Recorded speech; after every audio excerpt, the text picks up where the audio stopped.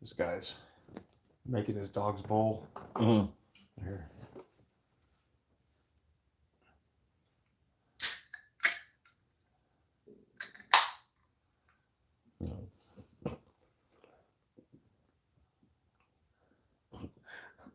Hold up. What is you doing? Wait for it. I'm backing your ass up. Watch out. I'm being gentle right now. Watch out. Okay, the goat got the alert. And so we did have some bots earlier. I was just telling John, we had some bots earlier. And so I think we about to be primed for this algorithm. And I think it's happening at the right time. I'm looking so much forward to my conversation with Derek. I was like, bro, we do not have to talk today. I'm gonna help him get right. Man, that hurt my heart to hear that motherfucker say, we got out of the house and we ain't know what we should do. I'm like, you ain't gonna never get in the house. You ain't gonna never get in the house. But what are y'all niggas gonna do when y'all get out of the house? Because that's, bro, the NBA, the way the NBA rolls, when you get drafted as a rookie, out rip, they make you go through this training and shit because they know a bunch of you niggas is a bunch of trap stars who ain't never had two nickels before. So they sit you down, tell you that you need to put your money in other avenues because, you know, yeah, you making, you know, a couple $1,000,000 a year out rip, but you might get hurt and fuck your shit up forever before you get out of your rookie contract. What are you going to do then? Shouldn't be fucking with all these. I mean, just like, it's just like a crash course for dummies. But the only reason why it's a crash course for dummies is because it seems like real little shit until it's like you realize that motherfuckers just don't get told that. Motherfuckers win lottery, bro. They just hand you the check and wait.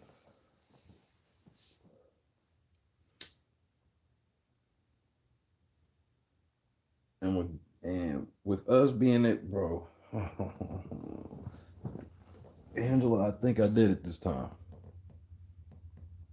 I think my big mouth finally got us into non-trouble.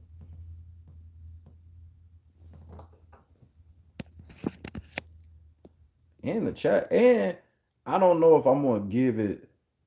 I don't know if I'm ready to call it yet.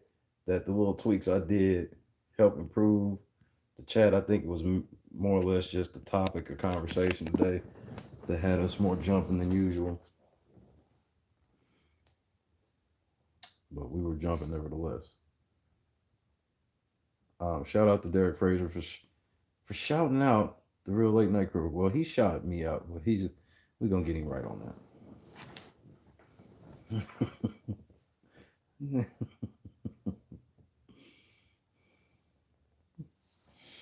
And then, bro, this motherfucker with no followers, that motherfucker said, Big D, don't do it. He's gonna ambush you.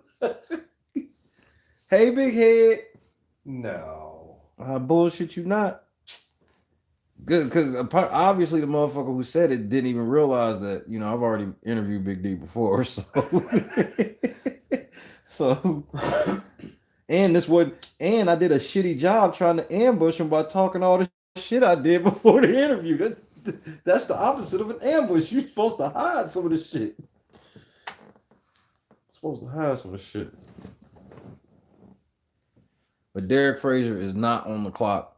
Because I might not hear from him tonight because he actually got some shit going on and he was trying to like move shit forward. And I was like, bro, do not do that. I just wanted you to know that we need to talk. Now that you know that we need to talk at your convenience. I ain't going nowhere. I told him, I was like, bro, I'm 24/7. I ain't going nowhere. Because I'm going to teach him something.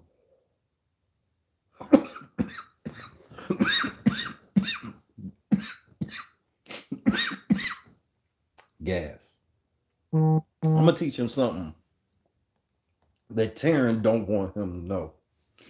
And I'll say this out loud. I'm going to teach him how powerful the LNC pipeline is. Pause. No pause necessary. Like, our reach is, people don't understand our reach. I ain't even got to explain it today. If you know, you know. Like, that's how we get down. And that's how we move. And tearing them don't move like that. Tearing them, they activate trolls, but I mean, we take them standing all day long. So I'm very anxious to have this talk. This should be fun. This should be very fun. But Mr. Armstrong, you got a conversation you gonna have to have on my watch. No, see? Got some explaining to do. I be trying to tell you, bro. I told you how this was gonna play out. Remember that instant message I sent you? When I was like, you think you slick with what you're trying to do, but I got something for you. Well, we're at the part where I have it for you now. And now you are literally getting dragged because there ain't no, think about it like this, Taryn. You thought you was riding high. What Big Brother player from this season is out on social media dragging me? Which one of them? Because even the ones that won't too scared to do it. That's why I told Derek I was not smoking my Dutch. I was smoking my Swisher. I actually had Swishers that night. So don't worry, Derek. You can get high with your boy. Hot boxing with Shay. No, I can't do that because Mike Tyson gonna fuck around, knock me out because he ain't gonna realize it's a joke. I don't trust Mike Tyson enough to know joke shit. Maybe later in his life, but we not quite there yet. I think he still get hit hard enough and fast enough. So, but Derek knew I was tearing that ass up. He was like, bro, he was just roasting me. I was like, that's just an amazing feeling because the reason why I was amazing from Derek is Derek ain't the type where Derek ain't going and crying in no corner like, oh, they talked about me. So him saying it like that let me know that, man, it was relentless. The inevitable follow. It felt good to know, Angela, that you were wrong when you put the stop signs up. I don't even remember. I'm sure just at some point you put the stop signs up. Understand when you put the stop signs up, you were wrong. So you should probably start off with yield signs from here on out. I think I've earned that right.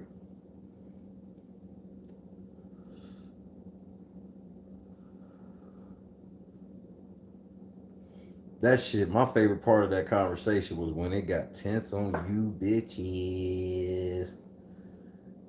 When the motherfucker, when Big D broke it down like I had been breaking it down all year, I'm like, what is he supposed to do? Sell himself out for the greater glory of Tiffany? You crazy?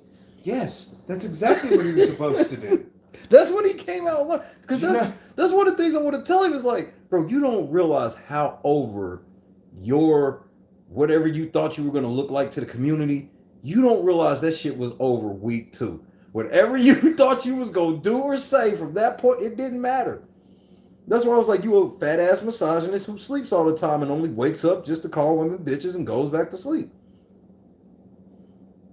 We not even sure if you were awake when you were hosting the Big Blue Couch half the time. Like, I'm like, shit. Meanwhile, this motherfucker, I mean, on some real shit, did his name come up a time or two? Yeah, but his name never came up like that, bro. Ever.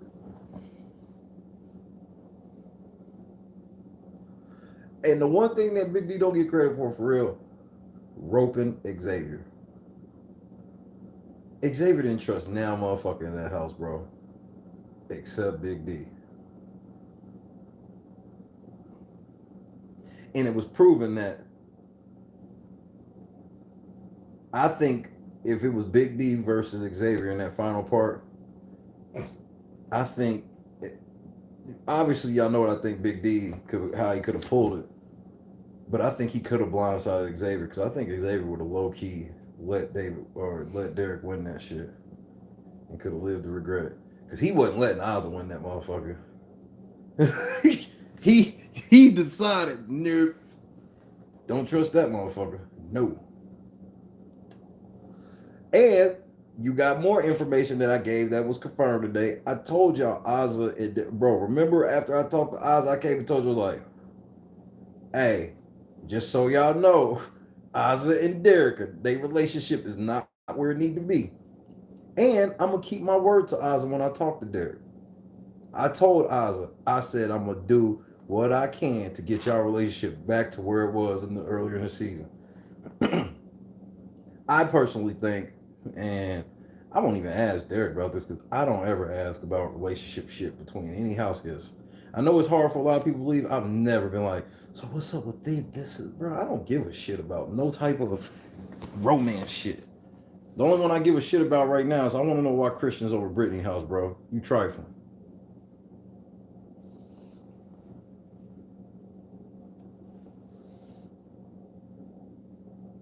But I want to,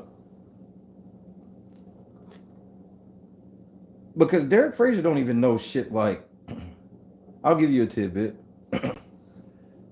This nigga don't know how I had to check Frenchie about him lying on Derek about Derek telling him about the cookout.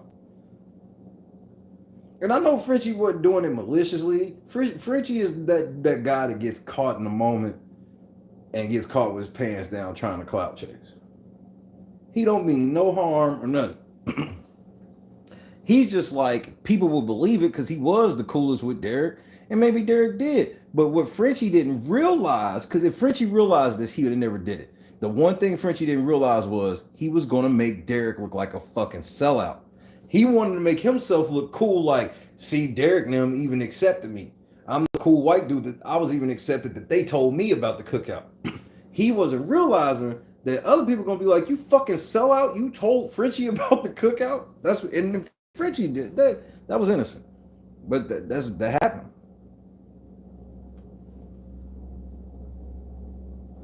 Raylan, we are we gonna have a sit down with your boy. I'm having I'm off the book sit down, and we gonna be on cam. But when I do the next interview, I want to be sitting in the room with him. If Taryn can travel to see Todrick, I can travel to see the second place winner. And I'll be able to say I sat down with the first black male to win second place in Big Brother. And Derek proved that he's a realist just because of the fact that Derek didn't switch up his behavior once he got pressed. Does anybody think that Derek Frazier was acting out of character even when he was like kind of feeling a way about me, feeling a way about Kamisha? Or no, he never switched up. He was exactly how I seen how Derek get when he feel like he getting pressed or some shit. Like, nigga, if y'all niggas want to go, we can go or whatever. But he get it now. He young. That's the other thing is like he young. So that's the other thing I'm gonna let him know is like, I get that you didn't feel like you were slighting us, but nigga, you slighted us and you was wrong. And a lot of the times you're lucky in this situation where me and Kamisha both were still willing to talk to you. Because I'm telling you, the white bloggers and shit like that, they get to where we were with it. Not only they not giving you a video, bro, they not even gonna mention it, and just all of a sudden, all these weird ass negative articles about you gonna come out of nowhere. Hey, did you guys know that blah blah blah blah blah was here? Just out of nowhere. That's how they rock. Me, I ain't gonna do no whole shit like that. I'm gonna be like, bro, you want to address this? And then if you don't want to address it, then and yeah, I'm gonna go on my own shit. But when you say you want to address it, that's why I told Derek, I'm like, bro, we gonna talk. I know you guys, since you said you got shit going on, bro, I know you good. You know, you told Kamisha you had her on a whim in the middle of the night on a drunk Instagram, and you honored that. That means something, bro. You ain't have to honor that shit. You see, I told you Tiffany wasn't. I told you. I said, if anything, what did I predict? I said, if anything, Tiffany gonna leave Derek ass flapping in the wind yet again. There's only two things in this world a man has: his name and his word. That's it, bro. At the end of all of and without your word, your name ain't shit. At the end of all of this. So that's why, like, I'm not the whole thing where it's like, well, we bumped heads, so now it's gotta be over forever. That's what dummies do. I don't have to do all that. Like I said, and like I told Derek, I told him already, I said, bro, I just need to get your attention. I'm calm now. No more turn up. I ain't got to tweet about you, nothing. Nothing.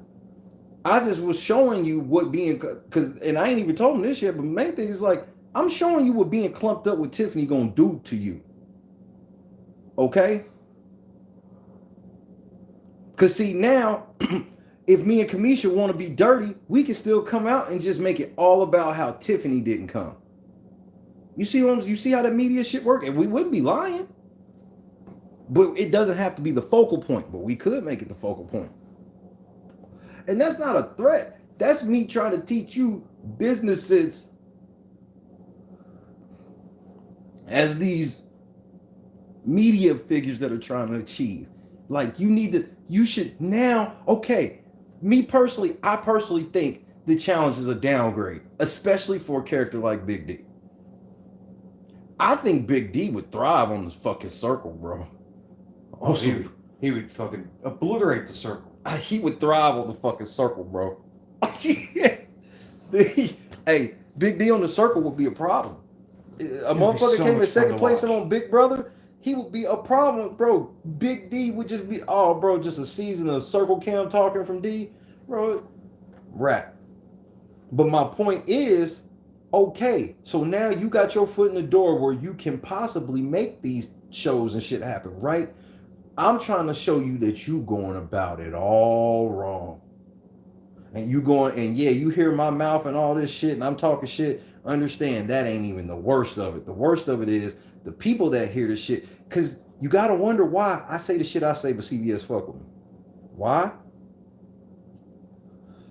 Because they know what it is off the air. And that can mean anything to anybody. I don't care, but they know what it is off the air, and that's all that matters at the end of the day. And they know I don't do no slanderous shit. I ain't no shock jock. They ain't worried about. That's why I was telling Derek. I was like, Derek, you see how I was going the fuck off. CBS was never worried about putting you in the room with me because I don't rock that way. I don't do ambush. If we get into it in the interview, I promise you knew that I was shitty going into that interview.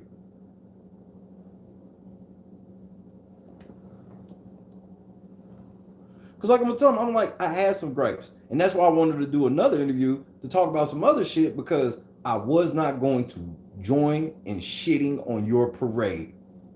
I just found that part astonishing, where it was just like, well, we would celebrate second place if it was Hannah. With Tiffany in first place, Hannah would be just uplifted, but it was like, it made people want to vomit. It was weird. Especially when we all swore we had our hands in the middle in week one. We don't care. Whoever wins on 3. 1, 2, 3. Whoever wins. Except for a man. Except for a man. SBMK.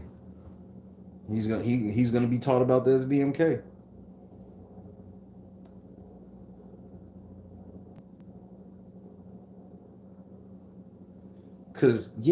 Cause think about how grimy Taryn really looked to like these people. Oh my God, you know how I would feel? Fucking John was somewhere and I saw this motherfucker just really fucking going in on John. And then turn the fucking TV on, this motherfucker's interviewing John like it's his best fucking friend. You know, I know they were at the crib irate. And they were probably mad at CBS. It should have been. But at the same time, it ain't really on CBS. But at the same time, this is where Taryn fucking himself up to now. You done made Big Brother players mad to be calling you out by name and dragging you. So now when they do their own look into it, they're not going to look into it and see that, oh, you're actually defending a cancer patient. That's not what they're going to see when they look into this. They're going to see like, oh, yeah, well, you was on some fake shit. And now what if Big D start putting the call out to future black players? What if next season Big D decides to make it his personal campaign that all fucking season long, he's like, black players, do not go talk to Taryn. Do not go talk to Rob Has a Podcast. Do you understand the type of hit they would take if they start losing any access? Because that's part of the reason why they get to sit where they sit is because they get unlimited access.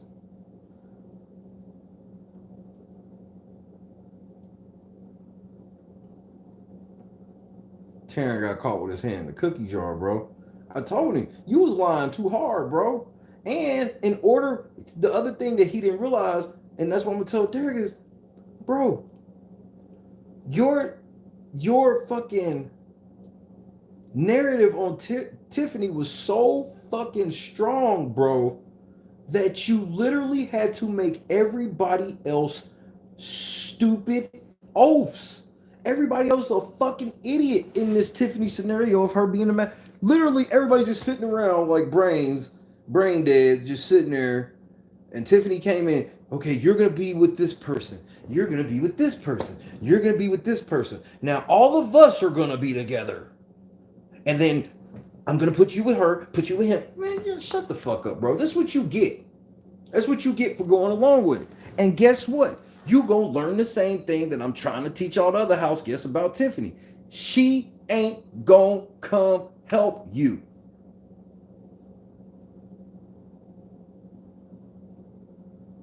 She gonna let you get it. She ain't gonna come help you.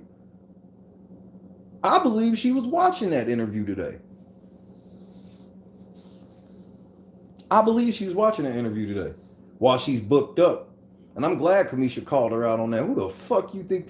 That's why I'm like, yeah. Because like Kamisha said, what nobody expecting you to clear your schedule, but why you gotta say it like saying it like that is utterly disrespectful and unprofessional. Obviously, I just want a confirmation. We not saying, well, the same thing like with Derek. I'm like, bro, I just need confirmation that we can rap. Now it's whatever at this point. We good. You got life, you got family, you got all these. Okay, handle this shit. I just need you to get at me at your earliest convenience, because I might be able to help you. Because not often you have somebody that can just help you that legit don't want anything outside of anything natural I make for myself. I don't need Derek funding LNC or no crazy shit, man. We got our own money, nigga. We good. So we just want to be in the room. We just want to be a respected Big Brother media source.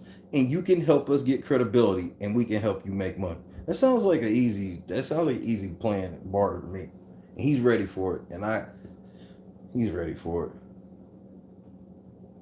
Taryn fucked up, bro. I told you, bro.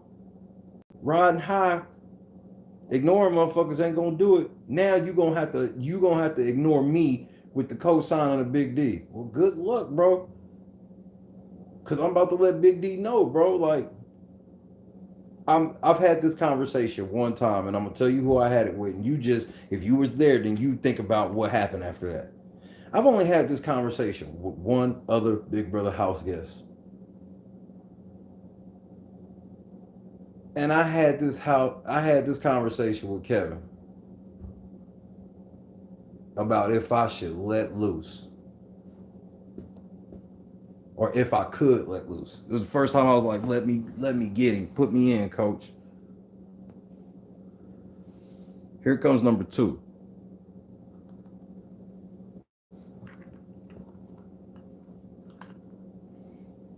Here comes numero dos.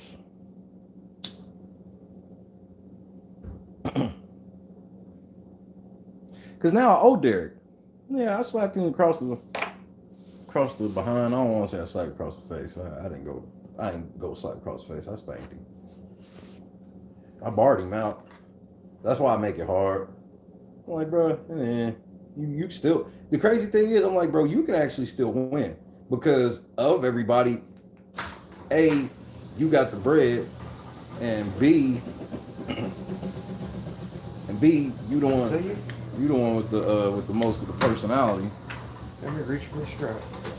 I think they food here. Well, our food. They basically eat.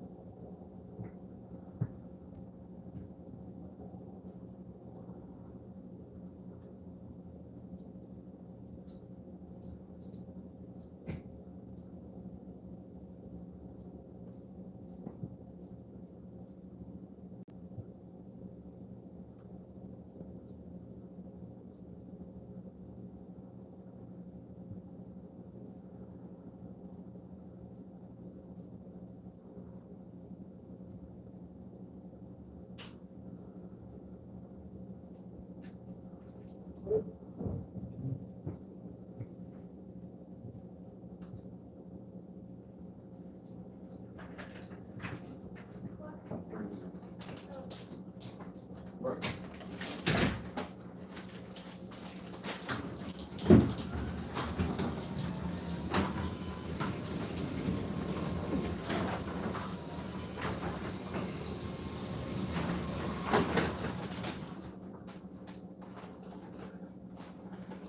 But the crazy thing is, in Big D's, what he was expected to be his most hostile interview, it ended up still being probably his most funnest. Still. Why? Because he was around people that actually paid attention to his game and like, bro, people won't even listen to his explanation about his game. Thank you very much. Thank you. Mm-hmm. People, soon as he gets to talking about, I actually did stuff. People, oh, now this motherfucker's talking about he did shit again. Oh.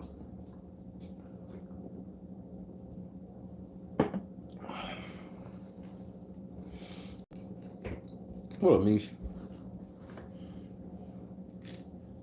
So I'm no longer mad at Derek Frazier. Like and the thing is like my threshold is lower because I'm an actual human. So I don't need, me and Derek don't have to agree on 100% of shit in order to be cool. But the fact that he even want to talk to me after, but motherfucker want to talk after some shit like that. I mean, I do. But he stood on Trans Armstrong, bro. Hey, that's the big D I fuck with. Yeah, I said it.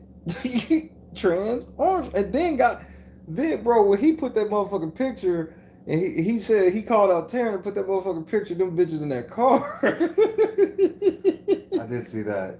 I said, man, Big D. Hey, man, Big D out there, he got his foot on Taryn's neck right now. Taryn can't come out and say shit right now, bro. I'm like, you on punishment, bro. Y'all so weak, bro. Y'all so scary. Y'all so weak. And then, Big D and like Kamisha and shit like that are proving that, like, bro, both sides are not that scary. That's why I be telling, I'm like, y'all need to stop acting like gods. Y'all just people at the end of the day, bro. Just come through, promote your shit, say what's up. Because they don't have any idea. Bro, okay, let me ask y'all, how many episodes do y'all think Tiffany really watched? I don't think she's watched more than 2 episodes. Especially once she watched the episodes to see, because remember, how long was it before the tide turned on Tiffany? Remember, Tiffany wasn't even winning America votes, nigga.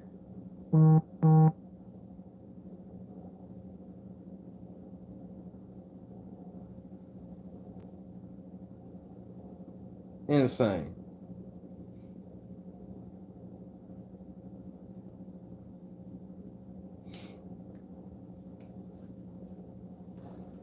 But look,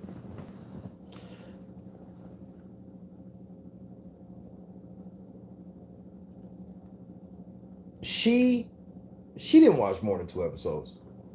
And the reason why I definitely feel that way is the show makes too many cuts away from her. Say that again. It makes too many cuts away from her. One more time. Cuts away from her. That's why she only goes to Taryn. Yep. Where it's just this constant ego flow. Where as soon, like, yeah, he gonna talk about other people, but you gonna get a post. Like, think about it. When have you turned on Big Brother? And it was gonna, even if it was what's considered a Tiffany episode, you're not gonna see Tiffany on TV for 15 minutes straight, 20 minutes straight. You can turn on Taryn and he'll go on a 20-minute monologue, lying like a motherfucker, making the shit up. He wonder why he in trouble with Big D. He don't wonder. He knows. I think Taryn's arrogant enough to wonder. She says she ain't watched that many episodes. I believe it. I believe it, Angela. Hardcore believe it. She too vain for all of that. Because not only that, there would be natural parts in the episode where it shows blatant shit she still lie about to this day.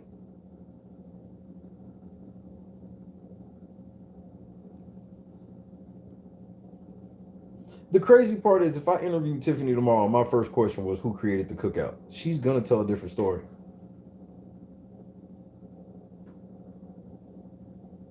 She might even be bold enough to go, well, who do you think created the cookout? Like, here we go.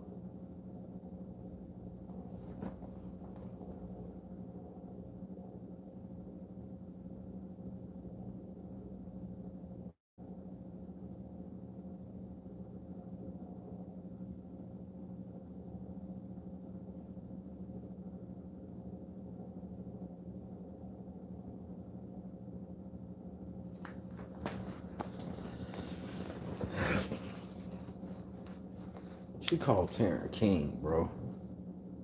And I'm like, you think Big D didn't feel some way about that? You calling this nigga King after all the shit that nigga said to us?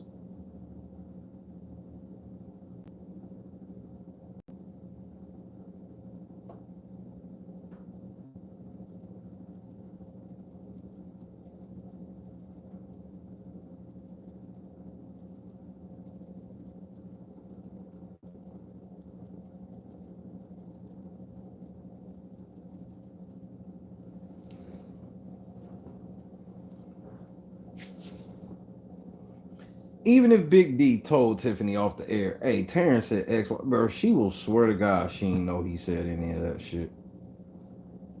But you wanna know the crazy part? She still ain't gonna try to fix it. She ain't gonna stop fucking with Taryn. Cause like she even told Big D to his face. That's why Big D was like, obviously. And she was like, well, I ain't heard a bad word said about me from Taryn or some shit like that. Like, well, yeah, that's why we not talking about you, bitch.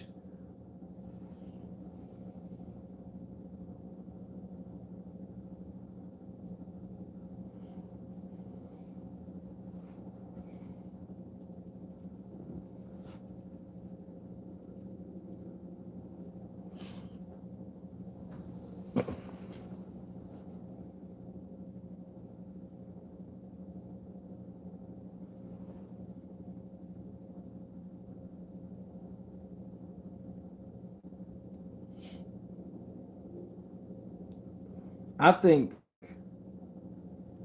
the shelf life on the cookout as a whole is like Derek. Here's the thing. Me personally, I wouldn't want to watch no type of cookout travel show or whatever. But I think there will be a market for it. Okay? But there's a problem. They're not a traditional band. See, a traditional band knows who's who, and everybody plays their role, even if it's you got the fucking tambourine. They don't have that. They not lockstep. They not lockstep. And they've proven it. They haven't been lockstep out of the house at all. Tiffany does stuff putting motherfucking she putting I mean, she puts the fucking cookout just in compromised positions on a daily basis.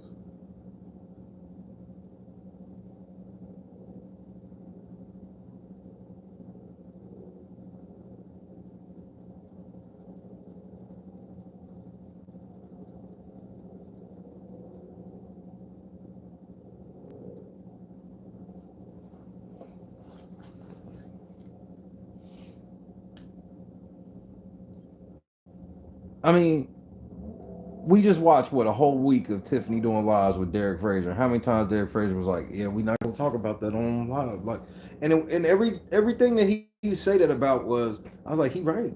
Shut up. Stop saying that.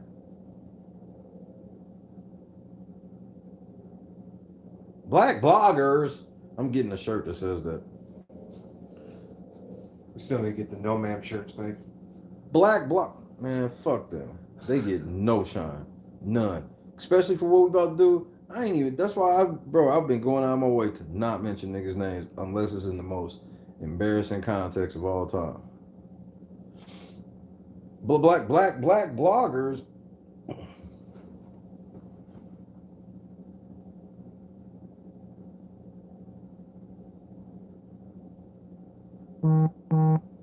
YLG, what up, dude? I promise you that, you know, and that's what and you saw with Tiffany, with her behavior this weekend, of course, nothing new. You know, look how close we be to Tiffany and look at her behavior. Like, the way she called Kamisha a liar was gross. I was just like, why do you do shit like this? Why do you gotta do such ridiculous shit like this? But it led me to think about how I always told y'all what Tiffany cannot be the fucking spokesperson. Tiffany cannot be the spokesperson.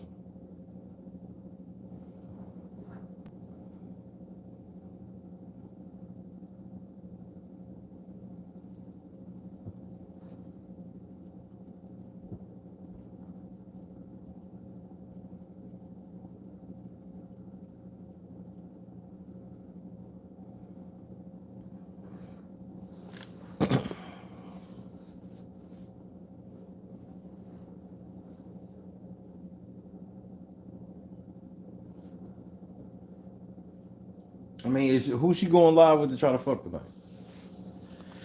That's the shit I gotta stop saying on the phone. But I'm not. She stopped lying. Because that's why I went at Derek. The real reason why I went at Derek Frazier like I did is I'm like, bro, if you side with Tiffany, I'm gonna show you what I do with people that side with Tiffany. What up, Kylan?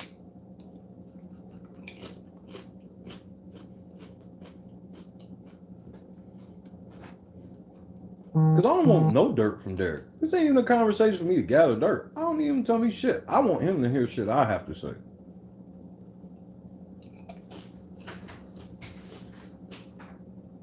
That's why I want it off air.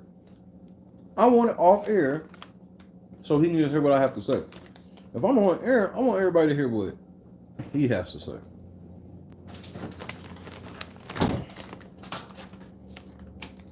Well, I was telling John, Derek right now don't even realize that as far as the public ever liking him, it was dead when him and Tiffany bumped heads week 2.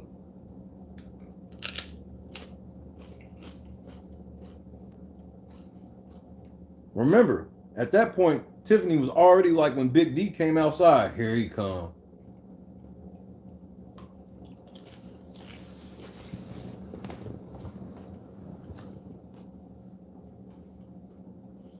CBS was reserving from letting the Tiffany stands take over, but like nobody else got really out there like that. Except Derek Zhao, but CBS knew what we all knew with Derek Zhao. He can't be America's favorite. He whack. This motherfucker's born. Big D had that shit wrapped up.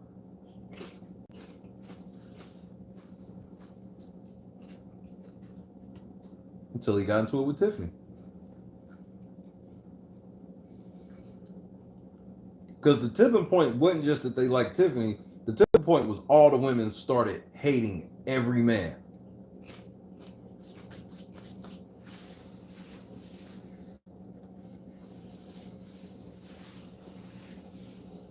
What up, Charles?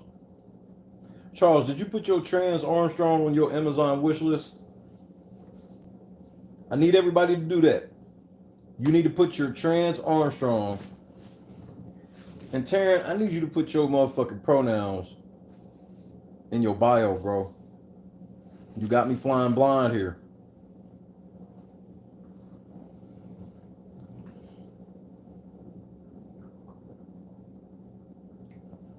Because I know I'll say bro to a girl. But if I say bro to somebody that's trans, that might get me canceled. Don't believe me? Ask Dave Chappelle. Dave Chappelle said, I don't know why trans people think I've had it out for them. Everybody who's watched me knows I've always been at war with white people. Bars. He the GOAT.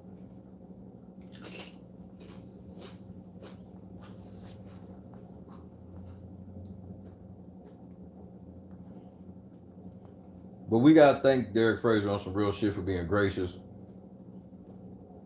I want to thank y'all for trusting me as always, because my methods aren't conventional. And if I had fucked this Big D shit up all the way to some point where it could have been catastrophic,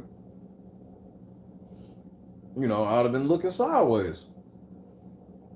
But y'all don't question me on the way to it. Y'all wait until I fuck it up to say something, which that's all I ask in the end. I don't be like, don't say nothing to me if I fuck it up. Just wait till I fuck it up. And not like don't help, like if you see you can help in the way, just, you know, if I'm like, nah, I'm gonna fly solo. And so I think we got a real plug on this one.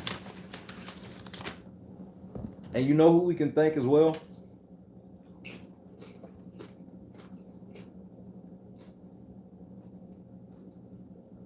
Tiffany Mitchell. Thanks, boo.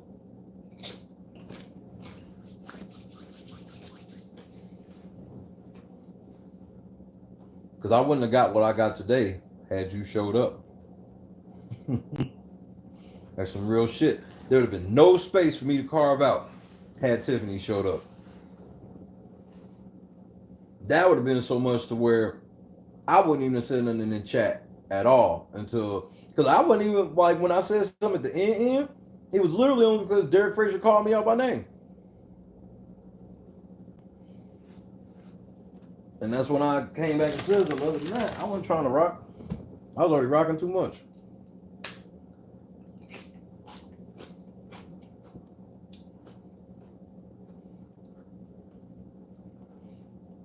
Some of y'all was on their head. I love it.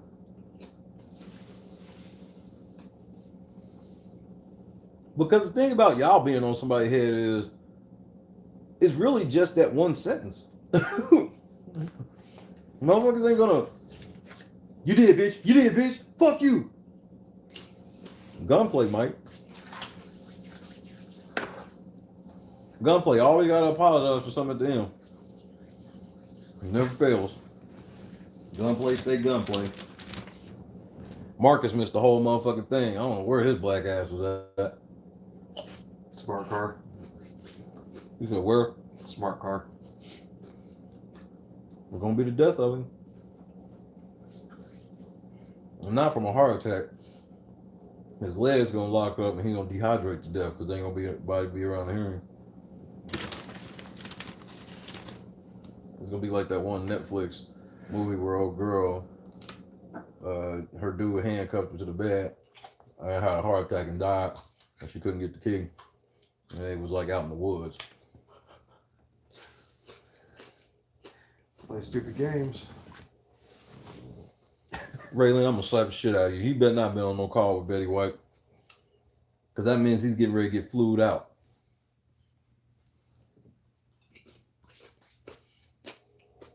Don't no grown ass men get flued out.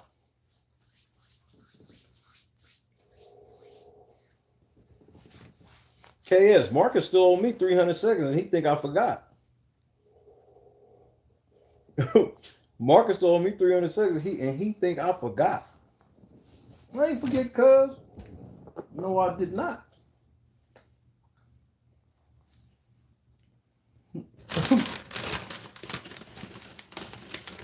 Cuz forgot. Nah, we was actually talking by the time I need to give you that other one.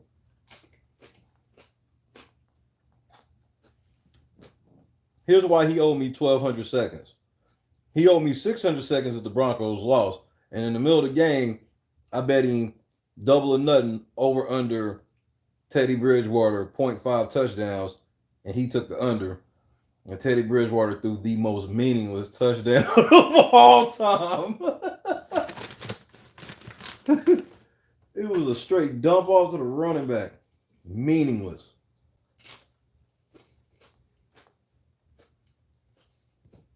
And I forgot, and Marcus knew I forgot. That motherfucker didn't say shit. And I looked at the stats, I was like, wait, Teddy Bridgewater has a passing touchdown? Oh, go lay down. Oh, cuz. Nope. Go lay down.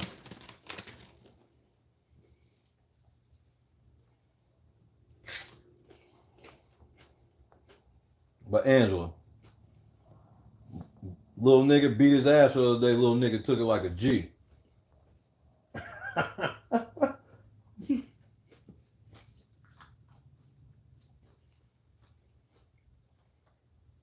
No, excuse me. I ain't ate a damn thing today, so y'all can listen to me eat like 6 chips. Still no beef with pork, Ray. I'm gonna eat a chicken and rice bowl. Some veggies on there and shit. Come on, Raylan, we turning up. We turning up. Let me see what my shit look like first. So we might be turning down. I think Chrissy's shit was wrong.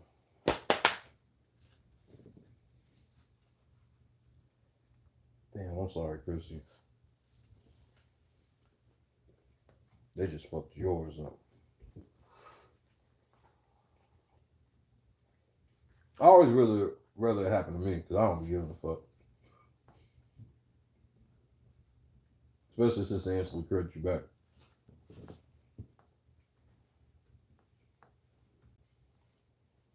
I'm trying, Ray.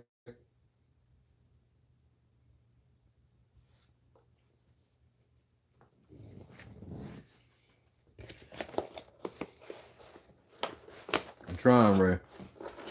It's fire too. Nah, it's just some chips and salsa, and chicken and rice bowl. I'm trying to eat cleaner. Trying to be in this swimsuit edition by April.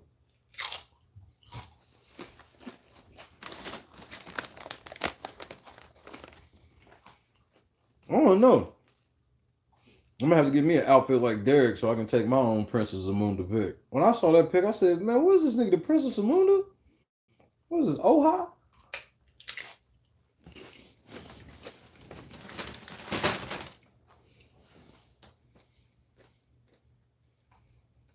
I don't know why, man. Lime tortilla chips are some of my favorite shit on earth, bro.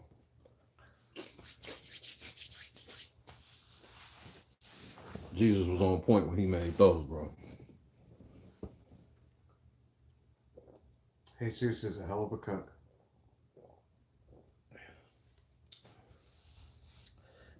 What is this? It's Sprite. May I have some of your tasty beverage to wash this down?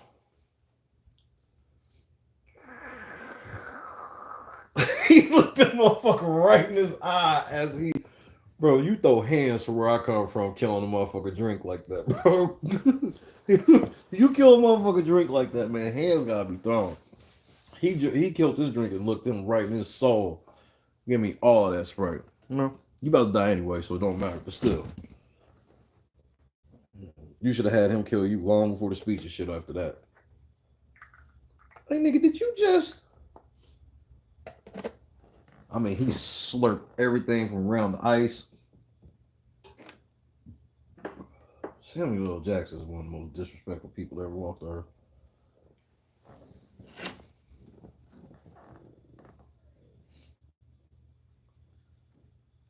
Football, why she have to call you that loud?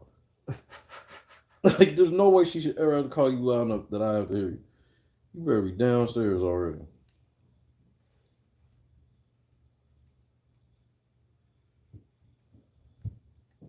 Sounds like everybody upstairs is getting whoopings. He crying. Football sounds like she about to be crying. Well, that worked. Tough luck, niggas. It's always football. No, they chilling. It was a short cry. This has been a crazy couple of days of events. But I got something for it. I'm very excited. I'm very excited, Derek. Would like to talk to me off the air. I don't think you understand. I'm so excited. I haven't been as excited for off the air conversation as this ever in my life. So I don't think I've ever quite had one like this, at least in the Big Brother space.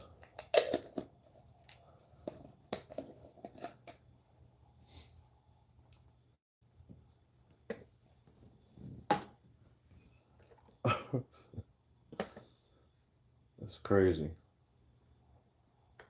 It's crazy.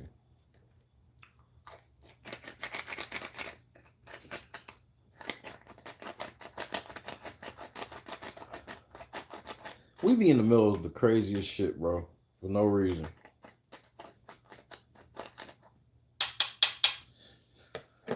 Because my thing is, when I went at them after the shit with Kamisha, the shit they did, bro.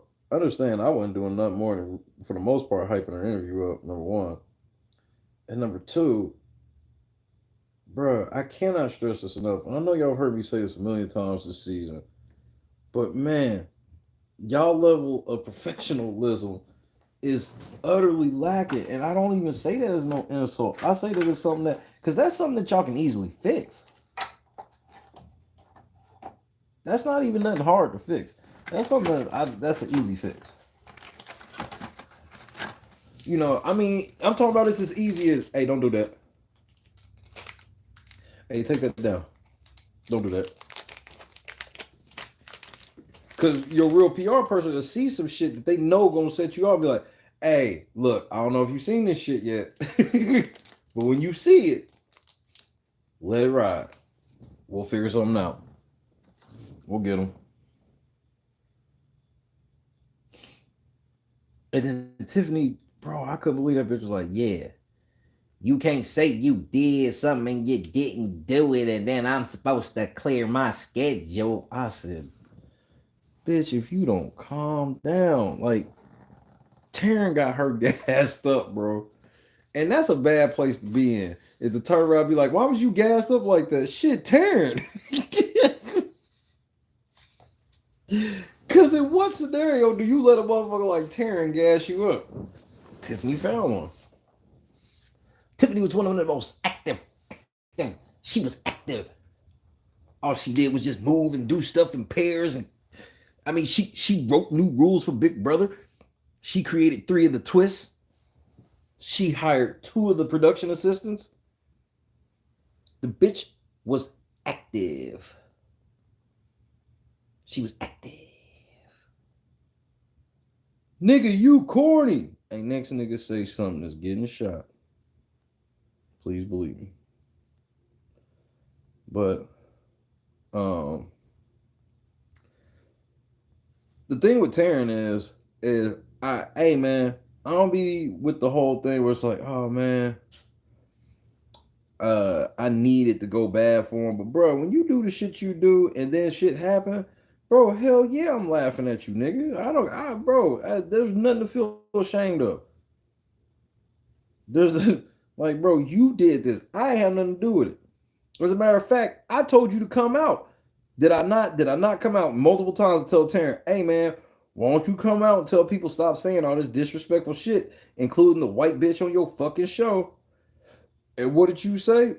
You were very plain with what you told me.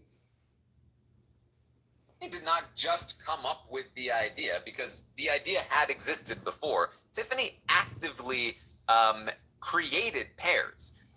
She encouraged both Hannah and Derek X, who, despite being on the same team, did not have a great game relationship prior to her encouraging them to bond in order to create that visible pair. She intentionally worked on Claire. She is the one that exposed Kyland and Sarah Beth as a pair. Prior to that, they were hidden and they were not a pair. She is the one that that got Xavier working on what he was doing. She helped. She was actively to the people in the game, encouraging the viewpoint of looking at people in pairs. This is something that nobody else was doing in the game. Kyland had the second most influence, in my opinion, in terms of getting the cookout where they were. But his influence was more on a more individual level. Tiffany's influence was in the house. She is the one that got the target put on the people early in the game. She is the one that helped destroy the slaughterhouse and build the royal flush, and then helped, when the pieces of the royal flush broke apart, which was Kyland's doing primarily.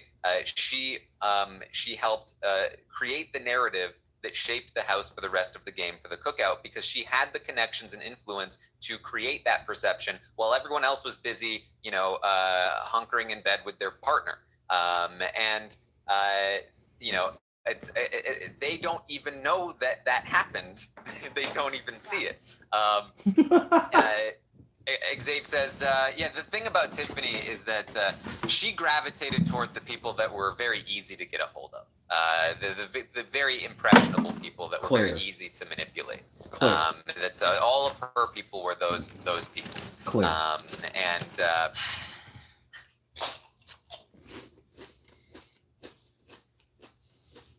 Let me bust your bubble. How does she destroy the slaughterhouse when 2 members of the slaughterhouse won the fucking game? You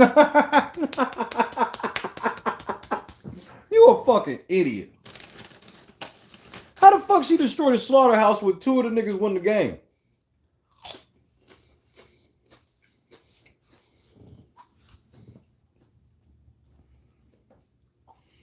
Look at his face, bro. This is how you know he lying. He know he lying.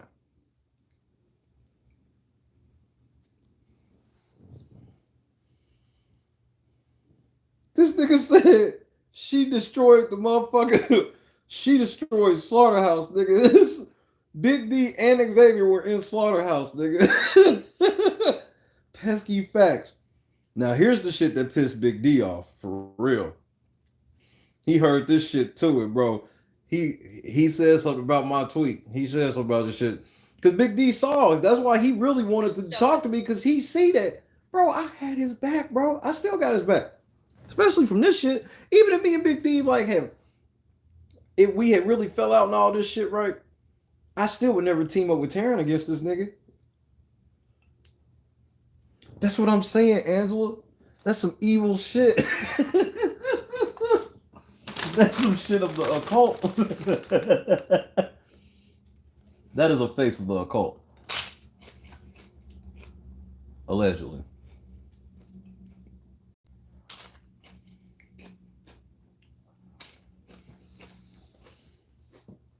Because what I'm trying to get Big D to see is, you're not a liar like them. You need to get away from them. Because they big liars, and when you team up with liars like that, the liars will always have the upper hand on you, because as soon as you start calling them out, they're going to cut you off.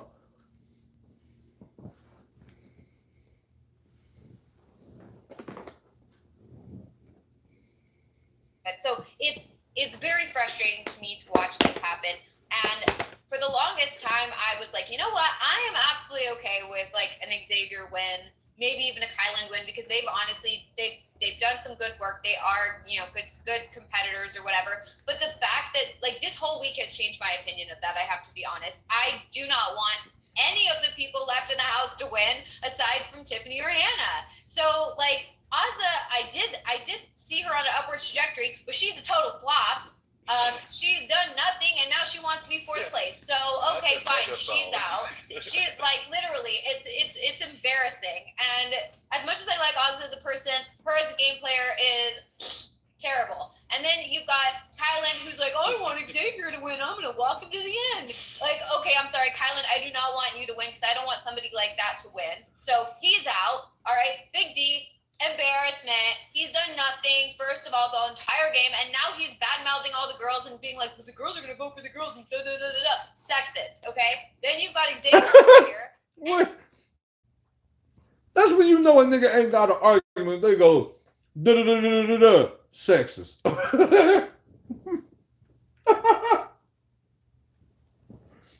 And Big D explained what she was talking about today, and he was right. I hear what y'all saying, ladies, but we all know that if it had been the ladies and Big D at the end, Big D had 0 chance. So y'all gotta stop the cap. See, what they were mad about, this is an exact moment of how they take positives of Big D and turn them into negatives. See, instead of them being like, damn, Big D was cold and figured that shit out. Nah, they like, he hating when he figured it out.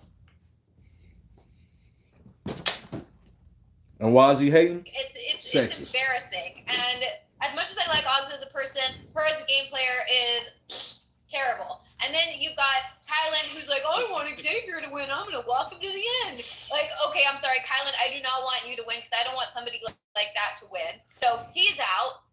That's a contradiction. She don't want Kylan to win because he's trying to walk somebody else to the end. Well, if he wins, that means he didn't walk somebody else to the end, so you should be okay with him winning then, right? Uh-oh, Marcus. Molly McPocket is not ready for logic, bro. Okay, fine, she's out.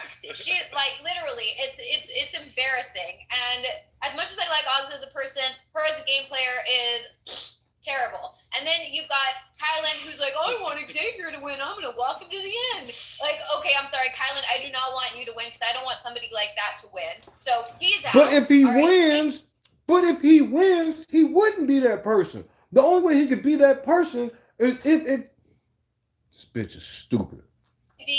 Embarrassment. He's done nothing, first of all, the entire game, and now he's bad-mouthing all the girls and being like, the girls are going to vote for the girls and da-da-da-da-da. Sexist, okay? Then you've got Xavier over here, and he's been literally harping on this. You can just tell how they use sexist as just a buzzword.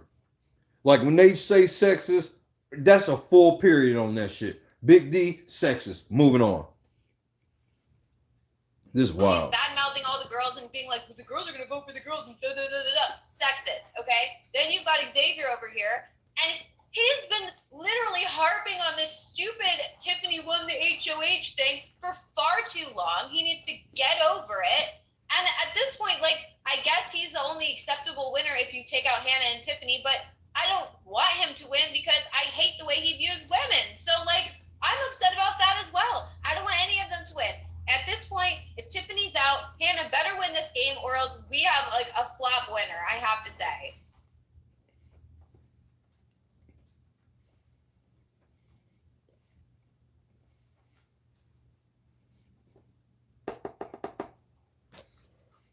I told y'all niggas I wasn't going to let y'all niggas get away with it, didn't I?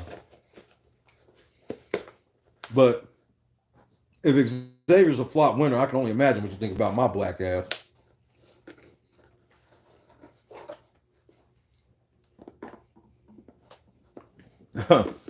If she think Xavier's a flop winner, I can only imagine what that hoe think about me. I wish someone put that nigger in his place. Sexist. Well, how would you like if I just be like racist and then just start moving on?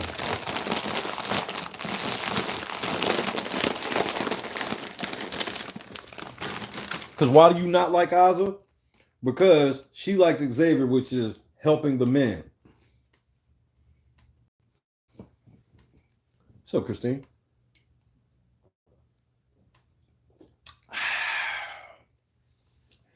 Yeah, right. Melissa want me to fuck. She ain't never had her pussy wiped down by a motherfucker that would talk to her in such a savage way. She'll play that shit. I'll tell her, get over here and suck this dick. And she'll do it. She ain't never been talked to like that before. It'll turn her on.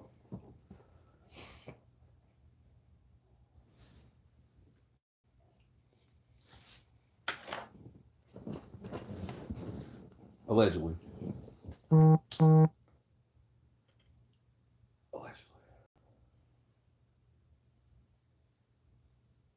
Yeah, Mr. White. Yeah, science. Man, girls know. And that's not even saying that they are all like that. But girls know exactly what I'm talking about. She'll be telling me to spit in her mouth. I'm like, bitch, have you lost your mind? I can nut in your face. That's the best I got for you. Allegedly.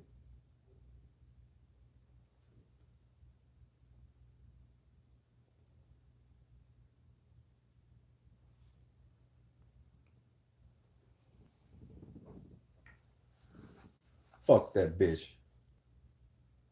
Any white bitch that thinks she can be out there talking about black men like that, bro, I'll show this bitch what we really could be talking about, bitch. as I roll my Dutchie.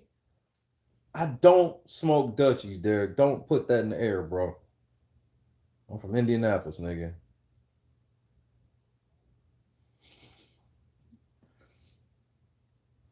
But you gotta be honest, you ain't never seen a nigga bar a motherfucker out while going blunt to blunt to blunt. I know you was like, will this nigga get sleepy, please?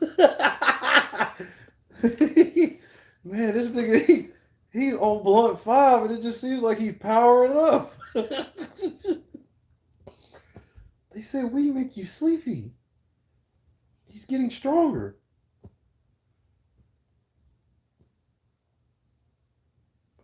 Nigga be thinking I'm winding down. Nigga hear me grab that grinder. Fuck!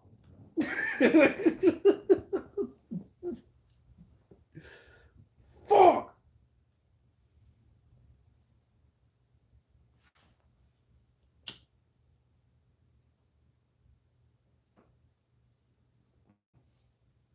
Adam thought I called him a white bitch, bro. I did not. I really had to stop too, because I was like, I don't even understand the context where I would have called him that. I don't call, because whenever I think white dudes do something that I consider that is like overstepping racial boundaries, because it don't even have to be all the way racist, just overstepping. I'm like, hey, white boy, sit your ass down and shut up. Everybody talking to you. But when he was like, yeah, I'm somebody's white bitch, I said, wait, you are? I was like, did I say that? Because at that point, I knew they were talking about us. So when he said that, I was like, yeah, I didn't say that. But I had to retract everything I did say about him altogether anyway, because, bro, I literally thought when Bo was talking, I thought it was him. Oh, I make mistakes all the fucking time, bro. Well, my overall work, though.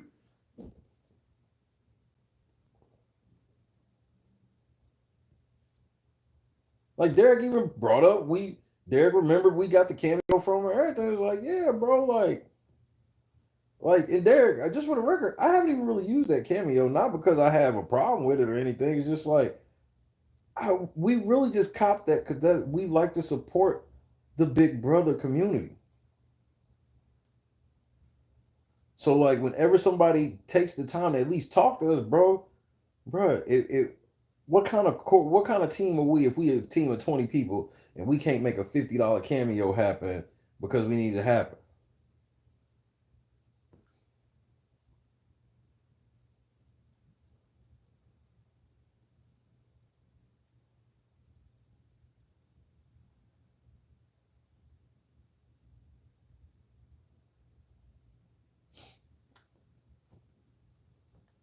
If Derek would let me, well, it depends. I gotta raise funds because I can't move too heavy right now, especially right before Christmas wise. But if I can,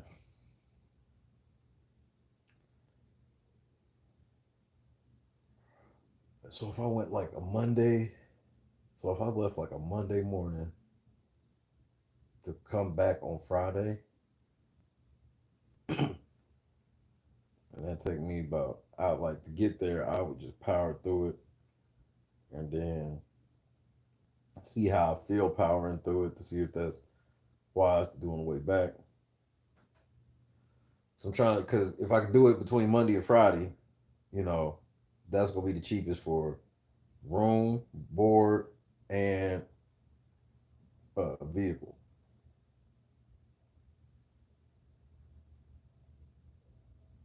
That's gonna be the cheapest.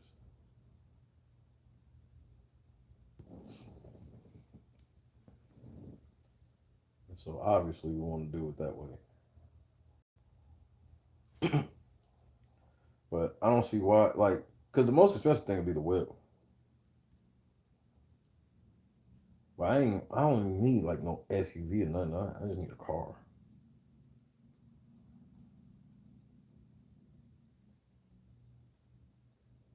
But I got a feeling to go. And if I do, try to go next week. Because I gotta go next week because what I'm trying to get him to do. And he gonna want to do it, bro.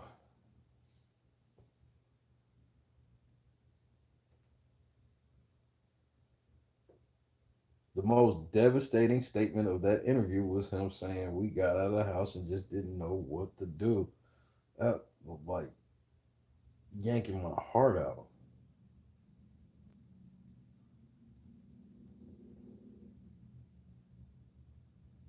I was like, this is exactly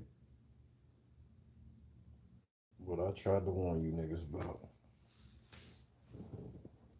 And Derek's kind of realized it more than others, but like I said, man, he's in this weird ass position where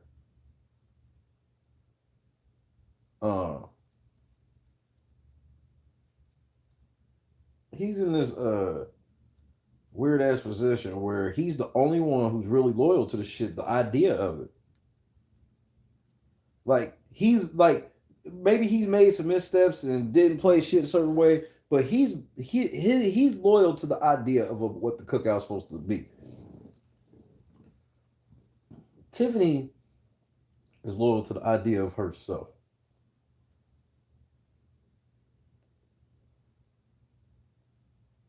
And that's an odd thing to be watching and dealing with, man, because it's just like, bro, why are you doing all of this?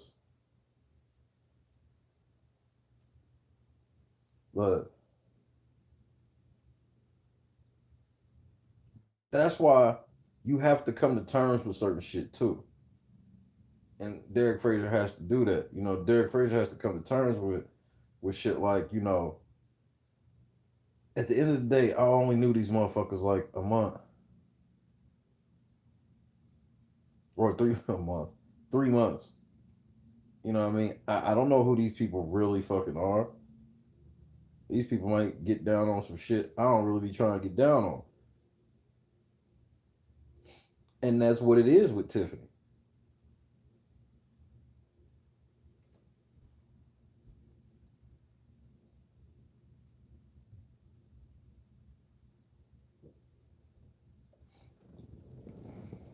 LT.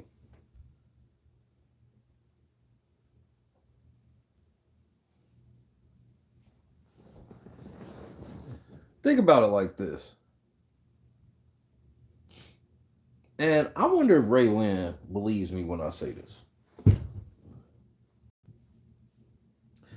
You know, I even when I went at Derek, I didn't think Derek switched up. I just think that he decided if he had any chance in this, he should rock with Tiffany. Tiffany is the quote unquote most popular of the cast, but she has nothing. She has done nothing. Bro, she was her fucking people are telling her, man, this is boring sitting here watching you every night, sitting here talking to dudes playing fucking the dating game every fucking night, and then she fucking let them motherfuckers have it.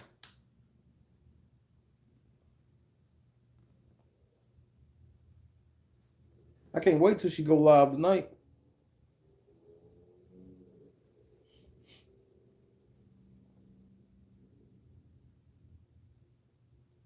We would not ignore any black bloggers. Yeah, I ain't clearing my schedule for you niggas.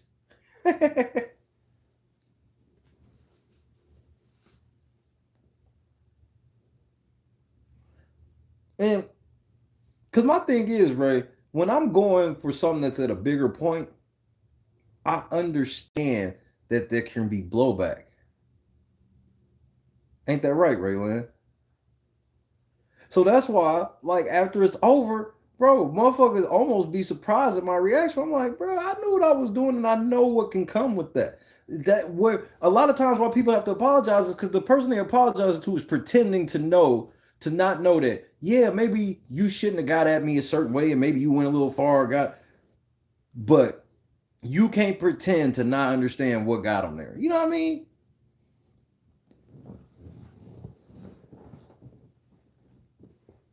Because think about it. I didn't say nothing I couldn't come back from because I didn't lie. So I didn't start calling them all types of fat asses and all of this shit and, yo, you fat and nasty gay man or none of that goofy ass. I didn't do none of that shit. You know why? Because none of that shit's relevant. It has nothing to do with what I'm on. So that's why at the end of the day, when you really listen to what I say, you like, because it may make you feel like I say all this shit, but it's like, well, listen to what I actually said. Like, huh.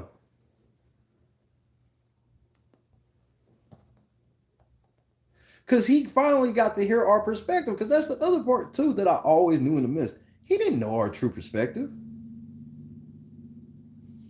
Because like I said, I don't think for 1 second he sat around and was like, hey. Because like I said, with Kamisha, I'm like, Kamisha shot that shot. I can't speak for her, but if I was in Kamisha's position, I'd have shot that shot when I did because I'm looking at the shit. It's like 200 people in here. So now y'all finally can see me if I say something. Because I've tried every other way and shit like that. And where it just felt like y'all were bullshitting us is because y'all didn't try at all, and y'all should have just owned it and be like, yeah, we didn't reach out like we should have. That's on us. And then bam, motherfuckers go, all right, cool. Let's go on from here. But like I said, like even when Derek did that shit to Kamisha, where it was like, I don't think Derek did that maliciously, where he was maliciously like, yeah, I just got an interview with what's her name. But he just don't understand the professional nature of, bro, that is something that can never happen. Bro, do you not know that they bro, motherfuckers will do 250 concerts in a year, bro. Right? Let a nigga fuck up one time. You ain't heard about none of these niggas' show until he do what? Get to motherfucking be in Buffalo and then turn around and be like, what's up, Detroit? And then everybody think this nigga's the dumbest nigga in the world. You've seen it happen a million times.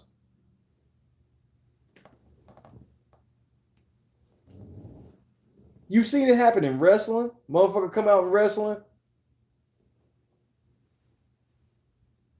What's up, Tulsa? You sitting in Oklahoma City. Fuck.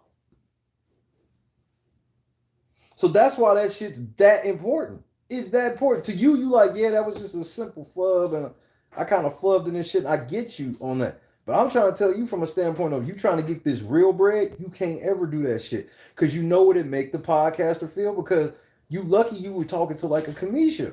Because another podcaster would just pocket that. They do continue to interview with you the whole night, but they would just pocket that shit. And they'll pocket that shit and turn around and remember that shit later. You ain't gonna get favorable coverage.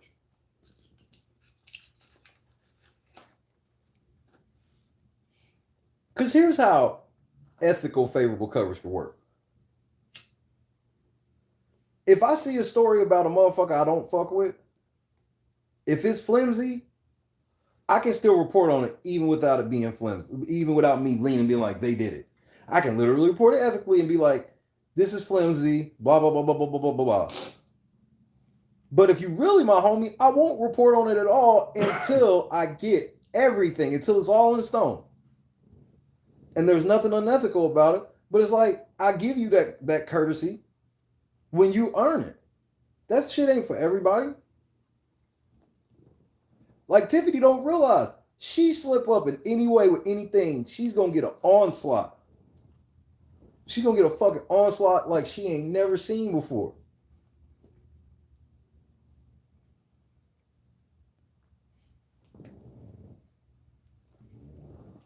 Shout out to Joe Pelkowski, my WWE rep. I miss going to wrestling. Royal Rumble, that's a big ticket. That's my favorite pay-per-view of all of them every year.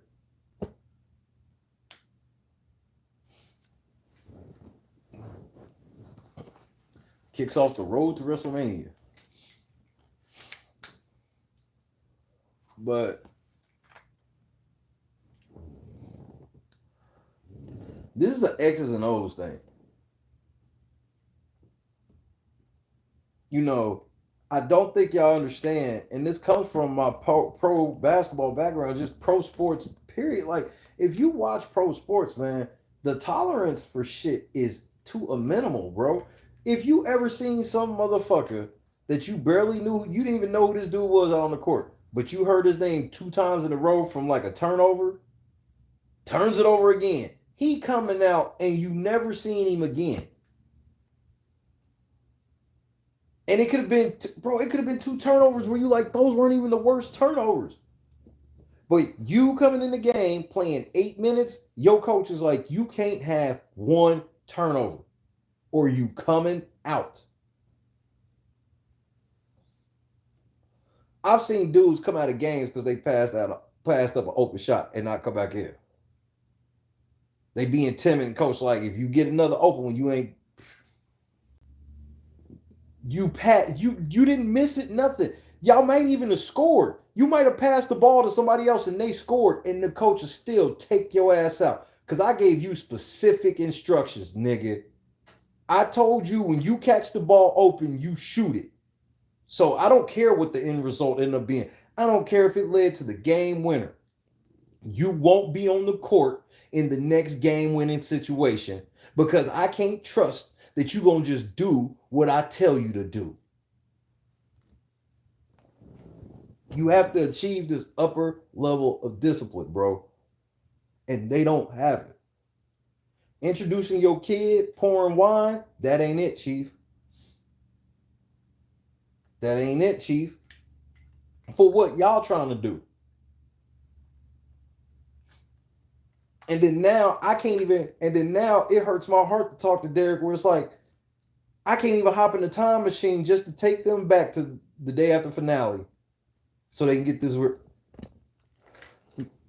Bruh, they would be on month 3 of a crazy ass AdSense check.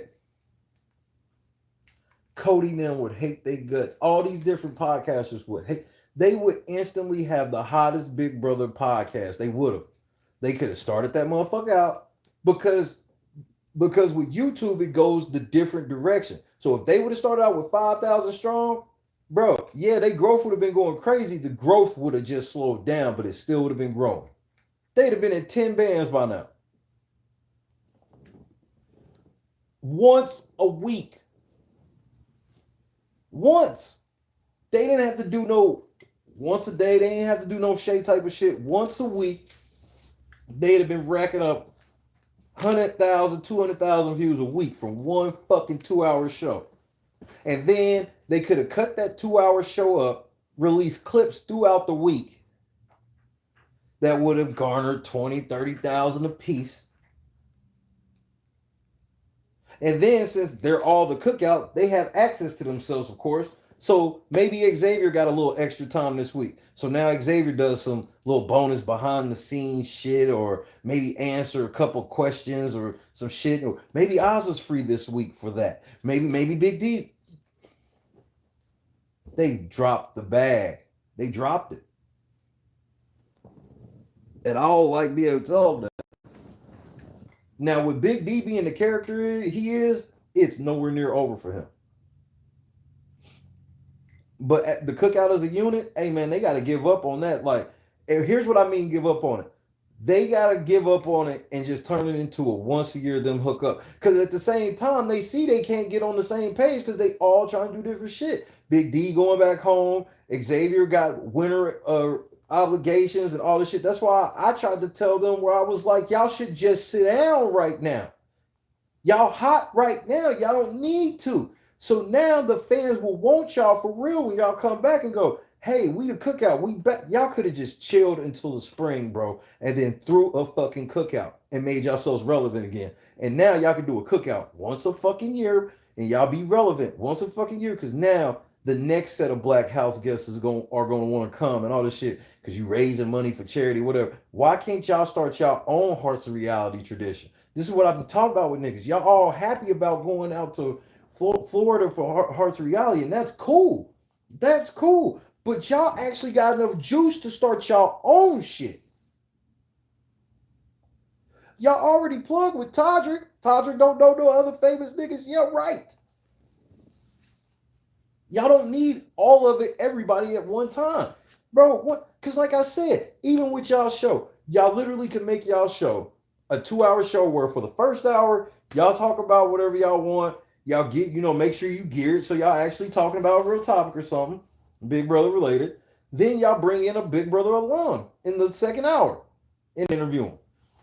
And y'all got a litany of people because y'all hot. So literally anybody from the cookout call anybody from the cast, they coming to fuck with it. And now it's a situation where now y'all shit's popping to where you can hit Travis and be like, yo, Travis, hey, you want to come sit in on this fucking Zoom for a fucking hour, get you $200-300, $500 right quick?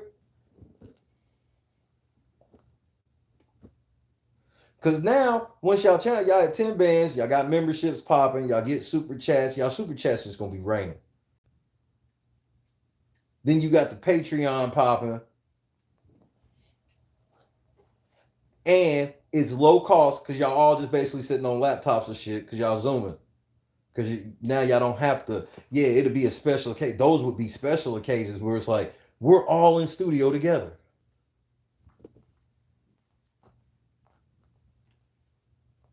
Y'all had to hire one production motherfucker.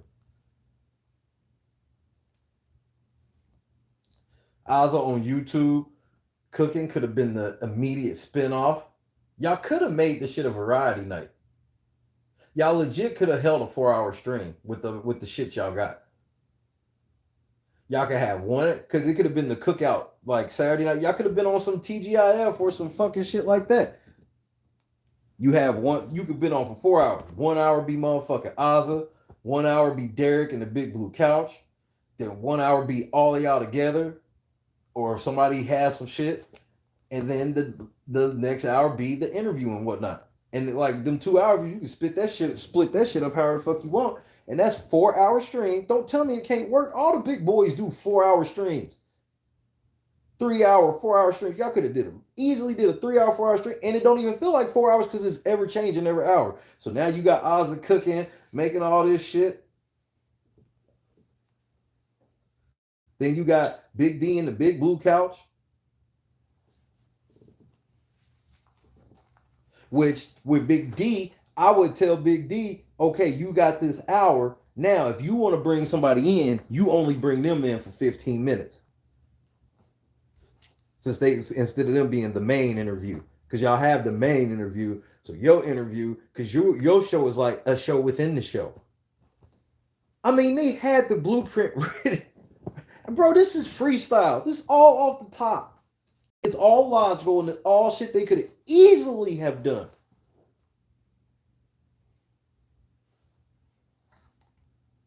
They got a milli between them, bro. If they would have said, look, all right, Big D, you put up 30. Or at least put up 20. Big D, you put up 20. Tiff, you put up 10. And then I'll match both of y'all and put up 30. If they'd have just took 60 and put it into a cookout show once a week, they'd have balled the fuck out, bro. They already had their money back.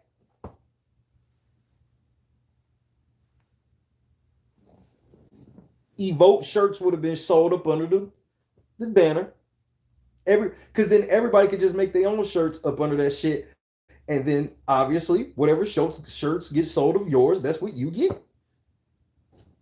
So now, if Tiffany's the most popular, okay, then she's getting the most shirt money because her shirts are the ones selling the most.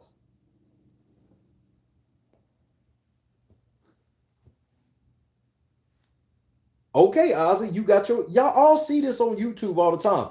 Ozzy got her cookbook. So now what's up under there? Well, you can get some cookout merch. We can use Ozzy's cookbook right there.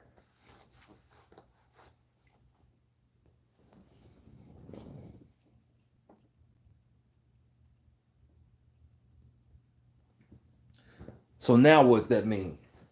Oh, there's another layer to it.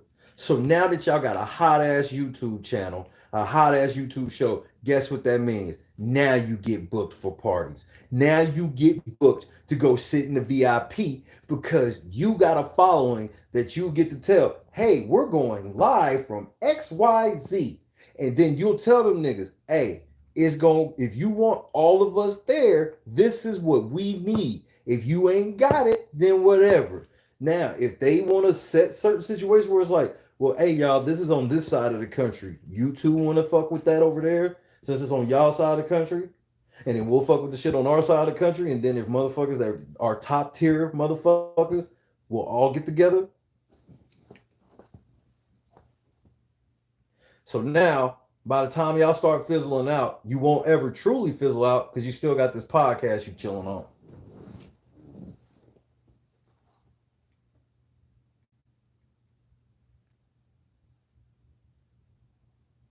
Because at the end of the day, y'all 6 niggas from 6 different walks of life, but y'all all claiming to be niggas, right? Cool. So the podcast literally can branch out from there. Next thing you know, the Cookout is a legitimate podcast, and y'all can end up being the first, not just the first black, but the first Big Brother contestants to blow up outside of this shit. Stop barring these niggas up, nigga. They not listening no way. You don't know what you're talking about, bro.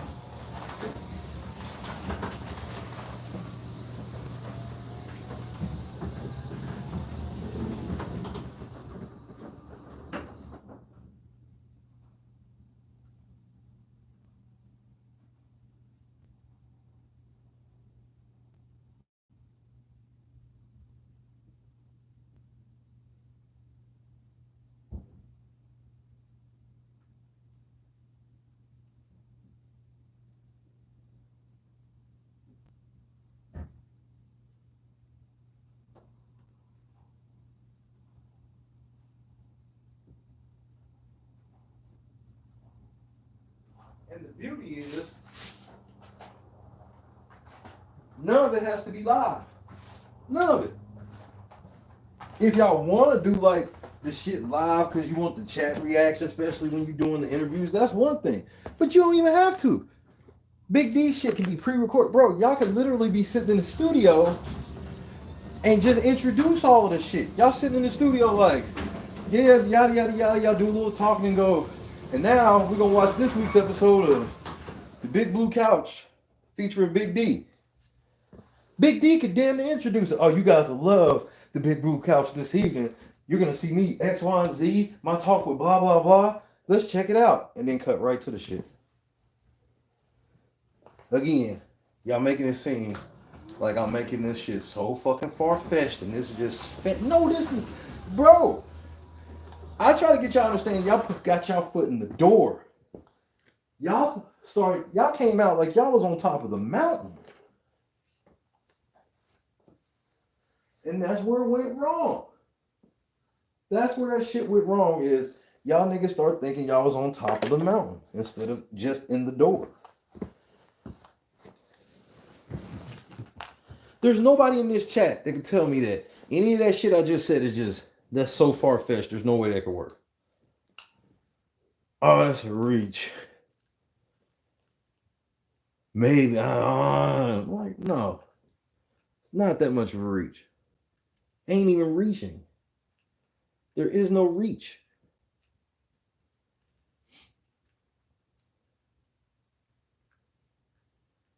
Because one thing I'm going to talk to Derek about is like, exactly, Christine.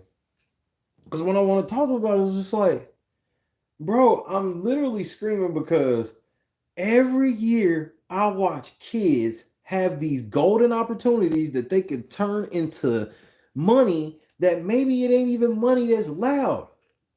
Derek Frazier could turn into like one of the hottest podcasters and shit and Philly and doing all this shit in the gay community and shit, and he may not ever get 1 million subscribers, but he's still making $100,000, $200,000 a year just podcasting because he took his 75 and invested in starting some shit up on top of it. You know what I mean? Like,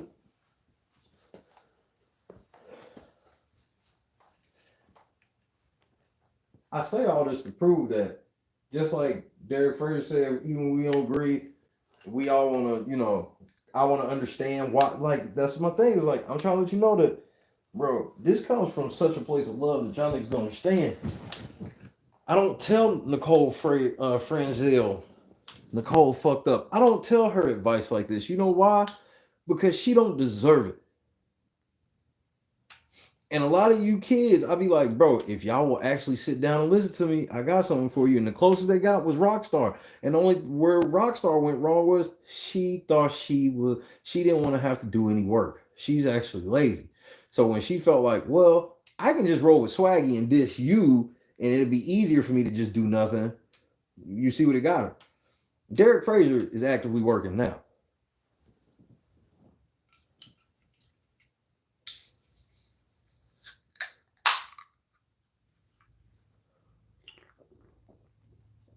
Because I got a feeling I got a feeling Kamisha ain't even got started with Tiffany yet. My personal opinion is I feel like she was being cool because that's between her and Tiffany, not her and Derek. But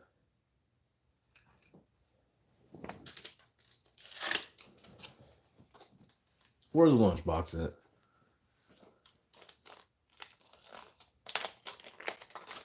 Because lunchbox, somebody's about to fly into the wall, bro. Crash test dummy style.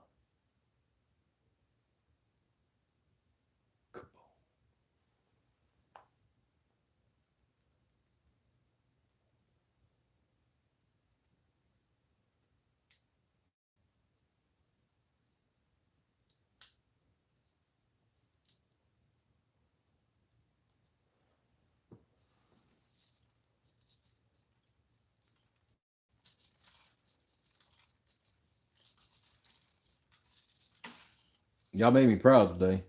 I did want to make sure y'all know that. Everybody's so gunplay. She embarrassed the shit out of me as usual.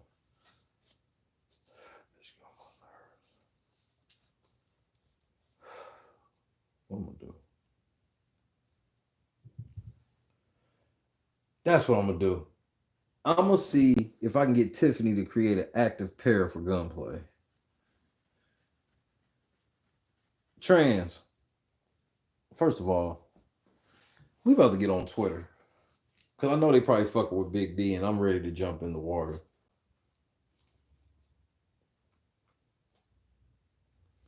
Angela, and I've gotten better with Twitter. Somebody said something earlier and I typed bitch in all caps and deleted it. And embodied them without using any profanity. It was hard, bro. It was so hard. I was like, just call him a bitch. And I'm like, then I'm gonna be suspended right when I'm fucking with Big D. I can't do this shit. Angela, you are becoming a bad influence on me. Like, I can't be doing right and shit. Like, I gotta be fucking up. I gotta let these niggas know I'm a savage. They don't believe I'm a savage, Angela. They think I'm a bitch. And I am a bitch, but that's not the point. And don't you say that shit, little nigga, because that shit come with the smoke. I'm a bitch in my eyes. In your eyes, nigga, I'm a terror. Just gotta get that understanding out there, because I know how you niggas get. You niggas be feeling froggy.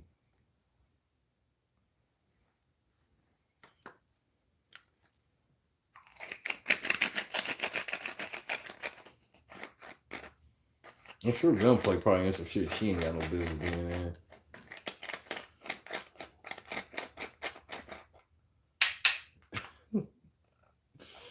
Leave me alone, Angela.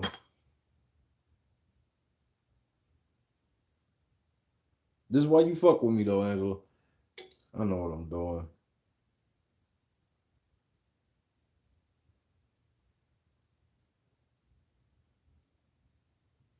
Very unconventional, a lot of my methods, though, but they don't always get results, but they get results when they need to.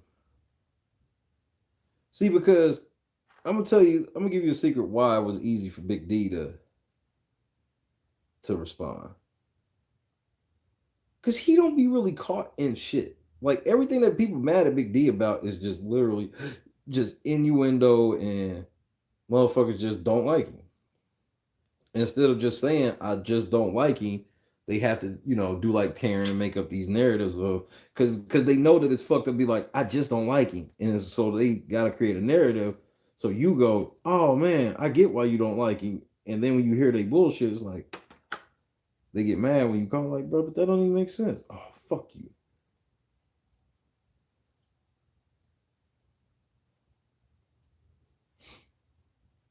Because I think he's going to be shocked to know that it was a wrap for him week 2. Because that was about when I stopped. Yeah, I kept fucking with Ray Lynn, but that was the first time where I was like, hey, I rock with Derek Frazier too.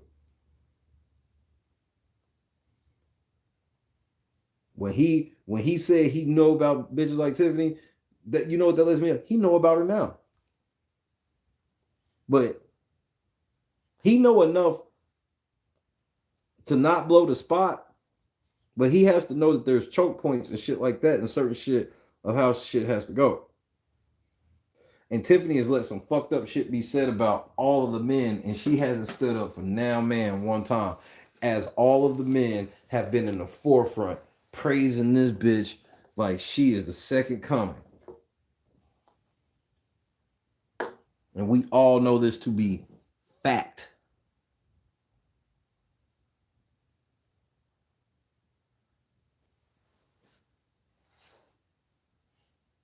We all know this to be fact.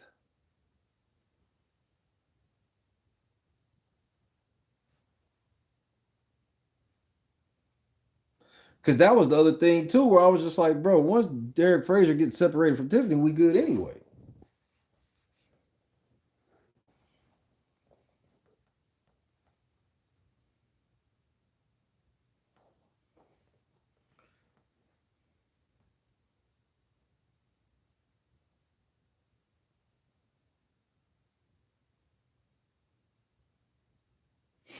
Like this motherfucker, like I'm blocking you.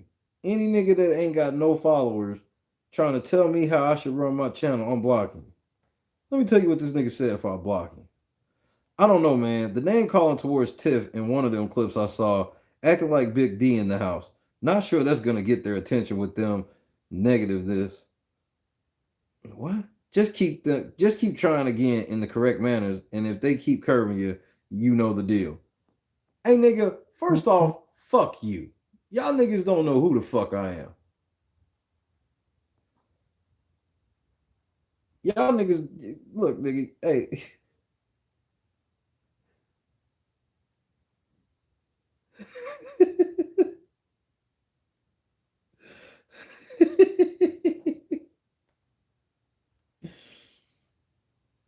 First of all, nigga, fuck you. Because you don't even know what my plight is. See, people come in the middle of the shit and like, well, maybe they're not responding to you because of this. Nigga, they already know who I am. So you meddling. Remember this? Remember all of this shit, Marcus? Remember how they laughed at us? I was like, man, all these niggas know who the fuck we are. They laughed, bro. They laughed when we said this shit. Laughed. Raylan, I love you so much. Them niggas laugh, bro. And this nigga has 0 followers trying to tell me how to run my shit. Nigga, you not in none of the circles I run in. You not in none of the circles I run in, B. You sit here giving me fucking advice. Meanwhile, I didn't listen to you and look what happened. I didn't listen to you. Look what happened.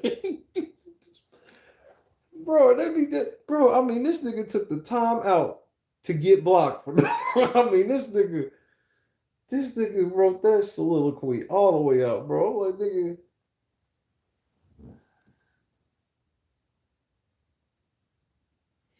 I did say that. But I didn't.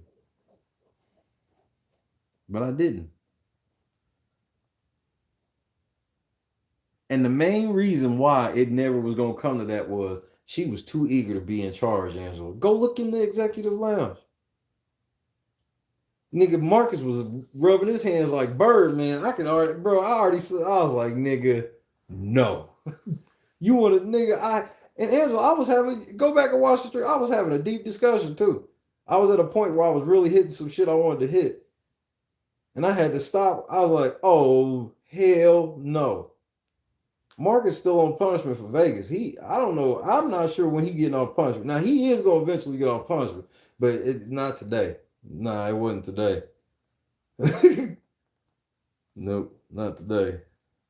Get at me another day, but not today. Nigga, Gunplay walked in. Nigga, but I'm here. Oh, nigga. No, I'm sorry. You got the money, nigga. You got the chat, nigga. I got everything else. I got it. I got it.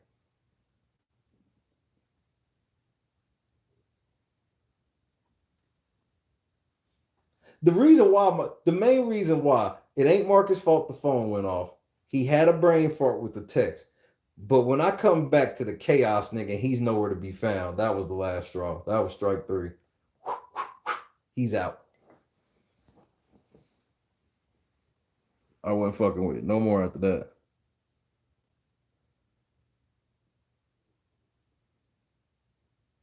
Derek Frazier followed you.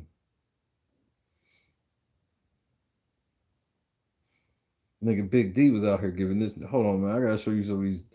When I tell you Big D was out here giving this nigga the blues, nigga.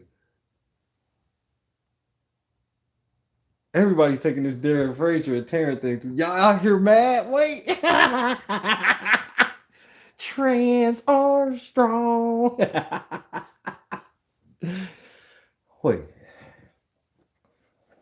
Angela Edwards, I want you to look me in my eyes. I told you I was going to get that little motherfucker, didn't I? Didn't I? And whose footage, whose tweet has Big D been using? Told you I was going to get that little nigga. I told you I was going to get him. He caught now. We just wait for him to come. Bro, he got to come out for food and water eventually.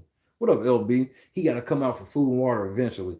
And when he do, I'm going to be on his ass like a 7.0, except this time, I will not miss.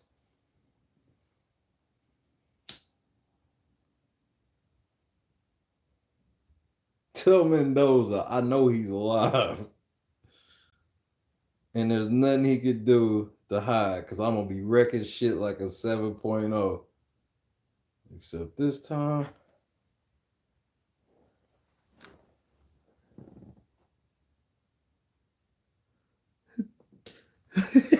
Taryn, get in. We're going to go drag Big D.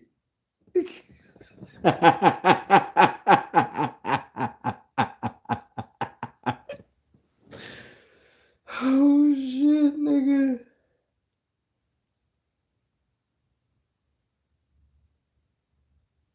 See, and listen to how fucking pathetic his people are, bro. His people say shit like they really try, or you trying really hard to get Taryn's attention 3 months too late. My man's moved on to Survivor and will be on BB Celeb in a month's time. By the way, that 4-seater ain't gonna fit us all, boy. How the fuck is Taryn going on Celebrity Big Brother? Y'all told me this nigga was Big D said that's what you're mad about, nigga. I ain't have to say it, nigga. Big D said it. Big D said you mad because Big D got your spot, nigga. They was getting ready to cast you, but it's between you and Big D and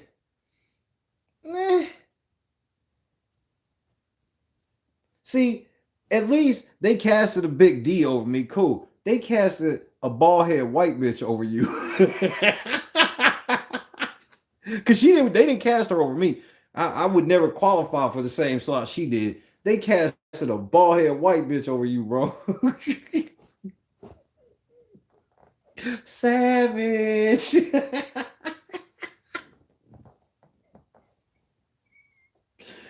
Nigga. I told you, you wasn't getting away with this shit.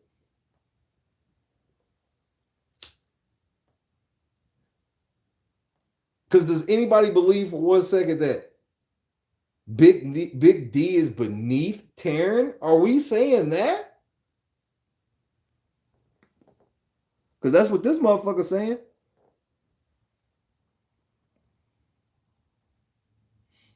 Derek said, if I was trying to get his attention, I would tag him, but I didn't. It was funny how pressed you guys get when I talk about him. He's still going to talk about me. I don't need to mention him. Trust me.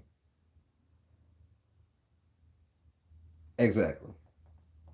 They say, they call me sensitive. They call y'all sensitive. Bro, when people say shit about me, 90% of the time, I got to come tell my people what was said, and it's already been handled at that point. Soon as anybody say anything about Taryn, it's just a whole bunch of misguided gun plays. A whole bunch of them. And here's what I mean by misguided gunplay, because it ain't no diss to gunplay, even though fuck her. But my point is, gunplay is rooted in fact. If she wrong, it's because the fact got to her wrong somehow. They aren't rooted in reality at all. You said Taryn bad. We hate you. That's about as far as it goes. Listen to this bullshit.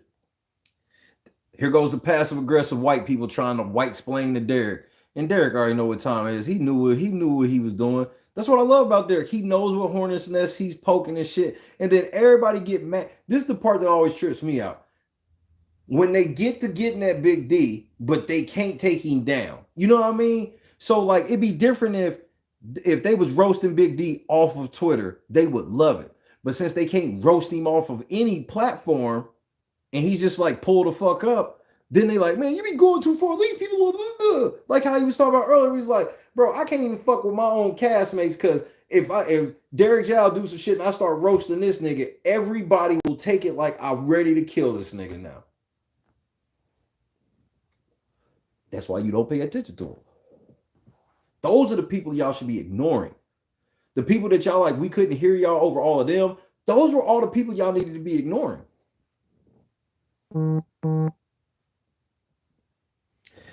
This motherfucker said, Terrence's job is to look at each player's game and assess them.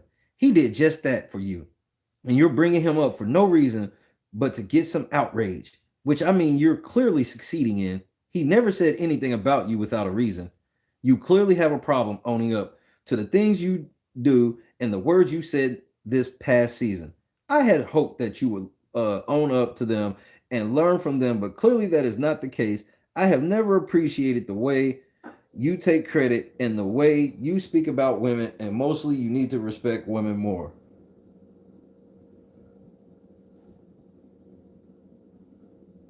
Where are your time stamps of his behavior? You are asking him to own up to.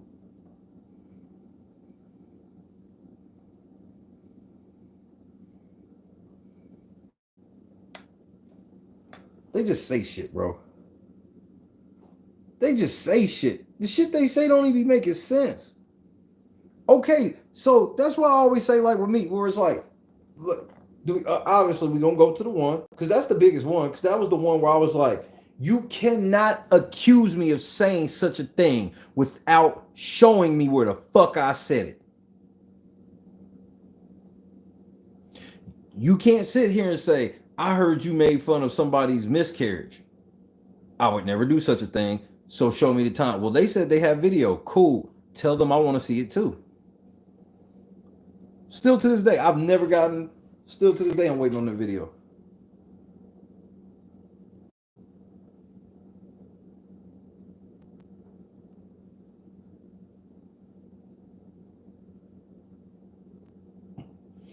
Let's get some more. Fun fact, Taryn hasn't tweeted about you in ages. Why are you doing this? Gaslighting. Who the fuck are you to tell? Maybe he just got to it, nigga. Niggas be sitting on Twitter really, when he wrote this, he's really like thinking that he can talk to Derek like this. And then if Derek clap back like, man, shut the fuck up. Ain't nobody talking to you, bitch. Then he'll turn around and be like, what the fuck? You can't. Why would you talk to me like this? Why are you meddling?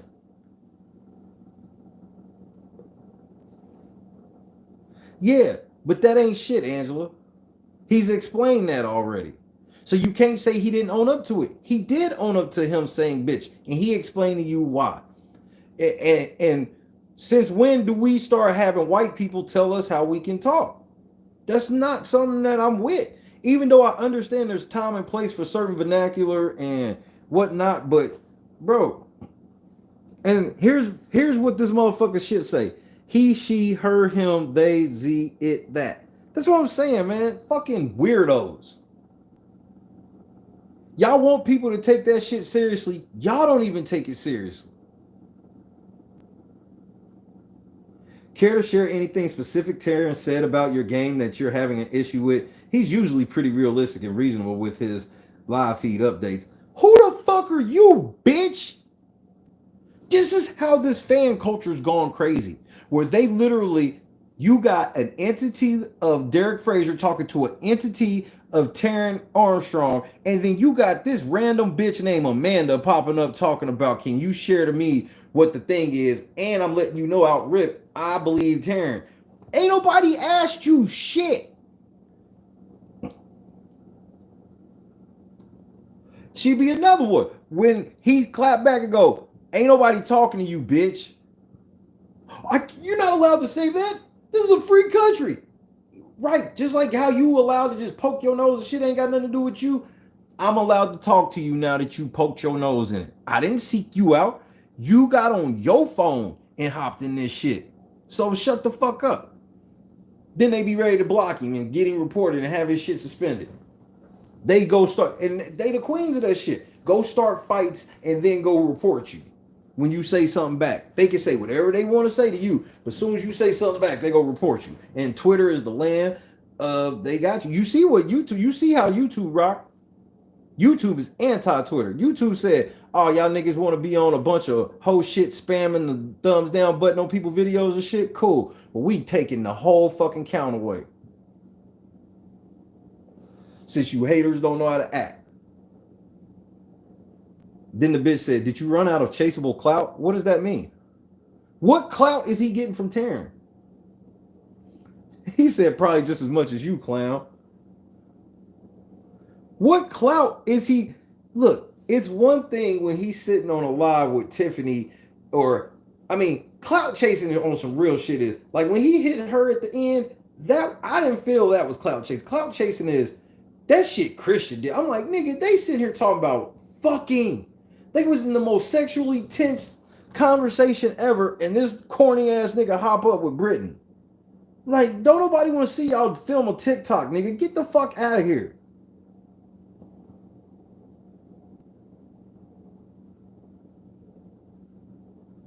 And then now Cat done shotgun. Look at this motherfucker.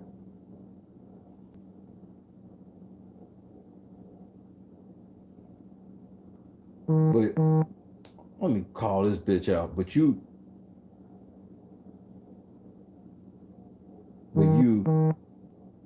were pro cookout though.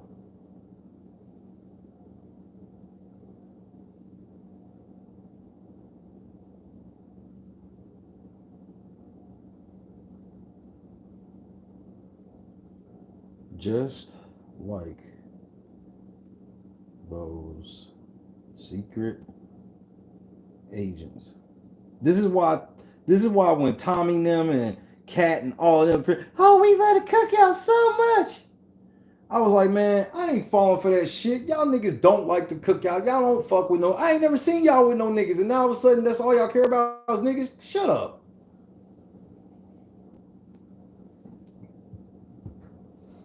It's one thing if Lunchbox is sitting here telling me, hey, man, I really want to see y'all do it this time, man. This, and that. You know why? Because I know for a fact one of his best friends is black. Because it's me, nigga. That's different. Y'all niggas, I ain't never seen y'all around. I ain't never seen y'all around no niggas. No alum, nothing. All that shit that happened on y'all season, y'all sat there and y'all didn't help Kimmy, nothing, nigga. Y'all put that shit, yeah, it was David should have did it. Why ain't y'all help? Y'all was sitting there too. When that shit went down, all of y'all was sitting there, nigga. And y'all didn't do shit. But then this year, so all the season long, oh, the cookout, we loved him, man. Fuck y'all, man. Y'all niggas ain't slick either. Talking about, that's clout chasing. This nigga won second place. You talk about he ran out of chaseable clout. He ain't even flexed on you niggas yet. I'm about to get him right though, and that's when y'all gonna really be mad. When I get Derek Frazier right and he doing shit, yo, man, how did he do that? Fuck you, nigga. Don't worry about it, bitch.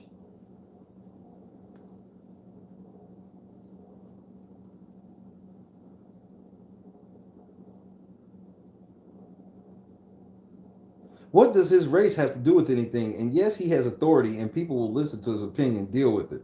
Who the fuck does Taryn have authority over? Do y'all hear how his fans talk? They say Taryn has authority. Now y'all see why they say shit like, I run a cult and all this shit. Because they're a part of cults. You would not be in any type of LNC circle saying shit like that, bro.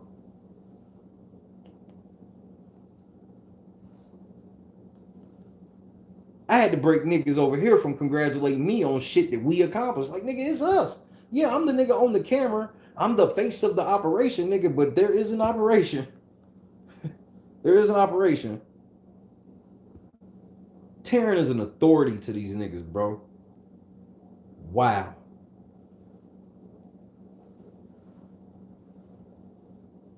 And somebody replied and said, facts. There's a lot of people laughing. Because the motherfuckers are laughing at niggas, because don't know niggas really like Taryn. The only niggas that like Taryn is bitches like that bitch in Philly. I can't believe that bitch showed up, bro.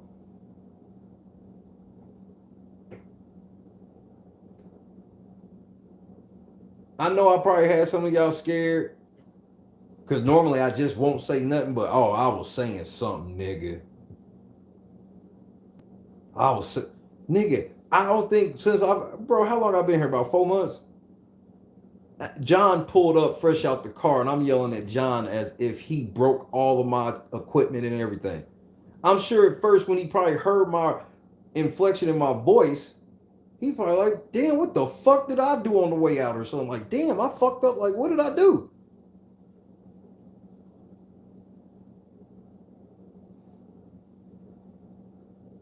This motherfucker Derek sitting here, because I'm sitting here, I'm loving this portion of the conversation because I'm sitting here listening to Derek, and I'm like, he's explaining the whole bitch thing like I keep telling y'all. And then all of a sudden, that motherfucker come through and was like, I try to tell people that's how we talk in Philly. Excuse me? When you quote said, I said one too many bitches. You heard me say bitch for the last time, and now all of a sudden that's how y'all, man, that's what I'm saying, bro. You want to talk about a bitch that just like self-destructed? I was like, how did you just self-destruct like this?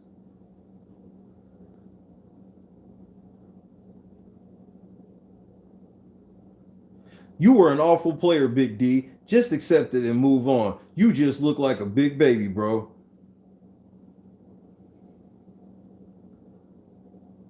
He also won 85K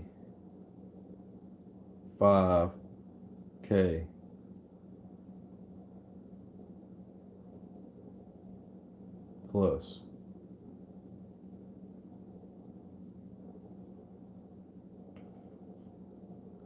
Just accept it, man.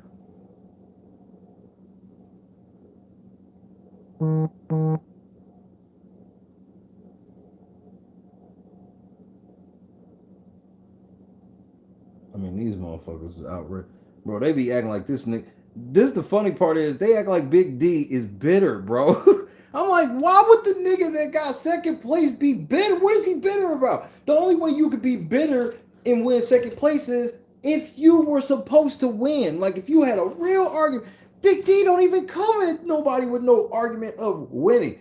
Big D's the first person, of course, is the black man. First person in history they got to defend why he won second. We seen all these trash ass second place winners all throughout history. We seen second place winners win the fucking game they shouldn't have won.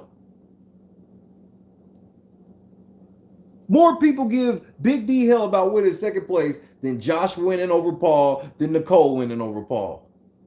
And those are, bro, fuck you. If you telling me Paul lost either one of them seasons, you just hate Paul. I don't like Paul either. But Paul won both of those fucking seasons.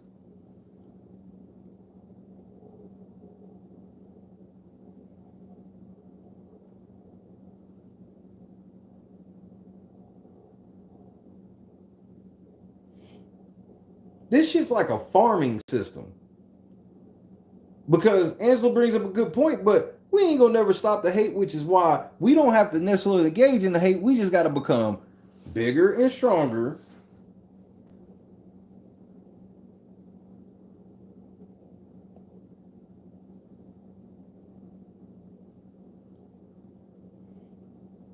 Cause like with the shit I have going show Big D that he can have jumping, if he with it, the other cookout members are going to ask to be a part of.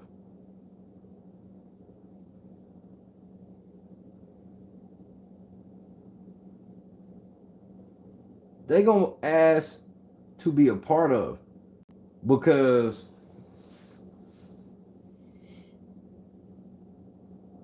it's gonna be, I'm gonna show him how to incorporate people bigger than him to where it makes sense. Because my thing is, bruh, you gotta spend money to make money also. So it's like, bruh, if you gotta pay for somebody to come to some shit, pay for it. But the thing is don't call the agent. You got, if you know people, you can get all types of people at discounts.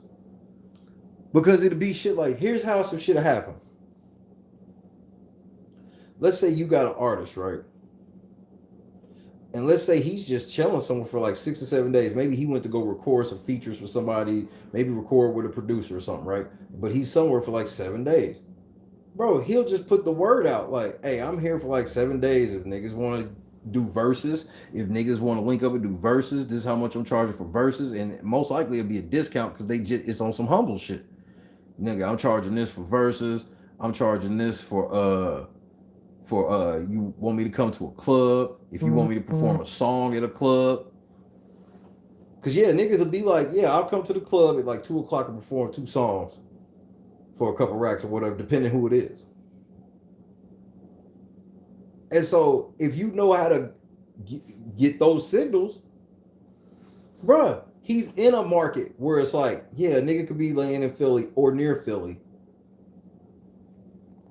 New York and shit right there, be chilling. It's like, hey, you want to come do this, such and such, and host that shit for a band? I'm telling you, you could get, like, you could catch Lil Baby on a humble and get Lil Baby on a verse for like 5 bands if you caught him on the humble. And that's depending on how hungry the nigga is. Because sometimes you'll find out that super famous niggas are hungry. You know who used to be hungry as fuck? Lil Jon. Lil Jon was hella accessible. He ain't really turned down nothing, bro. Think about when Lil Jon was hot. Lil Jon was, when he was hot, bro, he was doing all the Yin Yang beats. He was doing all Lil Jon Eastside Boys, them albums.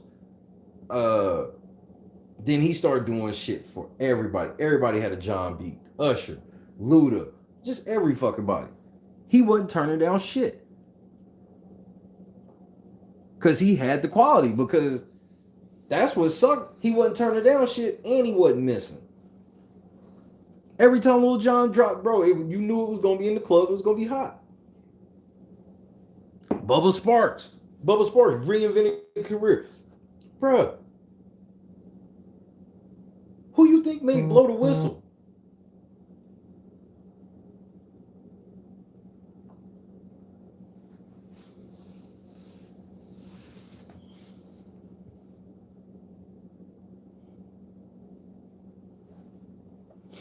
So that's why I'm like, bro, there's certain pipelines to shit where it's like, bro, I can have my ear off of shit, but it's like, bro, it's kind of like, it's like having a plug on high-end electronics, but you work at Walmart. You know what I mean? You gonna hear about all types of plugs, and maybe once ever so often you can take advantage of some shit you hear.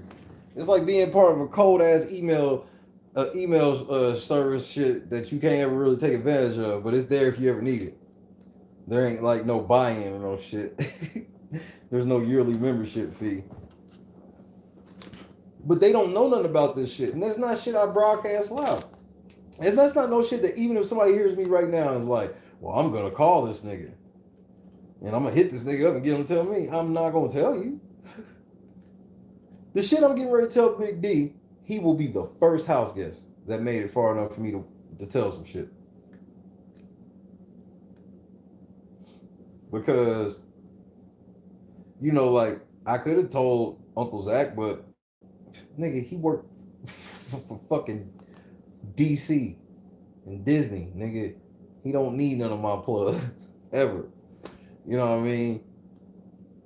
OG, that nigga was too busy trying to son me that I could have put him on for real, but he was too busy trying to son me. And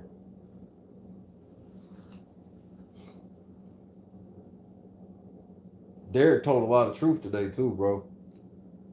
He told a lot of truth about Tiffany. He told a lot of truth about Ozzy. And he did it tactfully too.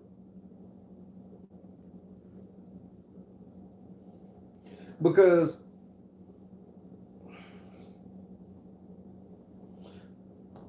I want this on record that I will in no way be asking him this. This is just something that I wonder. It's like, I'm pretty sure that this nigga don't rock with Tiffany. She's just a necessary evil in his mind. Well, I'm like, just that's only to an extent. Like, you can't be letting her fucking, bro.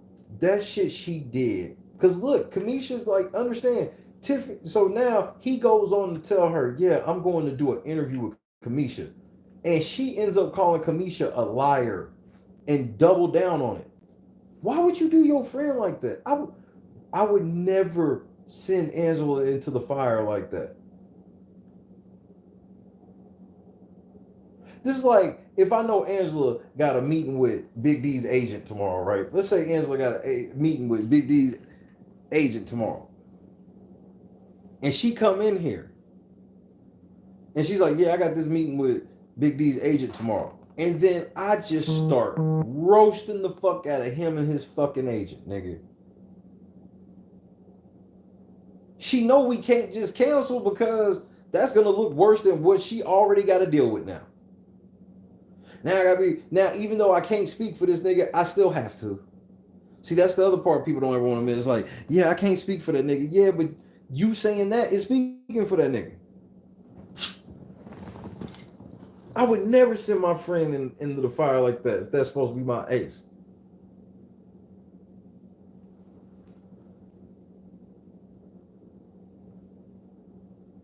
And then she said she was booked up, bro. Ooh.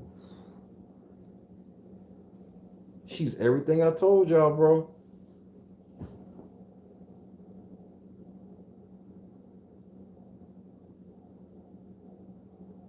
Big D doesn't even know he is the first black house guest I've talked to outside of the house. Like in the game. Like, besides getting into it with Parker. Besides getting into it with Swaggy. Like, just on some actually sitting down and talking. He's the first.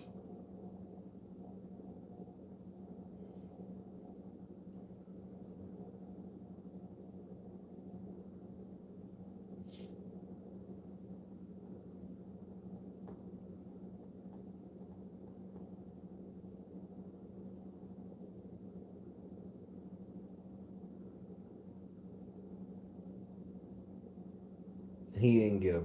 Bro, when that motherfucking stream cut off, I knew he was coming back, but that shit was still funny. So I predicted that would happen.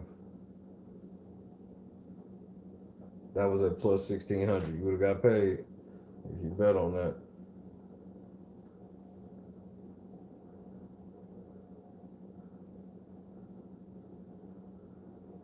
So I'm like, bro, we needed this, Angela. Even though I figured out how we can fix it. I don't know how much it'll fix it, but we'll see and just go from there. But to go to this, I feel better because now I'm about to turn up again. And then now the best part about this is this is a two birds, one stone situation because Taryn is just like the sweetest bonus mission in all of this.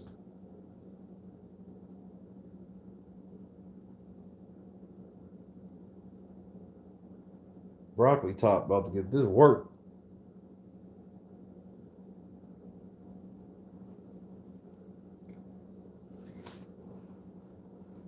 you get for lying, nigga?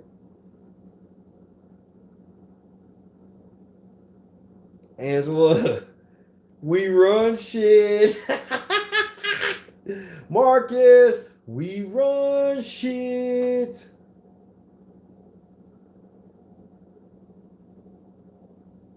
I told that little motherfucker he was Ray. Ray, didn't I tell that little motherfucker he wasn't getting away with that shit on my watch?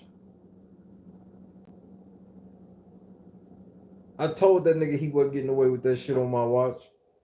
And he laughed. Fucking nigger. Nigga, we famous, nigga. We got the runner up like, hey, nigga, you gotta come holler at me about some of this shit you was saying. Nigga, that's a special feeling. Like, I know a lot of people that would probably make them kind of scared of no shit like that, but it's like, I'm very careful in my roasting anyway, to where it's like, nigga, you know 99% of this shit was just overinflated jokes, and the points that I was serious on.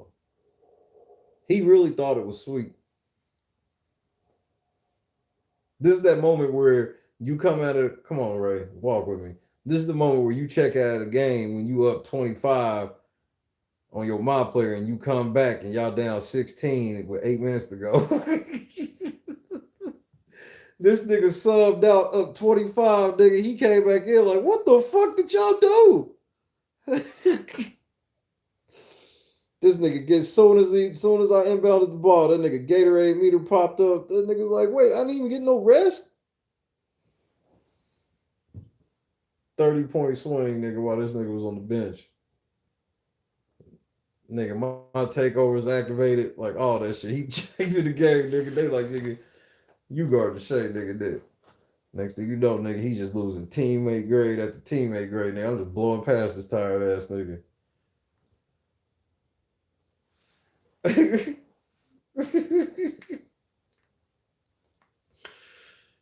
Nigga, hey, Ray, cause look, this is why Taryn makes it a bonus mission, because I didn't lose sight, but it was a great moment. Nigga. I'm sitting there listening to Big D's like, so I hear, so first of all, my jaw dropped. When Tiffany just went on this fucking Taryn commercial, my jaw dropped. And then Big D hopped in, and I'm like, nigga, please just don't. That nigga was like, hey, what's his name? Trans? I said, oh, wait, time out. Whoa. The nigga was like, yeah, that nigga was dragging me. Whoop. Tiffany was like, yeah, that wasn't Taryn. The nigga was like, I heard Adam in the background. Oh, no, it was Taryn. Motherfucker said, oh, no, that was Taryn.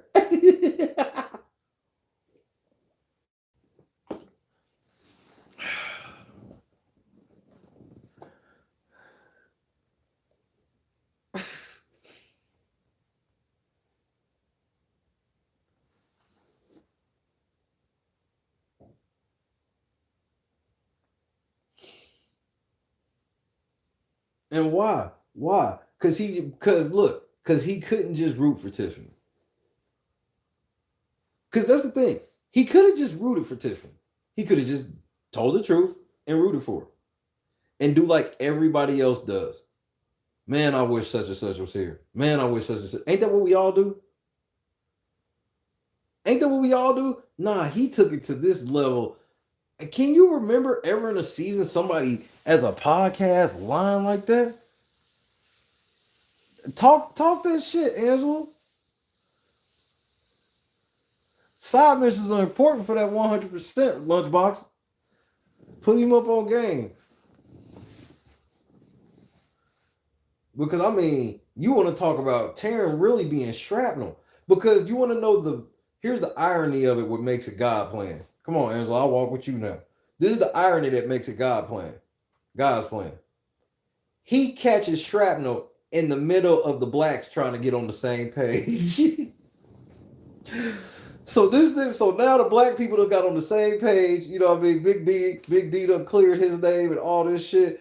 And motherfuckers, there's a line of communication, that is the most important part of all this, is just a line of communication. Ain't nobody saying that Big D got to owe motherfuckers anything. Anybody owe Big D shit. We all, as alumni and black media, there should be a line of communication. I should always be able to hit Big D for a comment on something. And so Kamisha. You know what I mean? Because we are actual media. We got actual followings that substantiate such of a claim inside of the Big Brother community. We not scaling us against the world. We scaling us against the Big Brother community. And Taryn just catches shrapnel. All because God's playing. One motherfucker put a comment in Tiffany's live and it spun to all of this.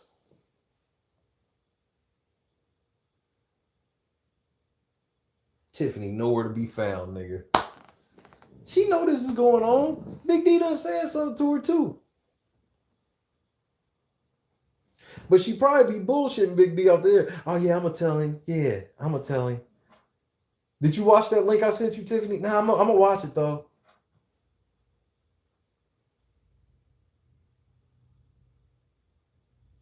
I downloaded it. Well, it still says 0 downloads on my end, but I did download it though.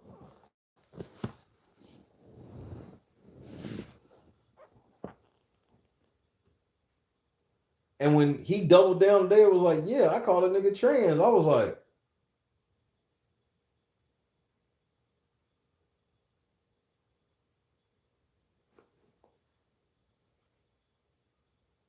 and if Tiffany don't come on IG tonight, nigga, this is a W for Kamisha, nigga. Prove me wrong.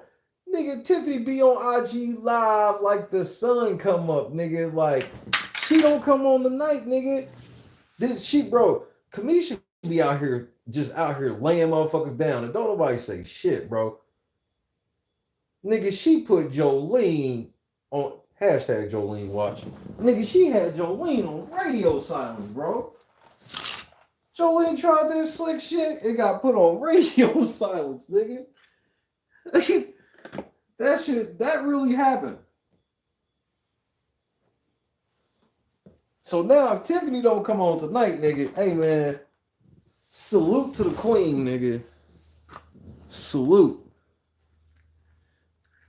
Cause you see what me and Kamisha ain't ever bumped heads on was like any of me saying I'm the best shit, cause she understands what that means.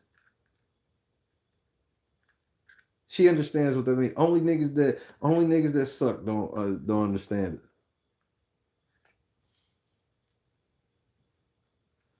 Rule number 5, we won today. And I'm coming out east. Watch what I tell you. Looks like sooner than later. Where are the mods? Motherfuckers is replying to me.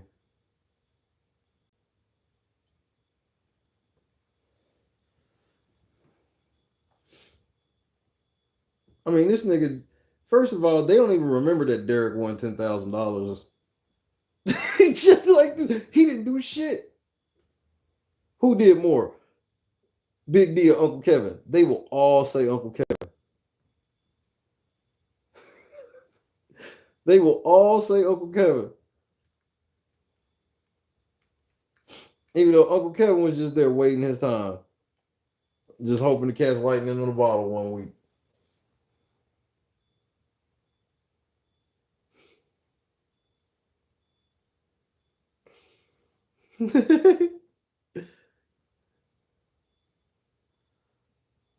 Meanwhile, Big D, and here's what makes them look even more delusional. What makes them look even more delusional is the fact that Big D did some shit that if it was so mundane and shit, why is he the first person to do it since Dr. Will did it in a season without a veto? Rule number 5, what's happening? Big D did some shit that nobody's done since Dr. fucking Will. And when Will did it, there wasn't a veto. So Big D's the first person to ever do that shit in the era of the veto. He didn't do shit. So now what they try to make you believe is Big D's the first person to be in the house and not do shit. Nigga, Jessica was in there doing shit and she looked way better than Big D. But the difference between Jessica and Big D is her titties are bigger and she's stupid.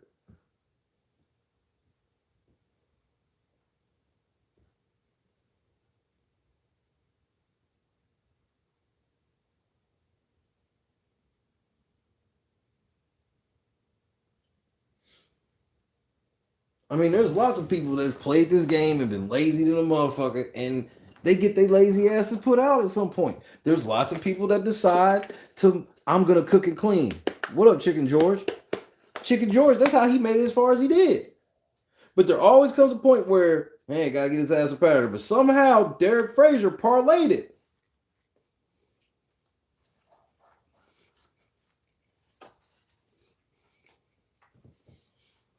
Do you understand that Xavier gave Big D the final vote? Do you understand the social game that takes for at the end, you gonna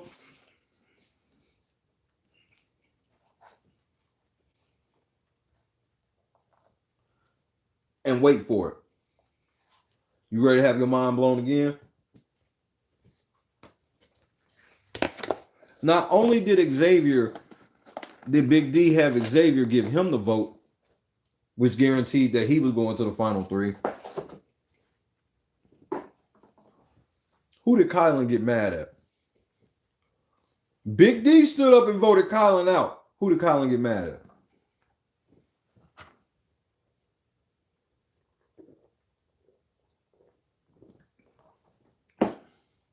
Y'all don't know what social gaming look like. Y'all think Tiffany shit is social gaming because she on the camera and talking all types of shit. Sitting in the diary room talking about a whole bunch of shit she ain't gonna do. Meanwhile, he got Xavier to give him this final vote. And then after kicking Kylan's ass out, Kylan's yelling at Xavier. Yet again, another situation, Big D leaves out of that motherfucker scot-free.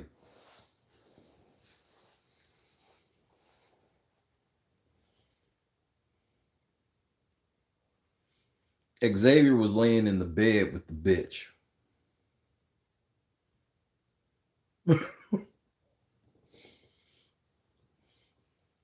He was caking with the bitch so much that Big D had his first meltdown of the fucking season, nigga. Big D had his first mental melt, bro. He just knew it was foregone conclusion. He thought it was a wrap on his finesse.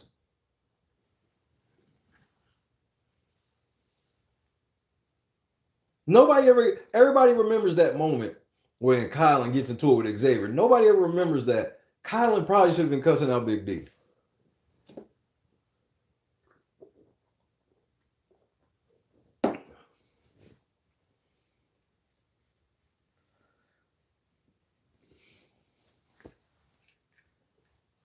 And Big D don't get no credit. The misogynist, they call him a misogynist, but he voted out a nigga he wanted to actually fuck for Azza.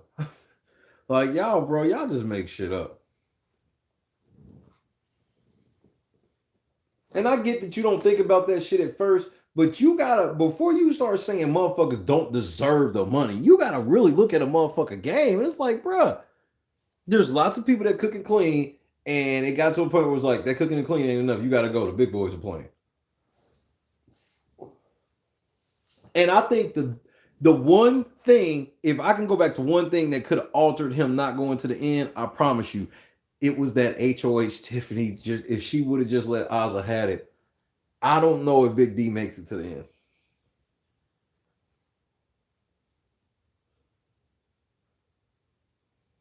Because if Tiffany's in power, she's most likely putting up Xavier and fucking Big D.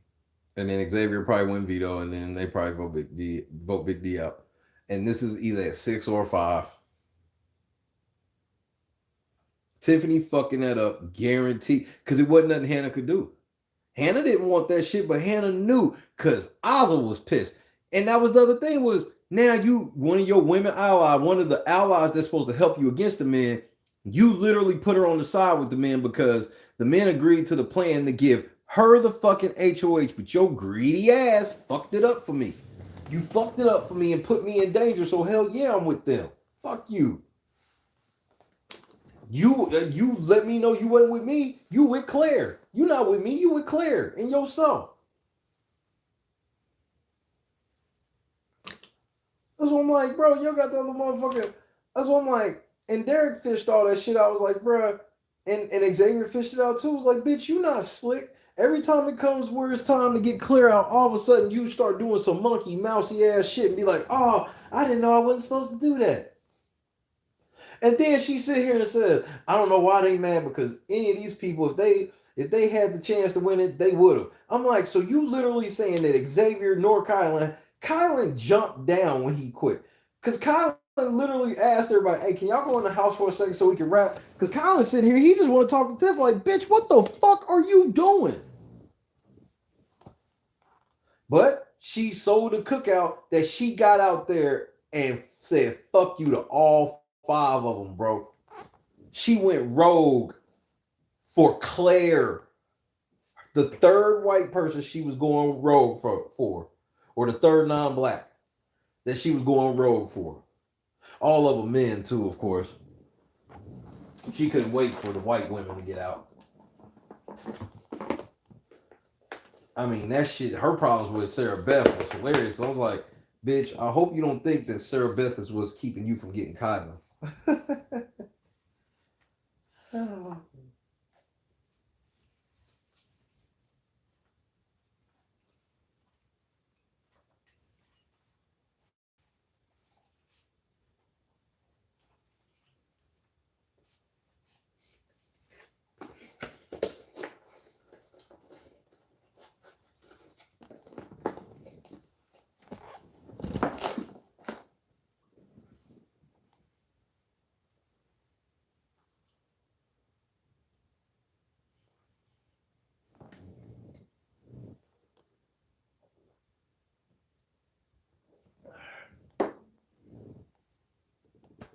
Because,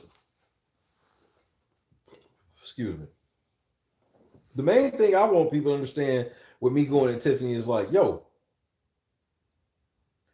I cannot let the average American think that that is the average black woman.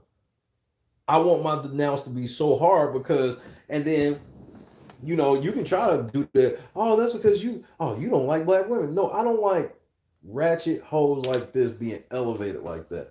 Leave them hoes in the ghetto. Oops, she don't even want to be in the ghetto. Y'all got a ratchet bitch who don't even like being around niggas. Like, what the fuck is this, Baps, Angela?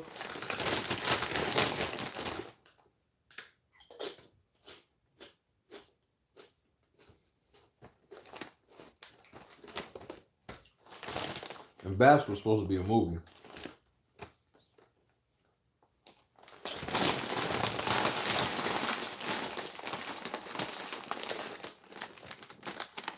But you know what I'm about to start calling her?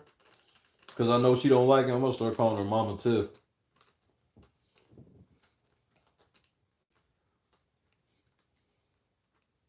This bitch got a 14-year-old and she don't like being called Mama Tiff.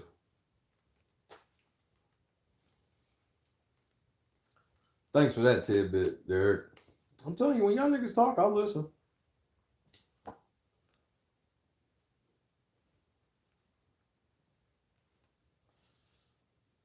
She was like, hey, nigga, let me send you some DoorDash.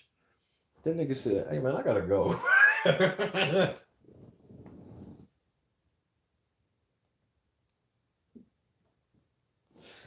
Hey, man, and girls don't like rejection either, so that shit really hurt her. That's why she got right off the air. Was like, hey, man, y'all fucked this up, nigga. I couldn't even simp on this nigga because of y'all. Y'all ain't here complaining. I was having a good time.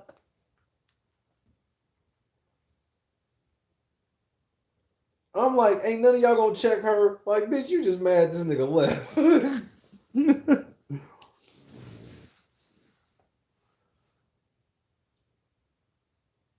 I don't need no protection. Can't nobody protect me. But I need a man to do everything.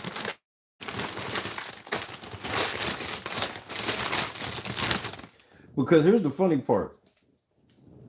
Derek know he was amen on a lot of shit I was saying about Tiff, nigga. I don't give a fuck what he was saying. I'll never ask for confirmation ever.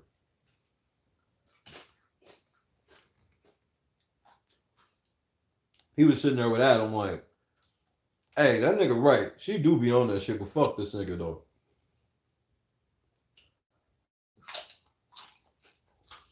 No, go make me a sandwich, white bitch. Nah.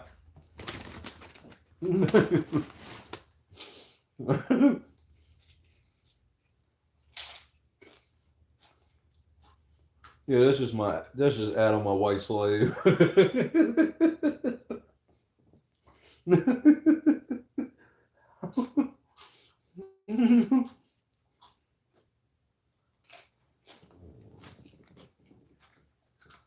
Hey man, shout out to Adam.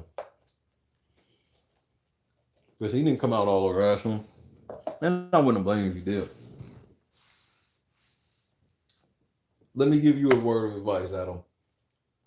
Stay off them fucking lives with Tiffany, bro. Can't nothing good come from that. I need y'all to understand that.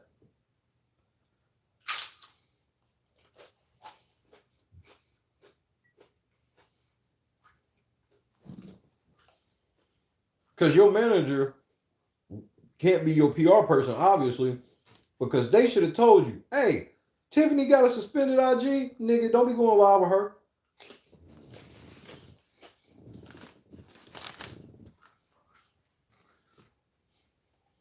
Because he could have hit some type of loophole and they suspended his ass for being live with her. He wouldn't even have known it until it was too late.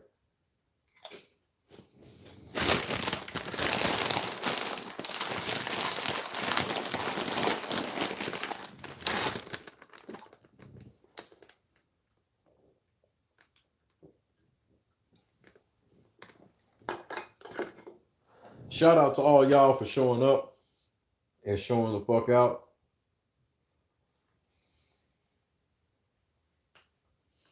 I know we work hard at this shit and whatnot. It's still weird for me to be walking through the gas station getting a pack of blunts and a Pepsi and looking at my phone and seeing Kamisha and Derek Fraser talk about me and talk about us. And I know we work hard, and it's not surprising as if we don't deserve it. It's just that, bro, it kind of hit me while I was sitting in football recital and Derek Fraser hit me and I was like, I got to hit you in the hour when I'm at my daughter's recital. And I'm just like, nigga, we out here doing it right now. Like, we so close. We so close.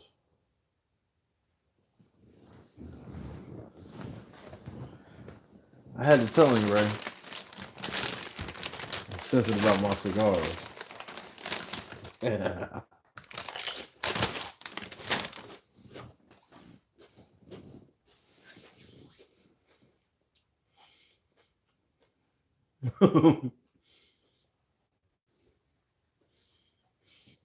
Everybody brings up my weed smoking, and I love it because I know it's really because they're like, how the fuck does he do it? Nigga, let's roll up. They like, how the fuck does he do it? I mean, 4 times I said it more than one. Like, I don't know how you do it. Man, gotta do it. I do it. Shout out to my Detroit people. I do it.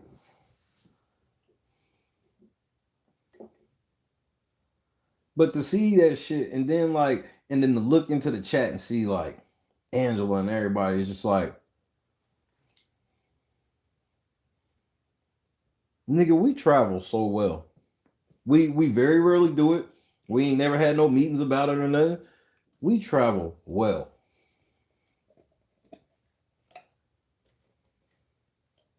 And can't nobody say they got a channel like that travels like how we travel.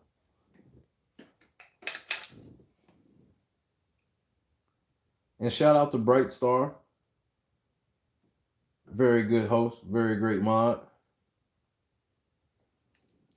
Made me feel very welcoming. And I'm not saying that facetiously, and that's not no shit that I just say to everybody. That's some good. Because, bro, I done been to some spots where I'm the guest and the mods were fucking assholes.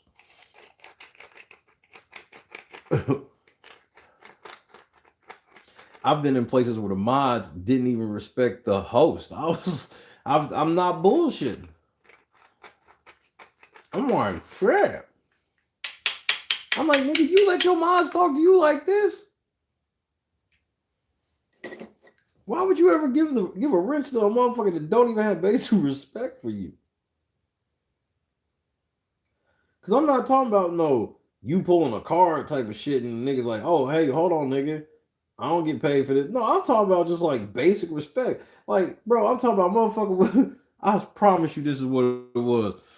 Motherfucker was like, come on, hurry up, because I ain't trying to be here all day. I was like, nigga, how the fuck you rushing the talent like this, nigga? I was like, nigga, you want to talk about bad for the brand? The nigga's like, man, come on, man, I ain't trying to be here all day. Some shit to that effect, telling that nigga not to be long-winded, nigga. I was like,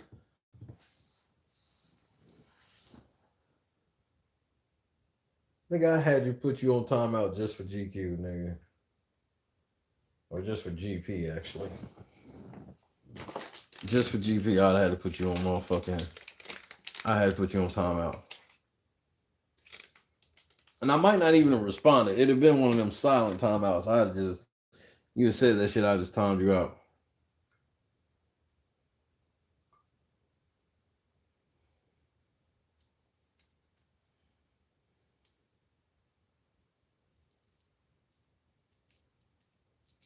But I'm definitely not staying much longer.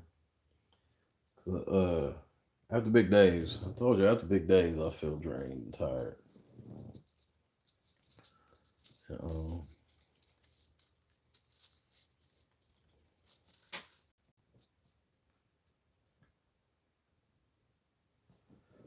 Like real shit, Lunch.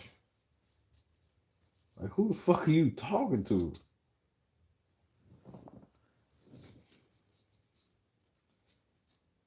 That's like you let a motherfucker stay over your crib, right? And then, like, after a week, that nigga come in here like, hey, nigga, stop putting the orange juice in the door. Like, hey, nigga, hold on, nigga, who the fuck are you talking to? Nigga, you don't own, yeah, you stay here, but nigga, you don't own shit, this motherfucker.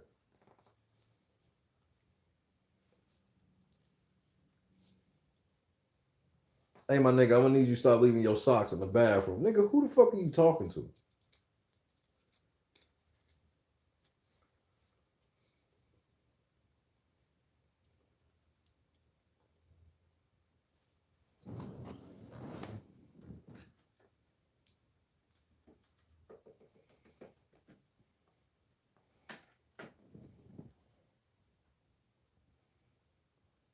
Ray, I had to sit there and watch this bitch come in here and not only be bold enough to say something in front of me, but directly say something that proves she lied about me, bro. And lied about what she was on. That bitch thought Jolene was going to take her to the promised land. She ended up on Kamisha's channel. And remember, she was in the middle of all of that Kamisha shit, talking shit too.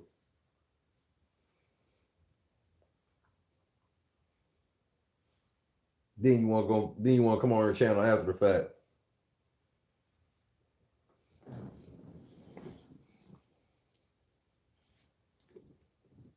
Then you want to come on the channel after the fact and then try to pretend like none of that shit happened. Nigga, your eyes got big. My eyes got big. I was just so happy. That was the moment where I was like, this is why I was happy I wasn't on air. I was happy they didn't have shit to do with me. Happy. Because I'd have blew my top if I was on air. Actually, I wouldn't have. I probably wouldn't even have seen it because it was one and done. If I actually been working, especially if I was interviewing Big D, I probably wouldn't even have seen it. But since I wasn't interviewing Big D, motherfucker, I saw it. I said, bitch, no, you didn't. And she's so stupid to think that we would ever blow our tops like that. I'm like, you've been around long enough to know we don't even act like that, stupid. You don't want to think we act like that.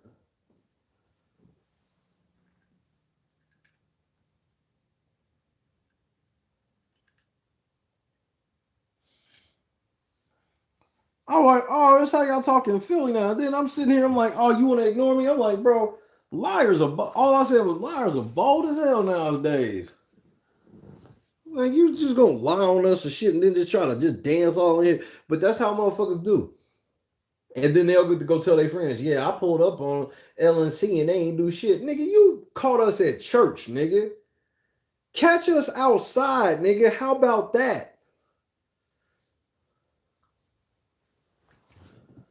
Niggas catch a motherfucker at church. Yeah, I rolled up on that nigga. That nigga didn't do shit. Nigga, he was at the altar. So he's still a hoe. Nigga, his daddy was in the pulpit.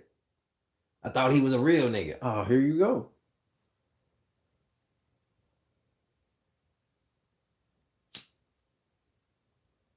What are you telling these niggas, bro? I be like, bro.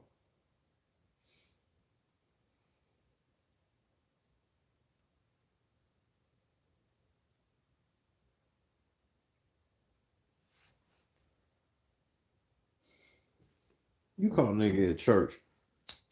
But she knew what she was doing. I ain't dumb enough for 2 seconds to think that. I'm telling you, the whole thing was she wanted us to blow the fuck up on her so she could flop like LeBron. And we never did it.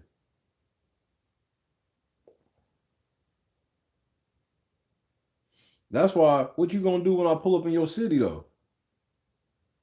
What, you gonna try to give me some pussy? Probably. Because she's obviously not wired right just for the way that... Exactly. We were visiting the pastor, and you literally visited the pastor. You like, yeah, I see you niggas in there. Oh, nigga, we all in our church clothes and shit. I mean, this motherfucker made just the weirdest flip on us out of nowhere for no reason other than, I'm telling you, it was all because she related with, what up, Wild G? It was all because she related with Tiffany. And she ain't like how I was talking about Tiffany. That was too close to home for her. Because other than that, I'm like, I was talking the exact same way I was talking when you met me. But y'all know that's one of the biggest things I always talk about is like, people love the jokes, people love the roasting until it gets in their wheelhouse. Then they don't like it. Now it feels personal. So now you mad at me for talking about Tiffany, not really because I'm talking about Tiffany, because you feel like I feel this way about you because you like Tiffany. Well, if you out here like Tiffany, that's one thing. But bro, Tiffany inside the squad, like how you were, we would have seen shit in Tiffany a long time ago. You know, we was all together 3, 4 in the morning and shit on some shit, some nights. 5 in the morning, 6 in the morning. Tiffany would, bro, you wasn't on shit like her. But it's like a lot of this shit was Tiffany was making this weird connection with a lot of single moms. But then a lot of the single moms, I'm like, y'all actually be around y'all kid. Even if y'all ain't even the best parents in the world. Bro, she don't fuck with her kid at all.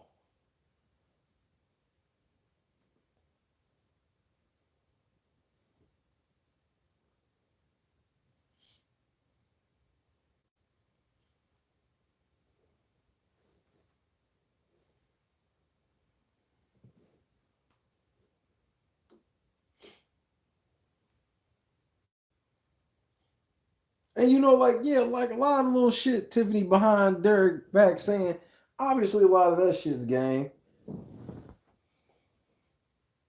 But it's bro, stop caping for her. She was never loyal to the shit, and that's part of the reason why people mad. And a lot of people that are mad at Tiffany won't even say it out loud due to they were screaming so loud for this bitch that it's embarrassing to come out and be like, man, Tiffany totally didn't do any of the shit she said.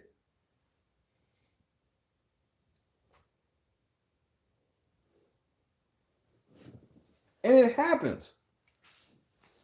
I mean, we deal with it with Barack Obama people now. There's still people that believe in this idea of Barack Obama so much that, bro, they will fucking not talk to you no more. And they know the truth.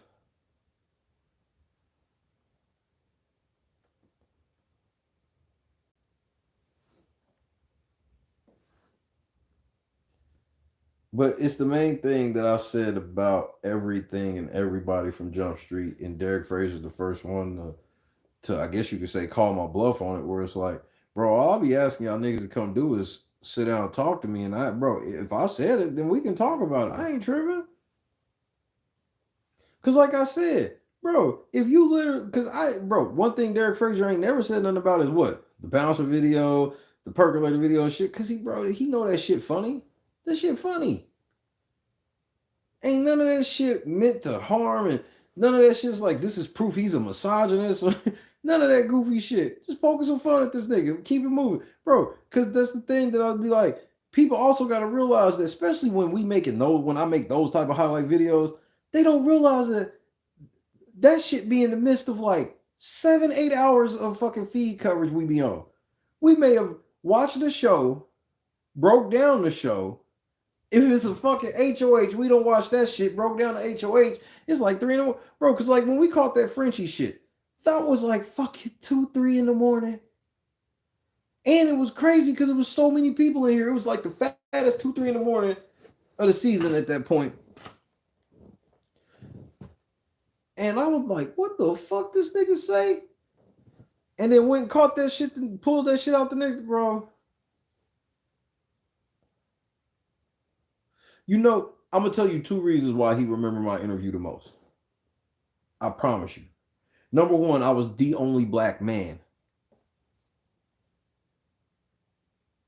Okay? That's number 1. Number 2, I was the only person to not be fucking making him defend himself as second place winner.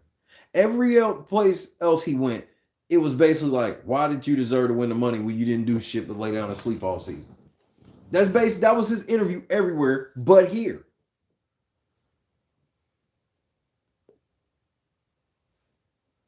Everywhere but here.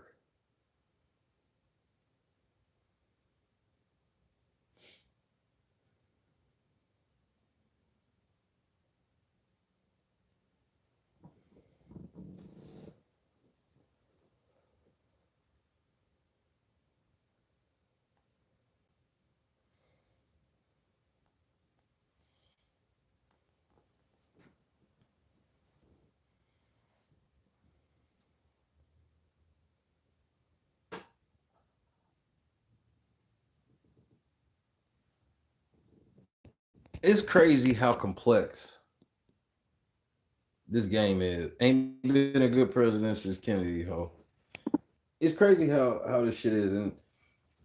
And our interview with Derek Frazier, I knew was going to be long impacting because, remember, Derek Frazier, anybody that watches my channel, if you didn't know any backstory about like why Derek Frazier was saying that shit, you would have found that weird as fuck that a motherfucker sitting on my channel defending why they use the word bitch. Because if they thought I had something to do with it, like, what kind of fake ass shit is Shay on? So as soon as he did that, that lets me know, bro, he's had to defend that all morning long.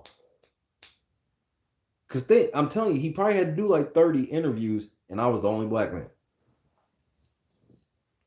So I was easy to remember.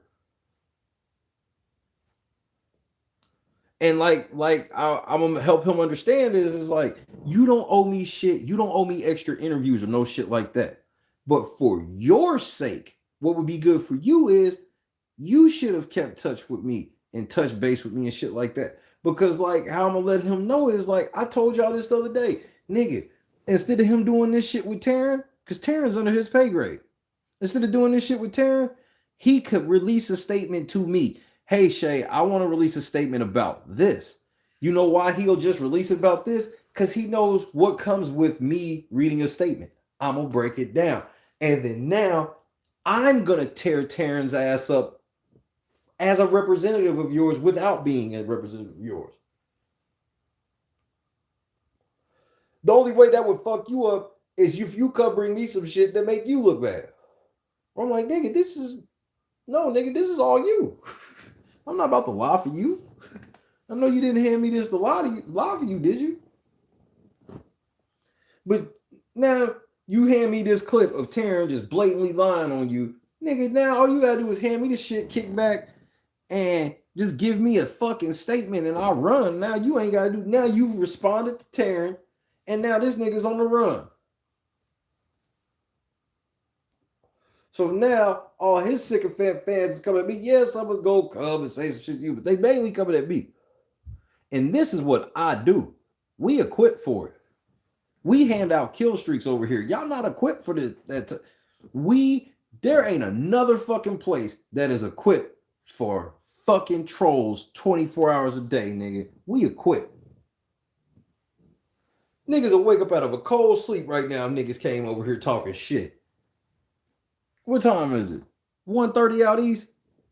Niggas will wake up out of a cold sleep.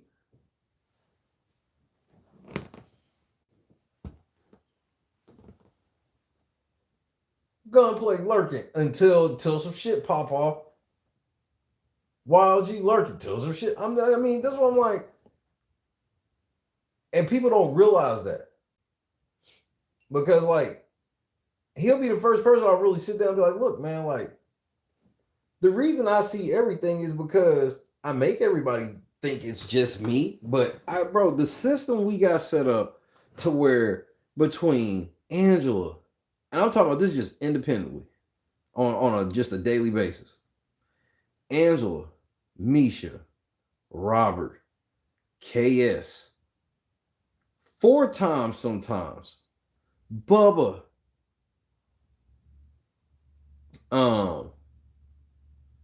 Partly Cloudy. I mean, it's just so many people. I know I'm forgetting a bunch of people still. So many people on a daily basis. I pull shit from here. I pull shit from here. I pull shit from here. You see this? Did you see this? Did you see this?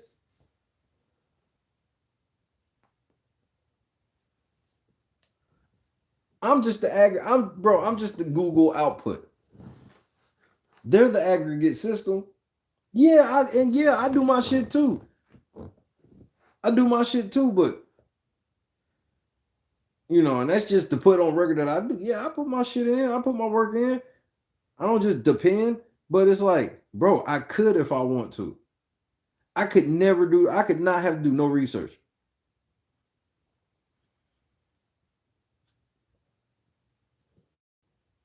Because a lot, especially when we do the live feed listenings and shit during the season, we're doing work and shit right there because we getting the scoop on everybody. Everybody's going to have to wake up to see Jokers. We already have tweeted about it and got posted shit and the stream has already happened.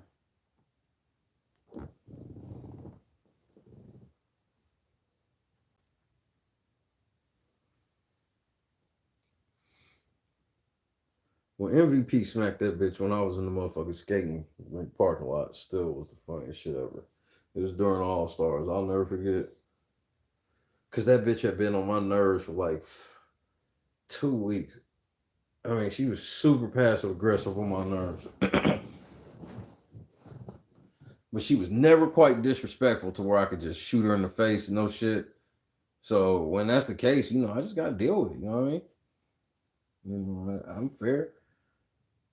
And just one day, she was really just like, and she was interrupting me and shit. And nigga, MVP, I don't even know if I knew MVP was there, nigga. MVP, fuck, nigga, it made everybody stand the fuck up, nigga. Because nigga, that's always been the phrase, nigga. Don't make MVP get up. It's a guarantee. If MVP gets up, it's a guaranteed kill. And she gets the kills that everybody's just like, they haven't, bro, everybody be feeling it too. They haven't quite crossed the line. So we'll kind of wait for Angela. Because even John knows on certain ones, John's like, yeah, I want to, but I know Shay don't really want me to get that one.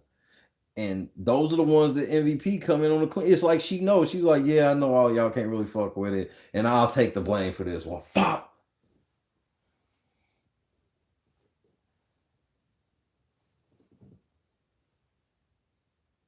But the best mod night, hands down for me, was the Davon night. Nigga, I knew it was really going down when Nop got killed. Like when Nop got that kill, I was like, Oh, it's going down, nigga. It was bodies everywhere, nigga.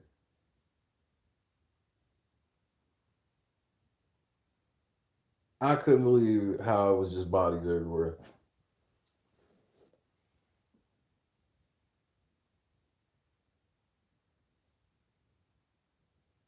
But I was proud.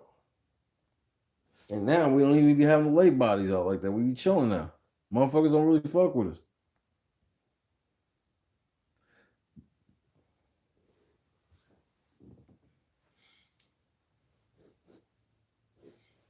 And now we done graduated from that to look at it. We ain't have to lay now body down and Taryn is running, bro. And all of his people know who we are for real, and they know better than to come over here. Because they know we're not going to go over there for what?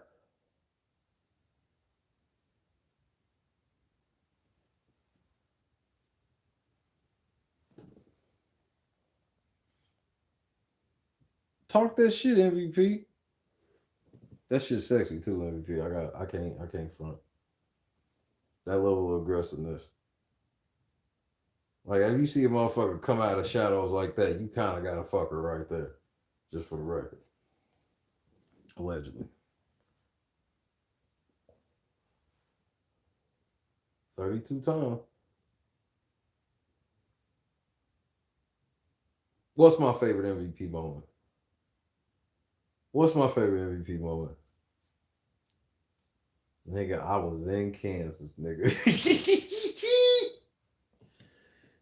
Nigga, when MVP dunked all over Angela, nigga. And then she was like, but I helped her up. Nigga, Angela felt some type of way. And Angela was right, nigga. Angela was right.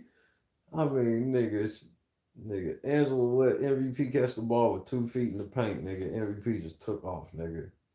Right off the catch, nigga. It wasn't a oop, but she took off right off the catch. Nigga, Angela tried to foul her and everything, nigga. It was too late. Hey!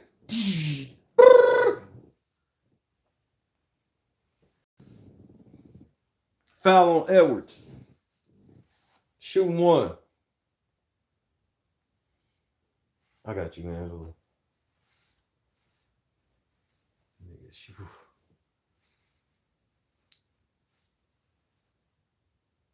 The only reason why it was so funny is because Angela ain't never been caught like that. And I literally just think that it was just like, MVP, I love you to death. There's nothing that could convince me that you just got lucky. But I mean, bucket's a bucket. You got lucky. Angela don't, because she was there. She was responsive.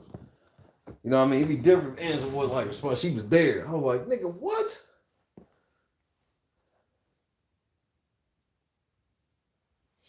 Yeah, the whole cookout gonna be there. When is it? Next weekend?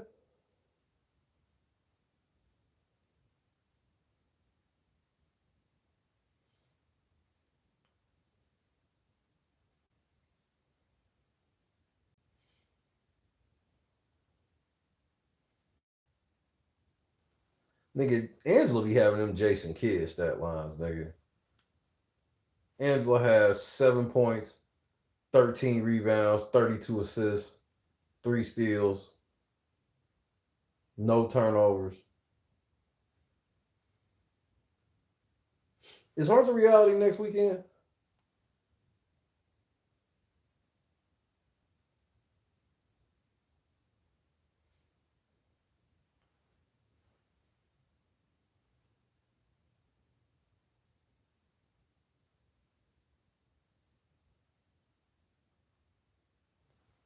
Waiting for a ruling.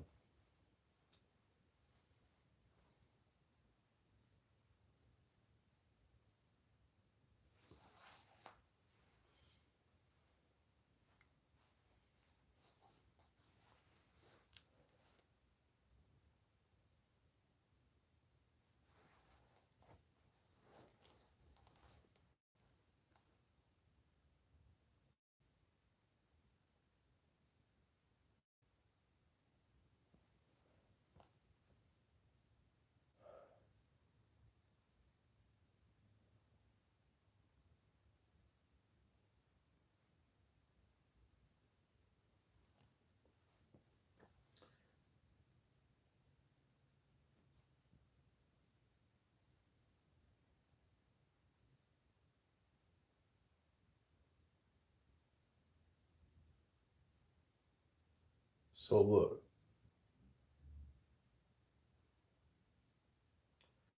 if it's this weekend, I ain't raised money on the channel. wow. If we can raise some money, I'll drive to it. Cause at least I know I can get Big D. I know I can get to sit down with Big D.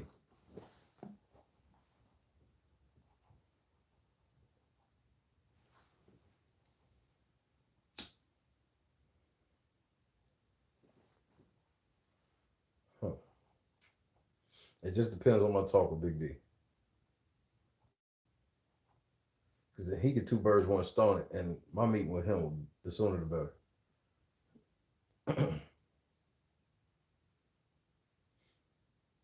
And it's a shorter drive.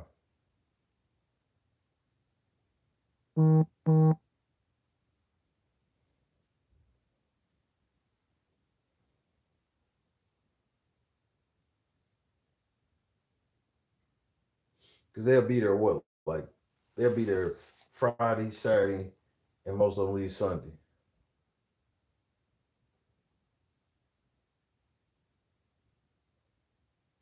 I can drive down there Thursday and leave out early Sunday.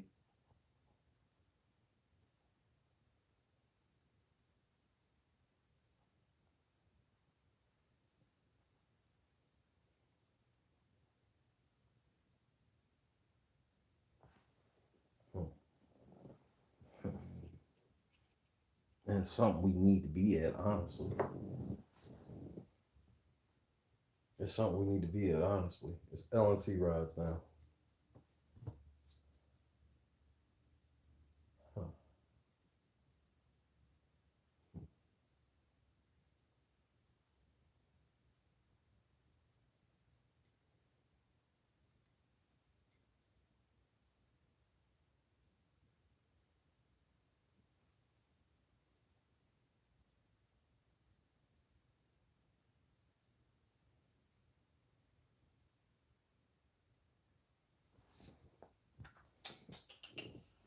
Let me see something.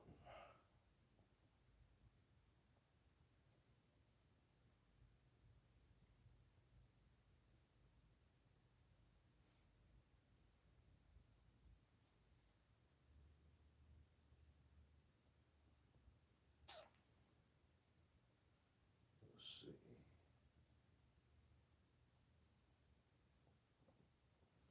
I'll even link up with OG Goofy ass, at least for a second. I ain't gonna go into that crib.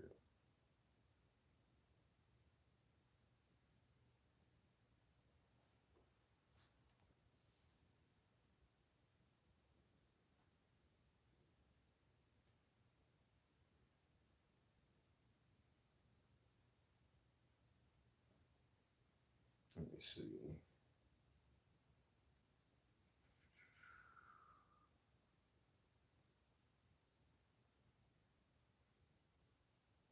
Finding the best route. I'm saying exactly what the drive would be.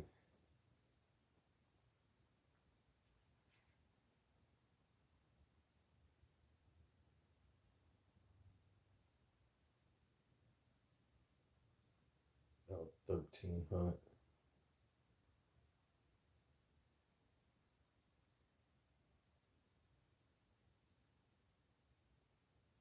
Shit, so that ain't even way under. It's under, but I wouldn't call it way under.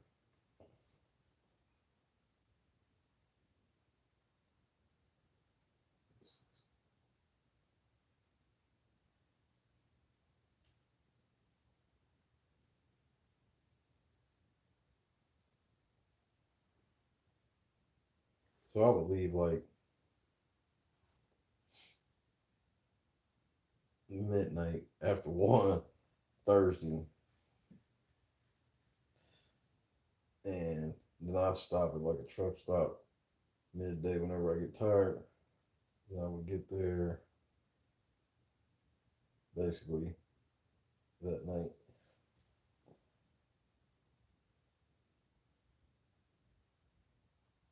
Let me look and see what this shit is. Bro, I'm a monster with this shit. Christine. We drove from Nat to Cali and stopped everywhere in between. What a word. Ain't shit to a boss. As long as I got my charger, my weed, my blunts. Here's the crazy thing. I actually have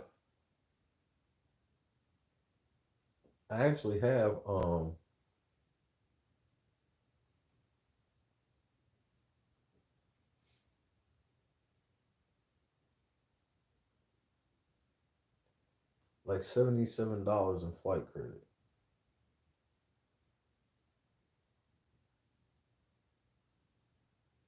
Christmas vacation. Oh, that's tough. I like both of them. I'll probably go Christmas vacation. Just because of the complexity, if you will. So, yeah, it's this weekend. It's the 9th to the 12th.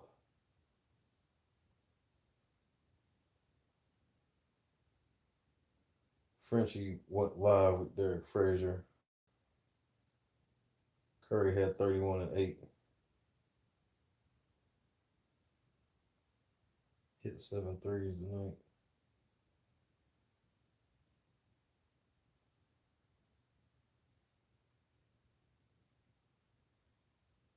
It might be too close. If it was next weekend, it would be a slam dunk. This weekend, I don't know. And not even really for me. It really would be more of a funding issue than my willingness. I'm ready to go today if I had the money. Or if it was today and I need to go. So to go to Philly is really just an extra 2 hours. And then I could drive through the crib and grab some shit one night.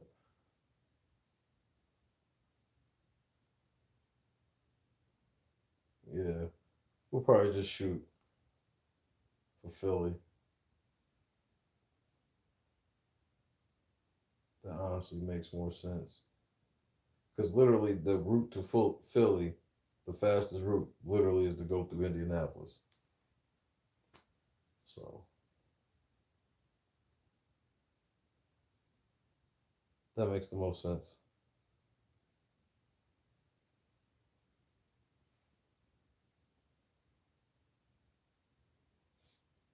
Because then I could get out. Like, I literally have a real halftime spot. You know what I mean? I leave, knock out 12 hours, going to the crib. Get to the crib, rest a day or so. Especially if I don't have to rush like this harsh reality, especially if I make it Monday through Wednesday. I can leave early as shit Monday, get in a nap Monday afternoon, Monday noon, early afternoon Monday. Stay in that till maybe Tuesday, and then go, because I wouldn't even stay on the way. I wouldn't even stay in that long. I stay, like I said, I get there Monday in the afternoon, then plan to leave Tuesday morning. So I may just go stay with my brother or some shit. Go stay over cuz house or something. Leave Tuesday, get to Philly Tuesday afternoon. So now I rest the rest of Tuesday, and then I can either meet Derek Wednesday or Thursday. And then on the way back, if it makes sense for me to come back, especially if it's the weekend, if motherfuckers want to kick it or whatever, say what's up to everybody Friday, Saturday, and truck back Sunday.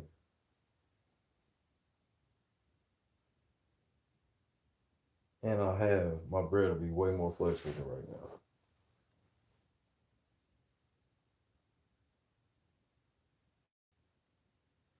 So yeah, we'll just drive out to Philly. Because now, I don't want to drive down. Now that I'm really thinking about it, I don't want to be putting Derek or anybody else in those type of situation, being down there, because I'm sure there'll be certain house guests that hate me there, which, I don't give a fuck about, but I'm not that shock jock that's like, I know everybody there hates me, so I'm gonna drive there so I can give everybody a reason to hate me. The swaggy shit, I wouldn't even have went if it wasn't for the fact that people had already bought tickets and was like, we'll go if nothing more than to meet you. I made them go in the game. Because them niggas was like, nah, we'll stand outside with you. I'm like, nigga, y'all paid for tickets, bro. Go in there. You know, I appreciate the gesture, but bro, go in there. I want you to tell me what you see so I can report on it.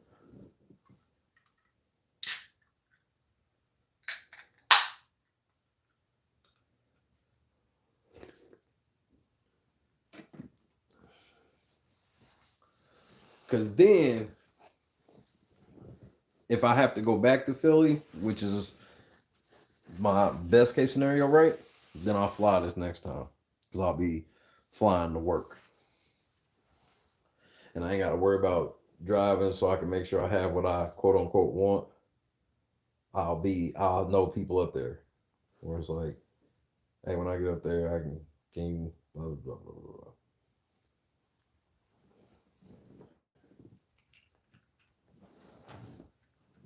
Drive this first time, fly the second time. LNC rides, then LNC flies.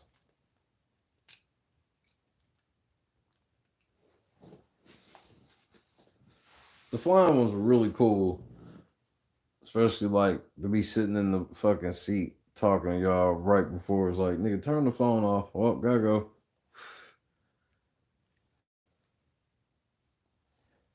Bro, we done had so many capers and bro, we walking our way into some new ones right now.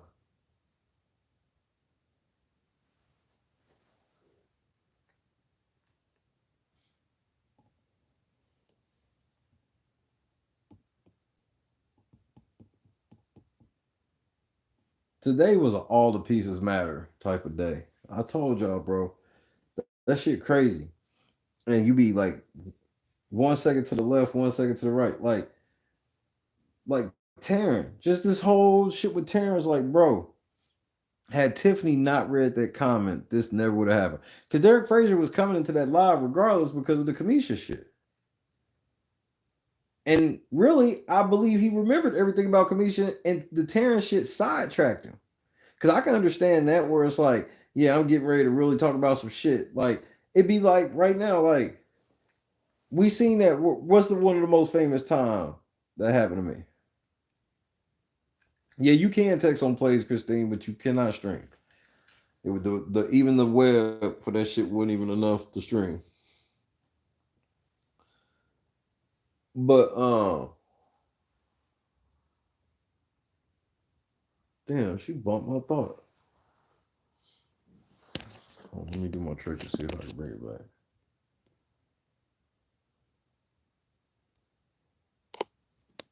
No. But oh yeah, okay. So you know, he was coming in that live regardless talking about Kamisha. And like I said, that would have been like, you remember that time when we was on an LNC ride. This is when we was first heading across the country where I had to this was before I had even got here the first time. When I got to Oklahoma the first time. It was, I had just left Napa. And I think I was over in like fucking Missouri or some shit just cruising. And Nurse Julie walked in this motherfucker. And bro, that nigga, that stopped everything. I pulled over the whip. Stopped everything. So I can't understand where he's coming from, where it's like he getting ready to go live with Tiffany, and then right before he can even bring up Kamisha, she's on here saying something about this nigga that he. So I understand that. So I understand how it happened. It still was bad though. You know what I mean? No, you all good, Christine. I'm a pro. I figured it out. It happens. So.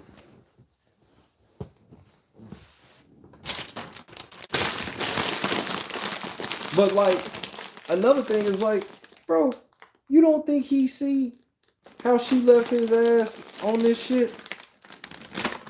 He literally was vouching and saying, nobody from the fucking cookout would act like this. None of us would act like this. And then Tiffany right there does it right there.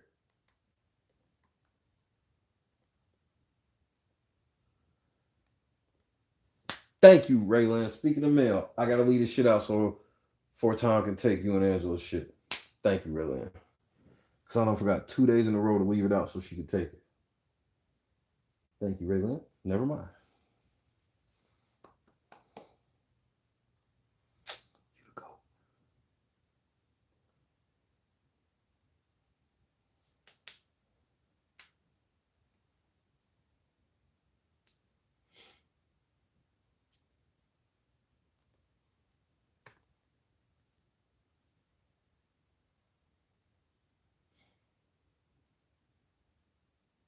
And the biggest thing that I love that everybody saw that I saw together was, bro, nobody had to agree with all Big D's answers, but bro, Big D, he took some tough shit today.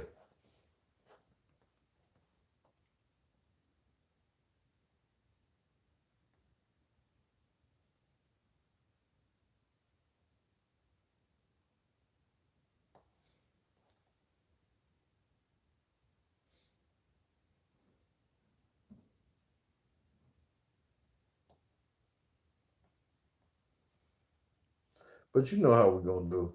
And when it's time, and my thing is like, yeah, I'm doing this private thing, but understand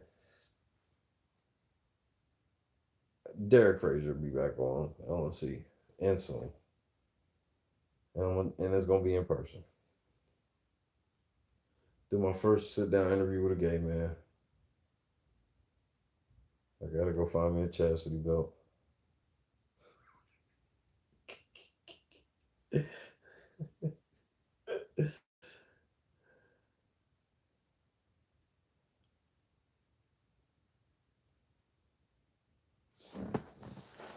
All right, Tim, what's happening, sir? And I agree.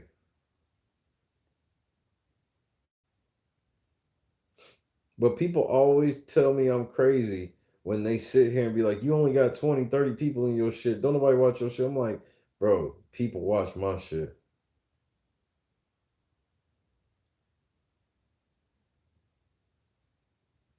Hell no, Raylan. That's what that shit's about. That's what I be trying to get him to understand is like, nigga, we love you over here. That's why you saw me say it several times, and you ain't never seen me. I don't say shit like that publicly, unless, bro, I love you, Big D. I really fucking do.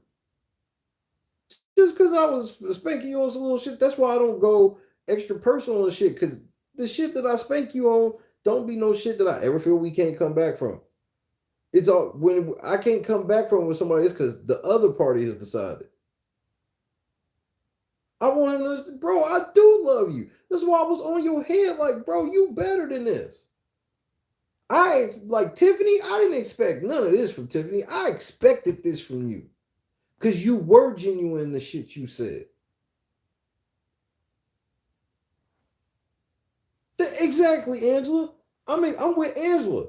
That's why the interview went from tense to genuine fun. Because he's like, bro, it's life. I'm sure in these 90 days, I did some shit you niggas was like, damn, nigga, fuck you. Because when he go through my tweets, he ain't gonna see me just being like, bro, because, bro, when I get on you niggas, I get on you niggas, bro, my shit being on Tiffany head, bro, and I'm gonna tell him, you know, stuff that I'll never say on the air. I'm gonna tell him. For what the whole thing is with Tiffany, where it's just like, you know, I can't go for that as being seen. My thing is, I know Derek know what time it is because I heard him say it. I heard him say certain things about her personality that I'm not going to repeat to cue people if you don't remember.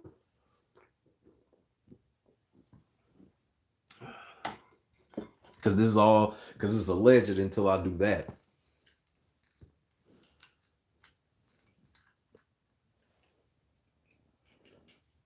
And so I'm with you, Angela. Like, yeah, Raylan, he needed that. Because now we got the real Big D because he had a level of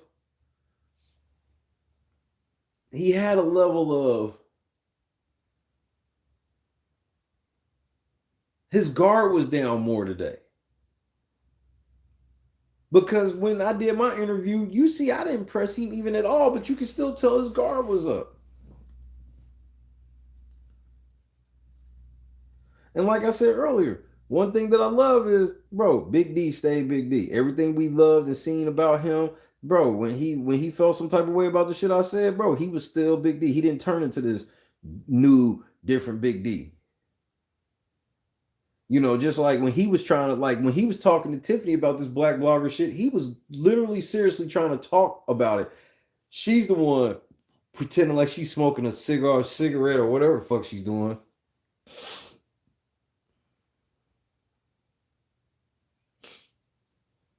And that's the other thing, Mike. We know what time it is. This nigga over here being cool and shit and being out in the crowd and the gallery and shit. And now all y'all niggas want his autograph. But I'm like, man, y'all same niggas was like, y'all wanted to cancel me because I was riding with that nigga. Niggas was trying to call me delusional for saying that. I don't see how you can say Big D don't deserve the money. But then again, I was just like, why do I have to have this talk about the... Just so happens, the first African-American male winner, just so happens this is the type of conversation we gotta have. Do he even deserve it? I sat here and watched Natalie and motherfucking Jordan duke it out at the end, so I don't want to hear it. That wasn't that.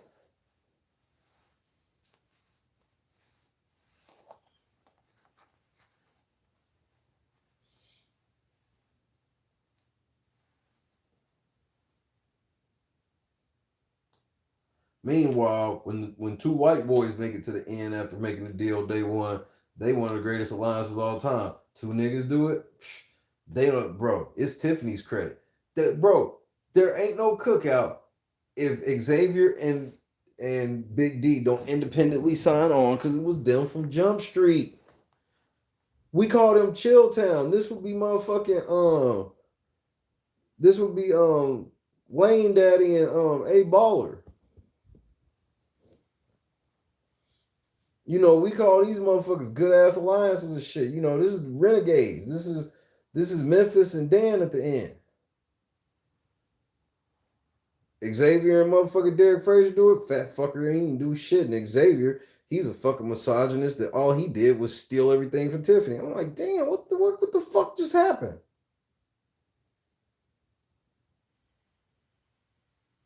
The white boys are great duos. The black boys, nah, I don't know.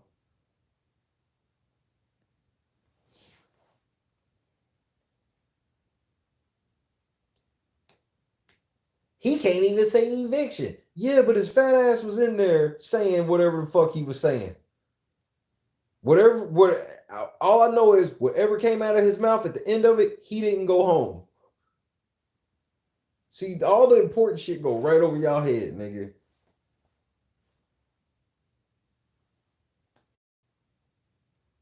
And then in the end, instead of being like, damn, he finessed. Nope. Somehow the game broke itself. Like, because nobody can tell me, well, what week was Big D supposed to go out? I mean, this nigga volunteered to go on the block so Ozzy didn't have to. You forget about that shit. He didn't do anything. It was Ozzy's turn to go on the block, and that nigga told Kylan, he was like, look, man, just put me on the block because I can control her better if I'm the pawn than her. All this shit he did for the team, bro, and he was never there.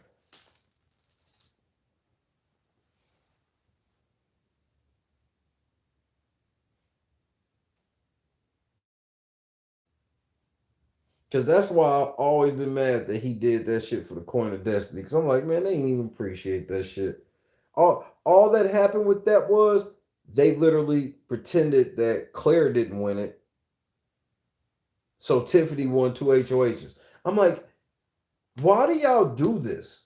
That was the biggest thing I'm like, I can't believe this is an argument we having. Save Tiffany too. Same thing with me, Mike.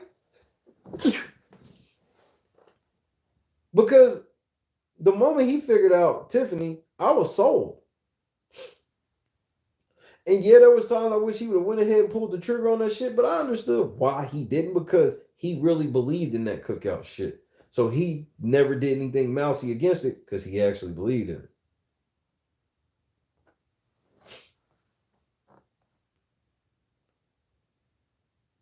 These motherfuckers literally like, yep, Tiffany, she won back-to-back HOH. I'm like, no the fuck she didn't. Why are y'all pretending Claire was not HOH? Claire was fucking HOH, bro. And Derek could have been HOH.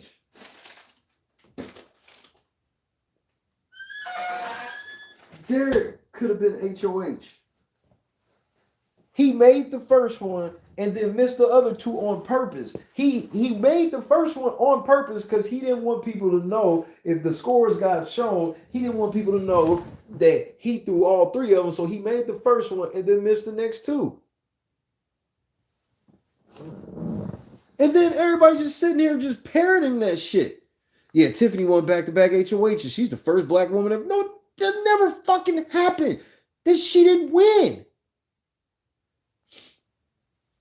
Fucking liars, bro. Thank you, MVP. And Angela, I'm sure. And I'm just like,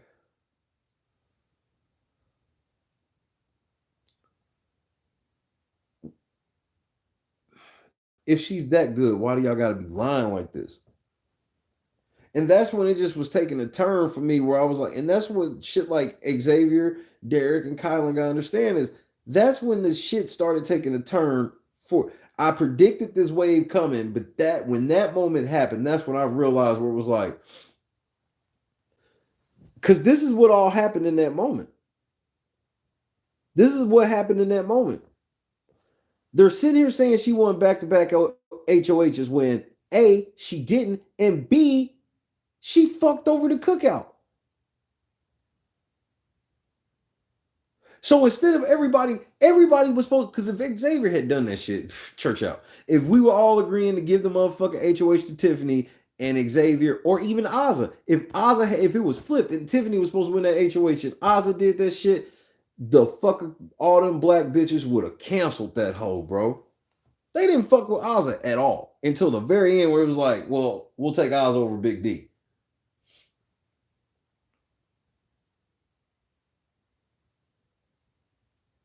So then I'm like, so y'all cool with Tiffany fucking over the cookout. Then they try to act like that. First they lied and was like, no, nobody agreed to that shit. And then remember the episode came out, nigga, and they showed everybody in the diary room like, what the fuck was she doing? They cut to all of them in the diary room, Ozzy included, like, what the fuck was she doing? So then they couldn't lie like that no more. Then they try to make it seem like, well, if she didn't do it, the boys were going to do blah, blah, blah, this, that, and the third. So then, now we get out of that shit. So now Tiffany ends up doing the right thing. Claire ends up going home. So then, time out. Before we even get past that. So now you got Taryn and all these other media outlets sitting here acting like this moment between Tiffany and Claire is one of the most touching moments in Big Brother history. I was like, this is one of the most cold, heartless moments in history. She's sitting here telling her best friend that we not really best friends like that. I fuck with the niggas.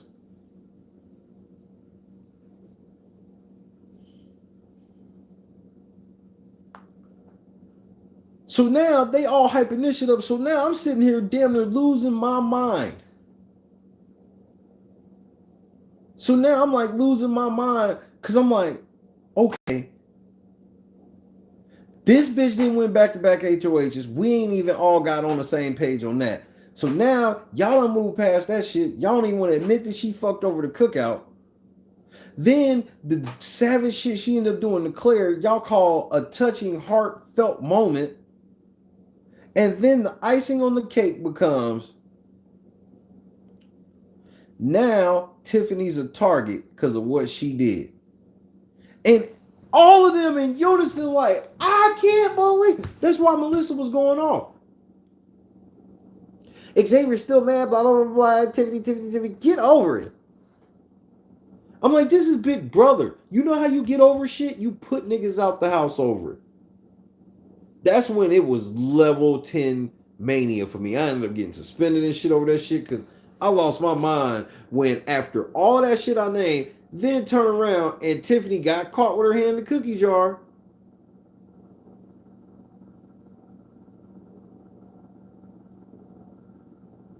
Got caught with her hand in the fucking cookie jar, and then she paid for it. And as soon as she was going home, nigga, everybody like, man, this is bullshit. Flop winners and all the black men, all the men stick together and blah blah blah. It's like, bruh, black men be under pressure you couldn't believe.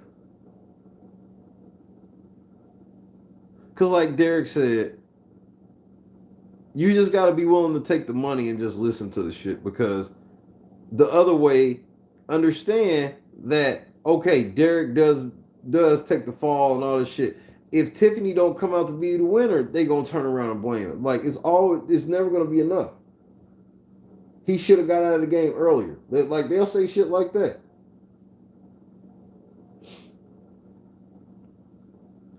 That's why you just gotta win. Cause like he said, I'm like, so what was I supposed to do? Go all the way to the end, clearly seeing that the jury's all women? That doesn't even make sense.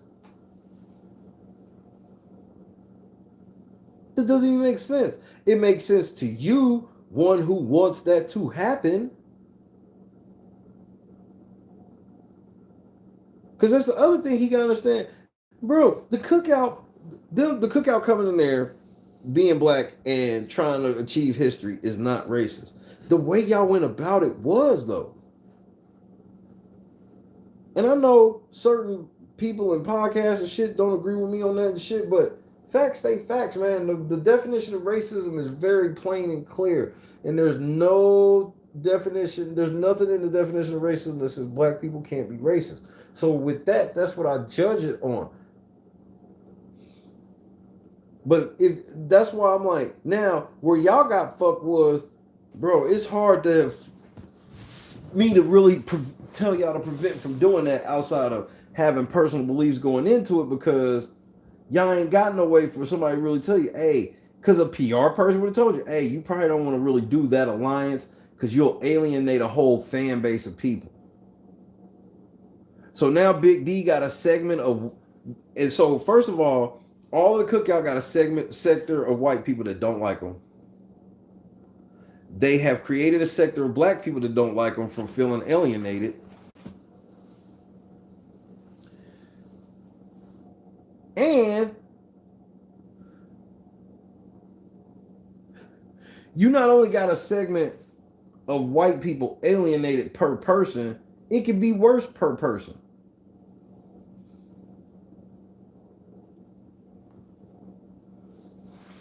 There's a sector of gays that's mad at Derek. I'm sure, like, yo, you was repping so hard for the black shit, you ain't rep hard enough for us, even though he said shit about gay people shit all the time.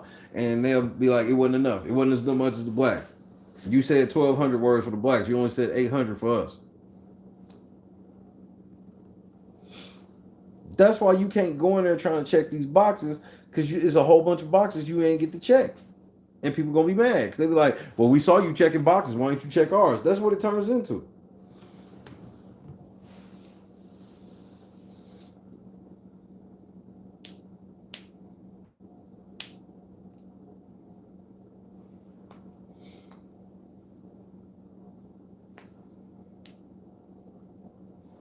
Because I find it funny that a lot of people claiming that Tiffany got all this shit, but I'm like, when did we get to see it?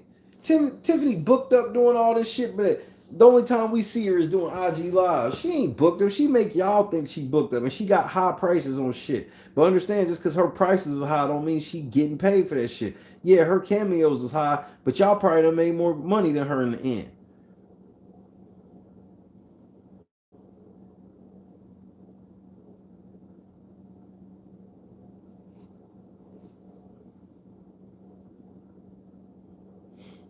Did Taryn buy a cameo? No. Taryn probably ain't even talked to that bitch since it's over. Because now I find it funny that this nigga don't... Bro, why? Bro, you know how happy I would be if motherfucking somebody from the current season Big Brother called me out on Twitter like that, nigga.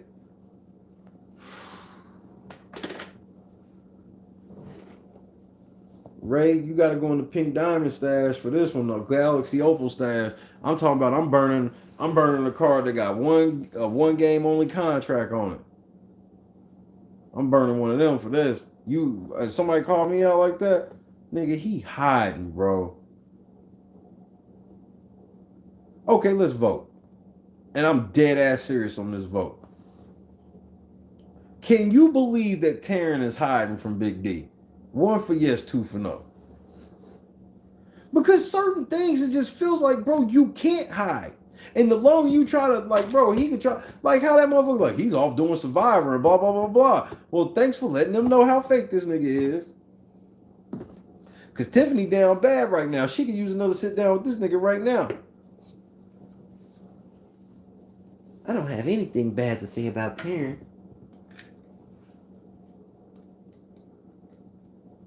MVP said he black first, gay second. MVP said she believe it.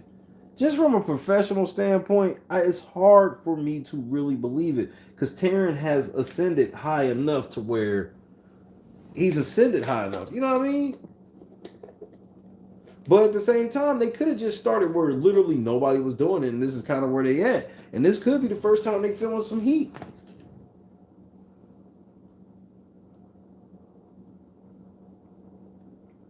Cause I know he's sitting in the crib like he don't know what to do with this shit. Cause here's the main thing. He don't know how to attack Big D. See, he's realizing that Big D is a different black than Tiffany. See, he know Tiffany's stupid. So people like Taryn know to just like fluff her ego up and shit like that. And he can get what he want out of it. He can't do that with Big D. And now that Big D caught his ass being fake, he don't know how to handle that shit. And that's why all these people sitting in the comments trying to play it off like, oh, Taryn's a real dude. And so Taryn says, nah, man, Taryn be lying. And y'all don't check this nigga. Y'all don't check his homework. Because, see, that's how I built my unrivaled research. You know how I knew I could start like such a thing? It's because I sit in the chat and motherfuckers check me on shit all the time. Not necessarily that I'm necessarily wrong or getting time. Maybe some type of update just happened since I've been on air. Hey, Shay, XYZ, blah, blah, blah. That ain't like that on Terrence's channel. Everybody in there goes to hear the gospel, and then they leave.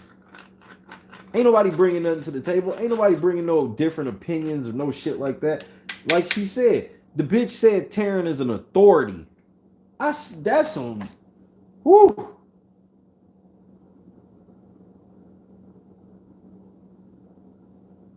That's some idol shit right there.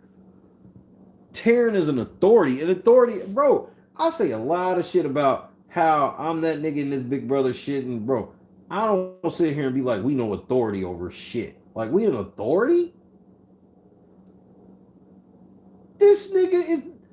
Nigga, it's not Taryn as a pod. He's not even an authority on the channel he's on. And yeah, he got his little Twitch or whatever, but I'm like, nigga, that don't mean shit.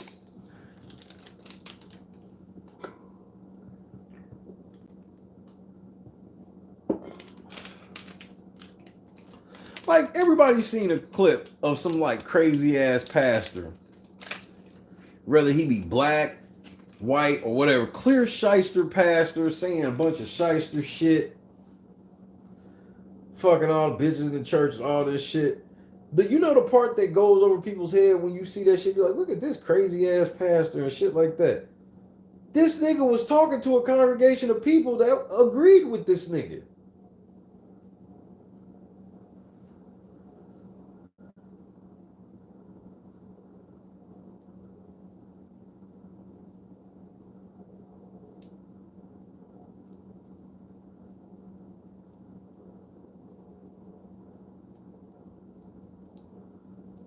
I'm like, this motherfucker had a congregation full of people that didn't think none of this shit was weird. And that's like dealing with Terrence shit. Is like, bro, dude, like, it's either one or two things. It's either one of three things. Either A, you can't find no other Big Brother content because they dominate the algorithm. B, you don't watch Big Brother pretty much at all, and you get what's happening in the game from Taryn. You watch an episode or two here and there, but get your shit from Taryn now. Or C, you know they lying, but you just like them and don't give a fuck.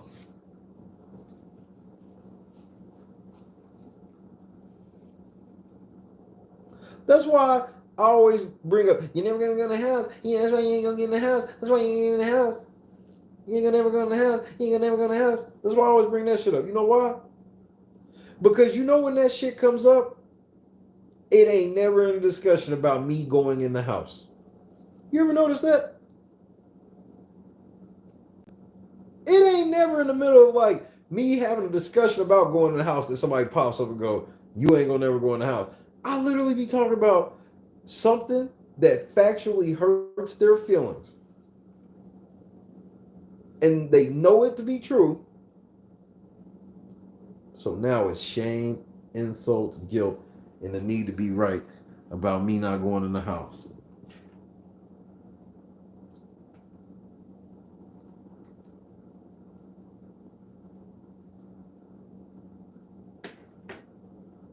Love this game. I don't win every day. I'll be damned if we didn't win today, though. Woo-hoo.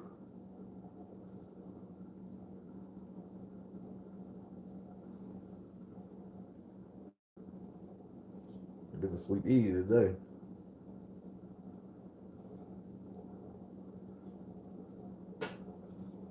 But I have to open my advent calendar first. I got Oscar last night. So far, I got Jim, Pam, Michael, Daryl, and Oscar.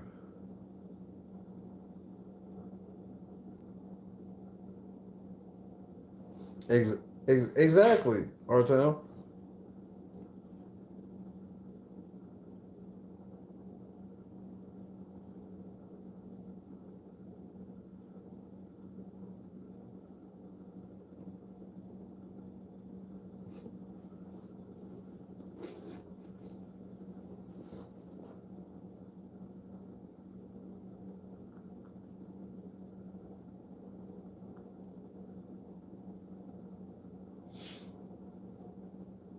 Black bloggers.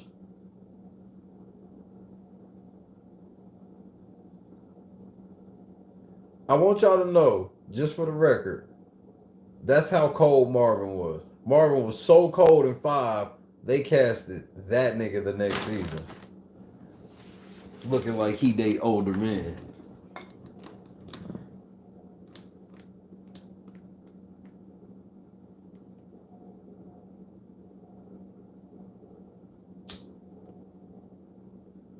You date older men. You date older men.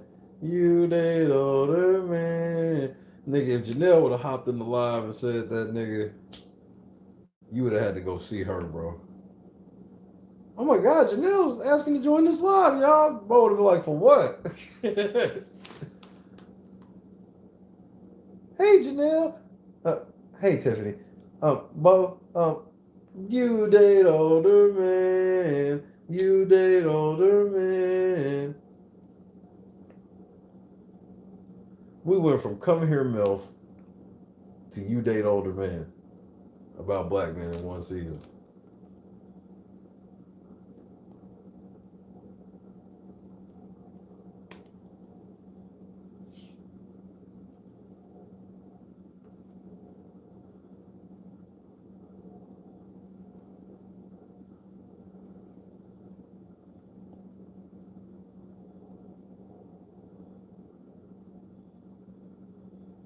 You know what? I'm going to start raising money for Philly. Because I should talk to Derek Fraser before I come on the air tomorrow. I mean, obviously not. It's not a big deal because of what we've already talked about. Yeah,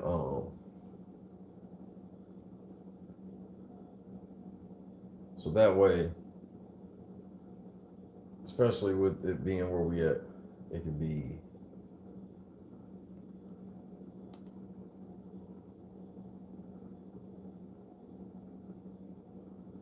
spread across.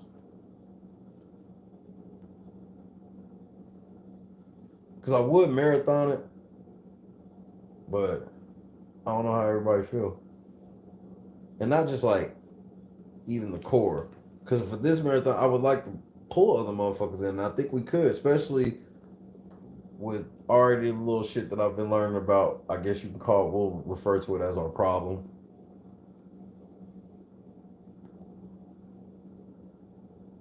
I'm tweaking ideas, Angela. So we can get some flash revenue in here. So I'm about to pull this Derek Fraser move. And it's impromptu. Like 1 to 2 weeks impromptu.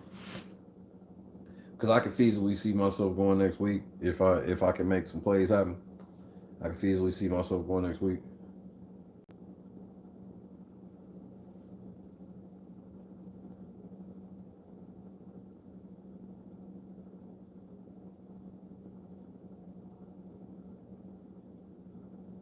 Because then, I mean, it makes no sense to not go see Kevin while I'm out there. If I'm going to do that, like, that'd be idiotic. So I'll put the Brent money and switch it over to Derek. Maybe I could link with Brent too, but like I said, that's another reason why I was like, I would have to raise to add Brent, because that's a different, that's a different location, different state. It ain't like I could just leave from where I'm staying, Philly, run there and run back. You know what I mean?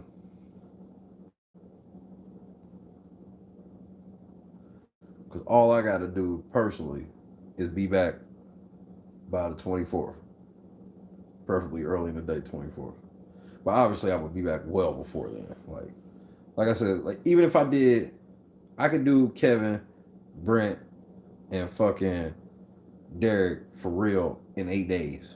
Because they're all in that cluster. So it's not like these are big ass trips I would have to be taken from one place to another. The biggest trip would be once I left from up there, you know what I mean?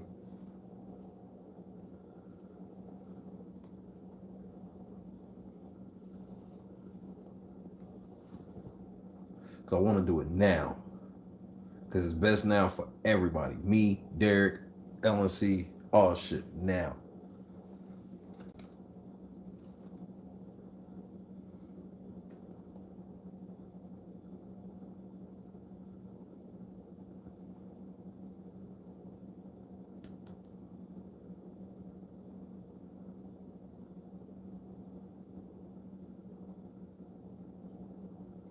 Let me see something right quick.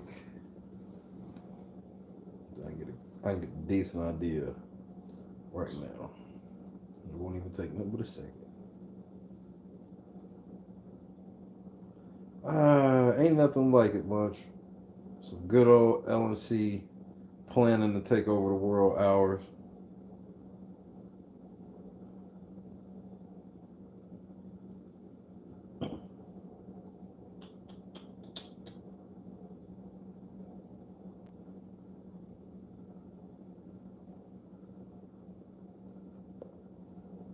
So let's see. So pickup would be, let's see, yeah. Let's see that.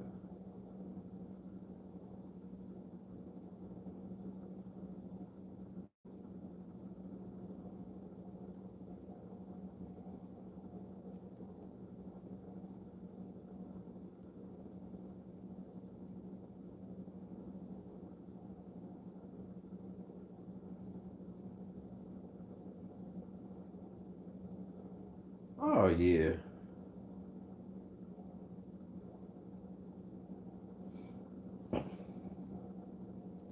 Because the rental would be under 600.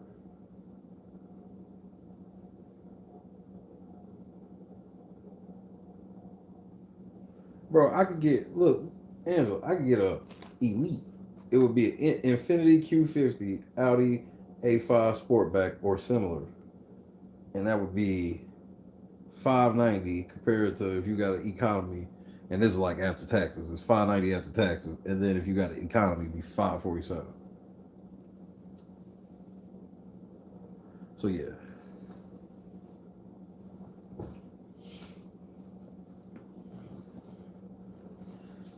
If I raise a G, I'll be fine. Put a G with what I got, and then we'll be comfortable to do whatever. It's about to get sweet. Sweet.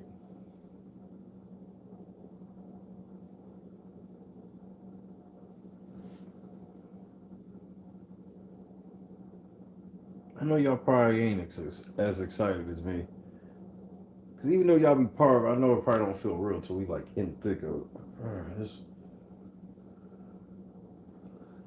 That was for if I left next Monday.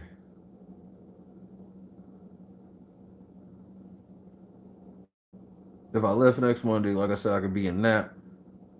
If I left hella early Monday, I could be in nap Monday afternoon. Because I wouldn't have to. Because like I said, if I leave early enough, I'll be coming right off sleep and we knock 12 hours up. Just stop for gas and then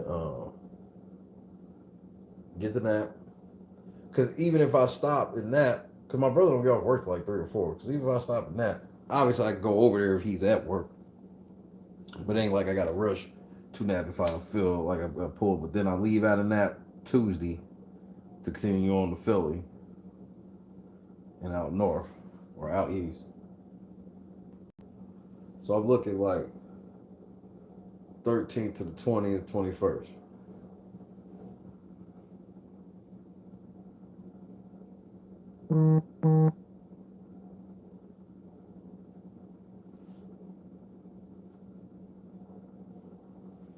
Because obviously Indianapolis is completely cut short outside of just a pit stop for real if need be.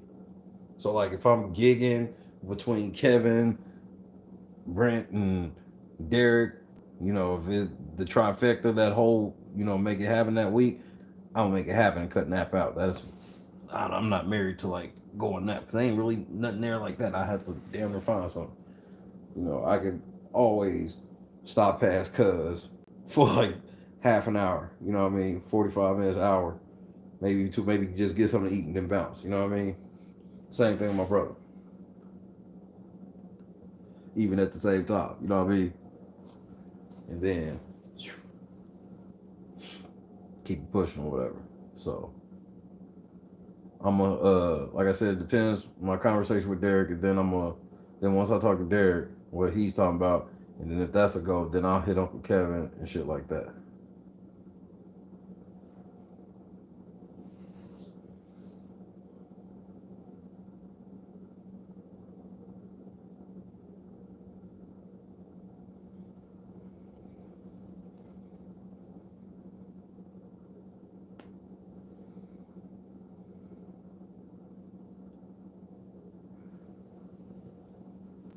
Cause I'm gonna try it. How I would at least want to try to plan it.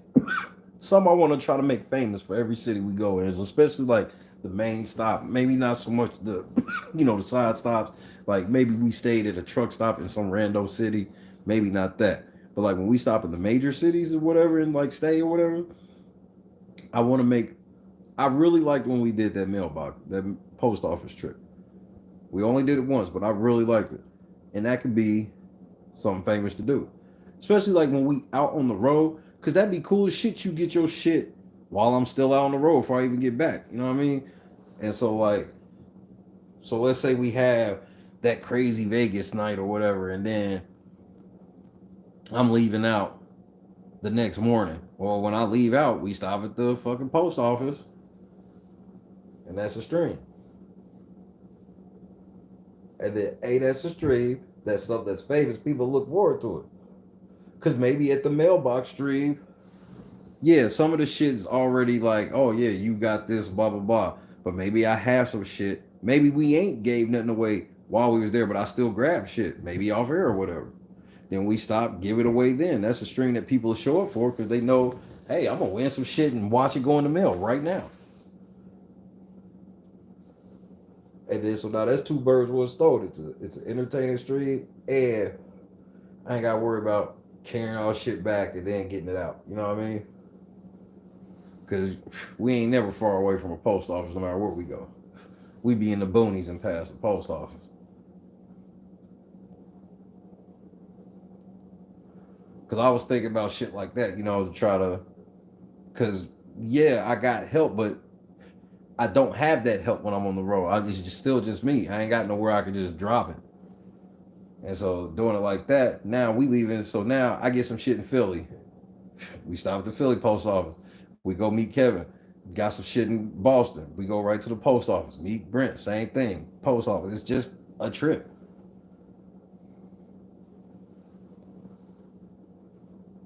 Because we shouldn't be on no type of time constraint where that is too much to add in every city. It's just same shit.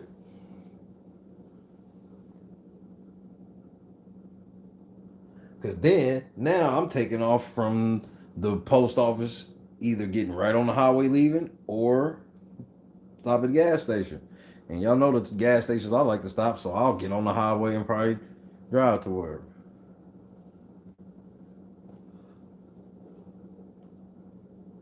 So I'm trying to keep shit up to date. That's why I'm trying to hurry up so I can get at you and shit, because I want to keep shit in order, especially before I get out of here. Keep shit in order and whatnot.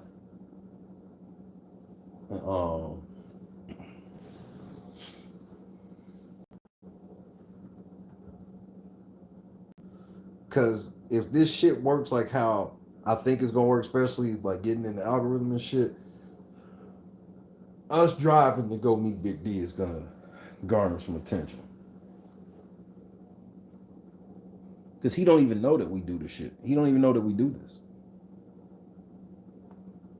Unrivaled coverage.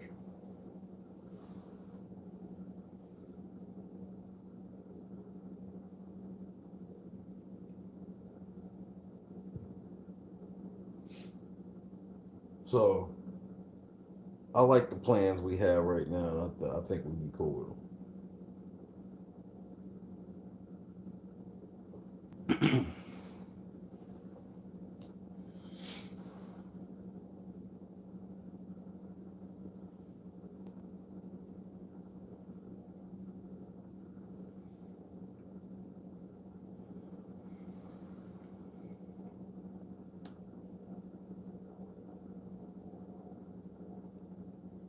It's crazy when we get to plan this shit. It be crazy to me because it's like we really can do this shit.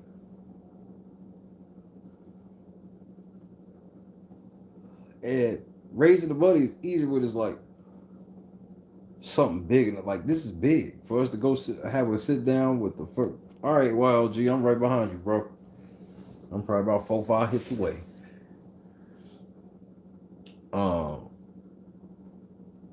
To sit down with the first black male finalist. Oof.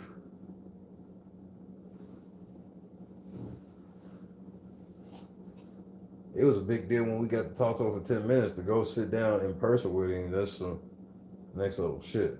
And I'm about to try to use this trick. I'm going to try to reprogram these interview videos and see if these pick up a little bit too, Angela, as an experiment.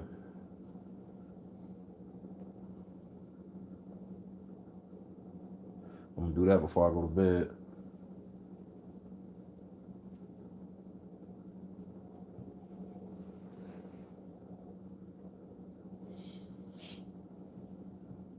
Go catch up on some news with Baby Yoda first. I'll probably do that too while I do that.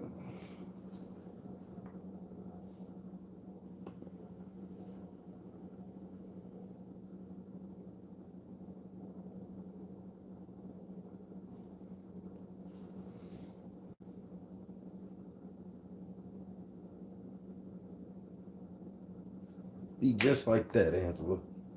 Shit turn around and we be under the gun, just like that. That's why I pout and just get back to it. Because people don't realize that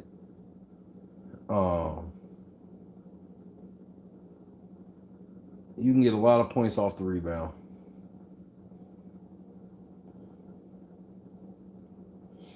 So I take the approach where it's just like, you miss the shot and you be like, fuck, get back on D. And if you miss the game winning shot, bro, however that nigga want to pout, bitch, complain, shitty, let him ride. Especially, all you got to know is, are you going to get up and show up to practice tomorrow and be just as good as normal, if not better?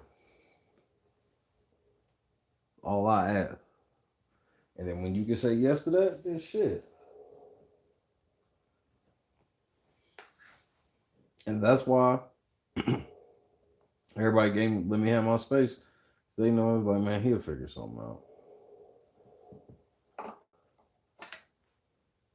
You said the 7 PSI, what? Proper prior planning prevents piss poor performance.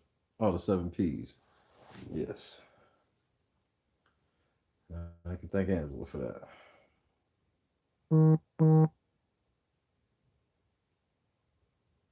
Because I just had to learn how to have my mind in both places. It's hard to have your mind, well, it was, it's not no more, but to have your mind in the place of logistics and talent. Because your brain is in two totally different things. When you doing talent, you have nothing on your mind but talent.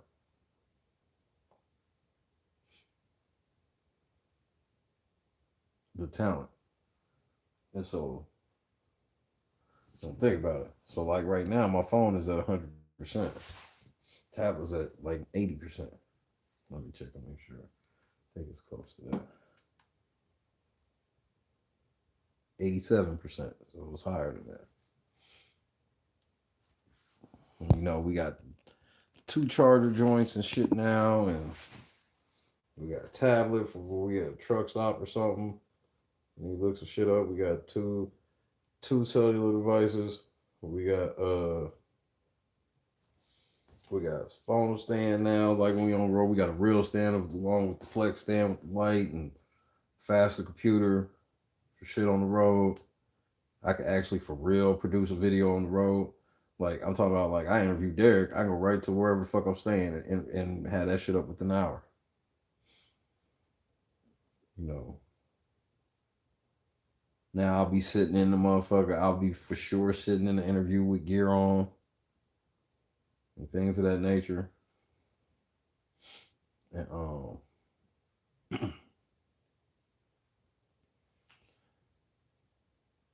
we sit in a much better position for this shit this time, and it's great because now we'll be going, because it ain't like we won't hit any type of hiccups or anything, but we ready for it.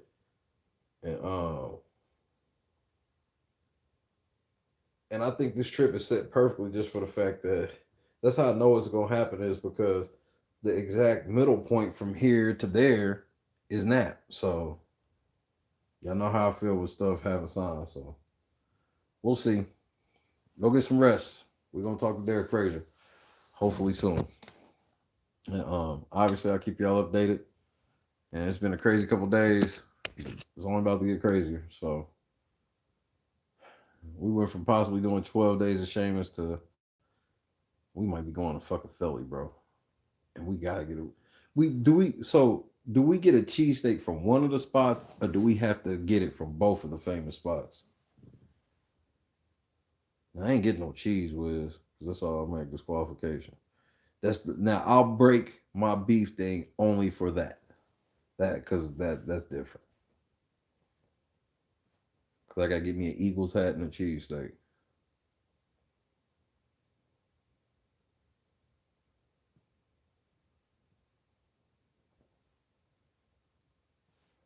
That's what I was thinking. I was feeling like, man, I gotta get both to actually compare them. But I know it's supposed to be like blasphemous to do it, but it's like, nigga, it is what it is.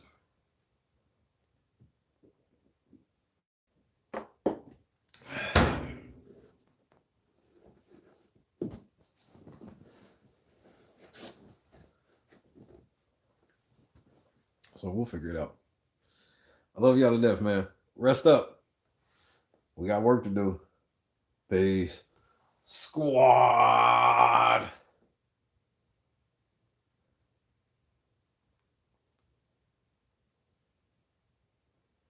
We the real late night crew, bro.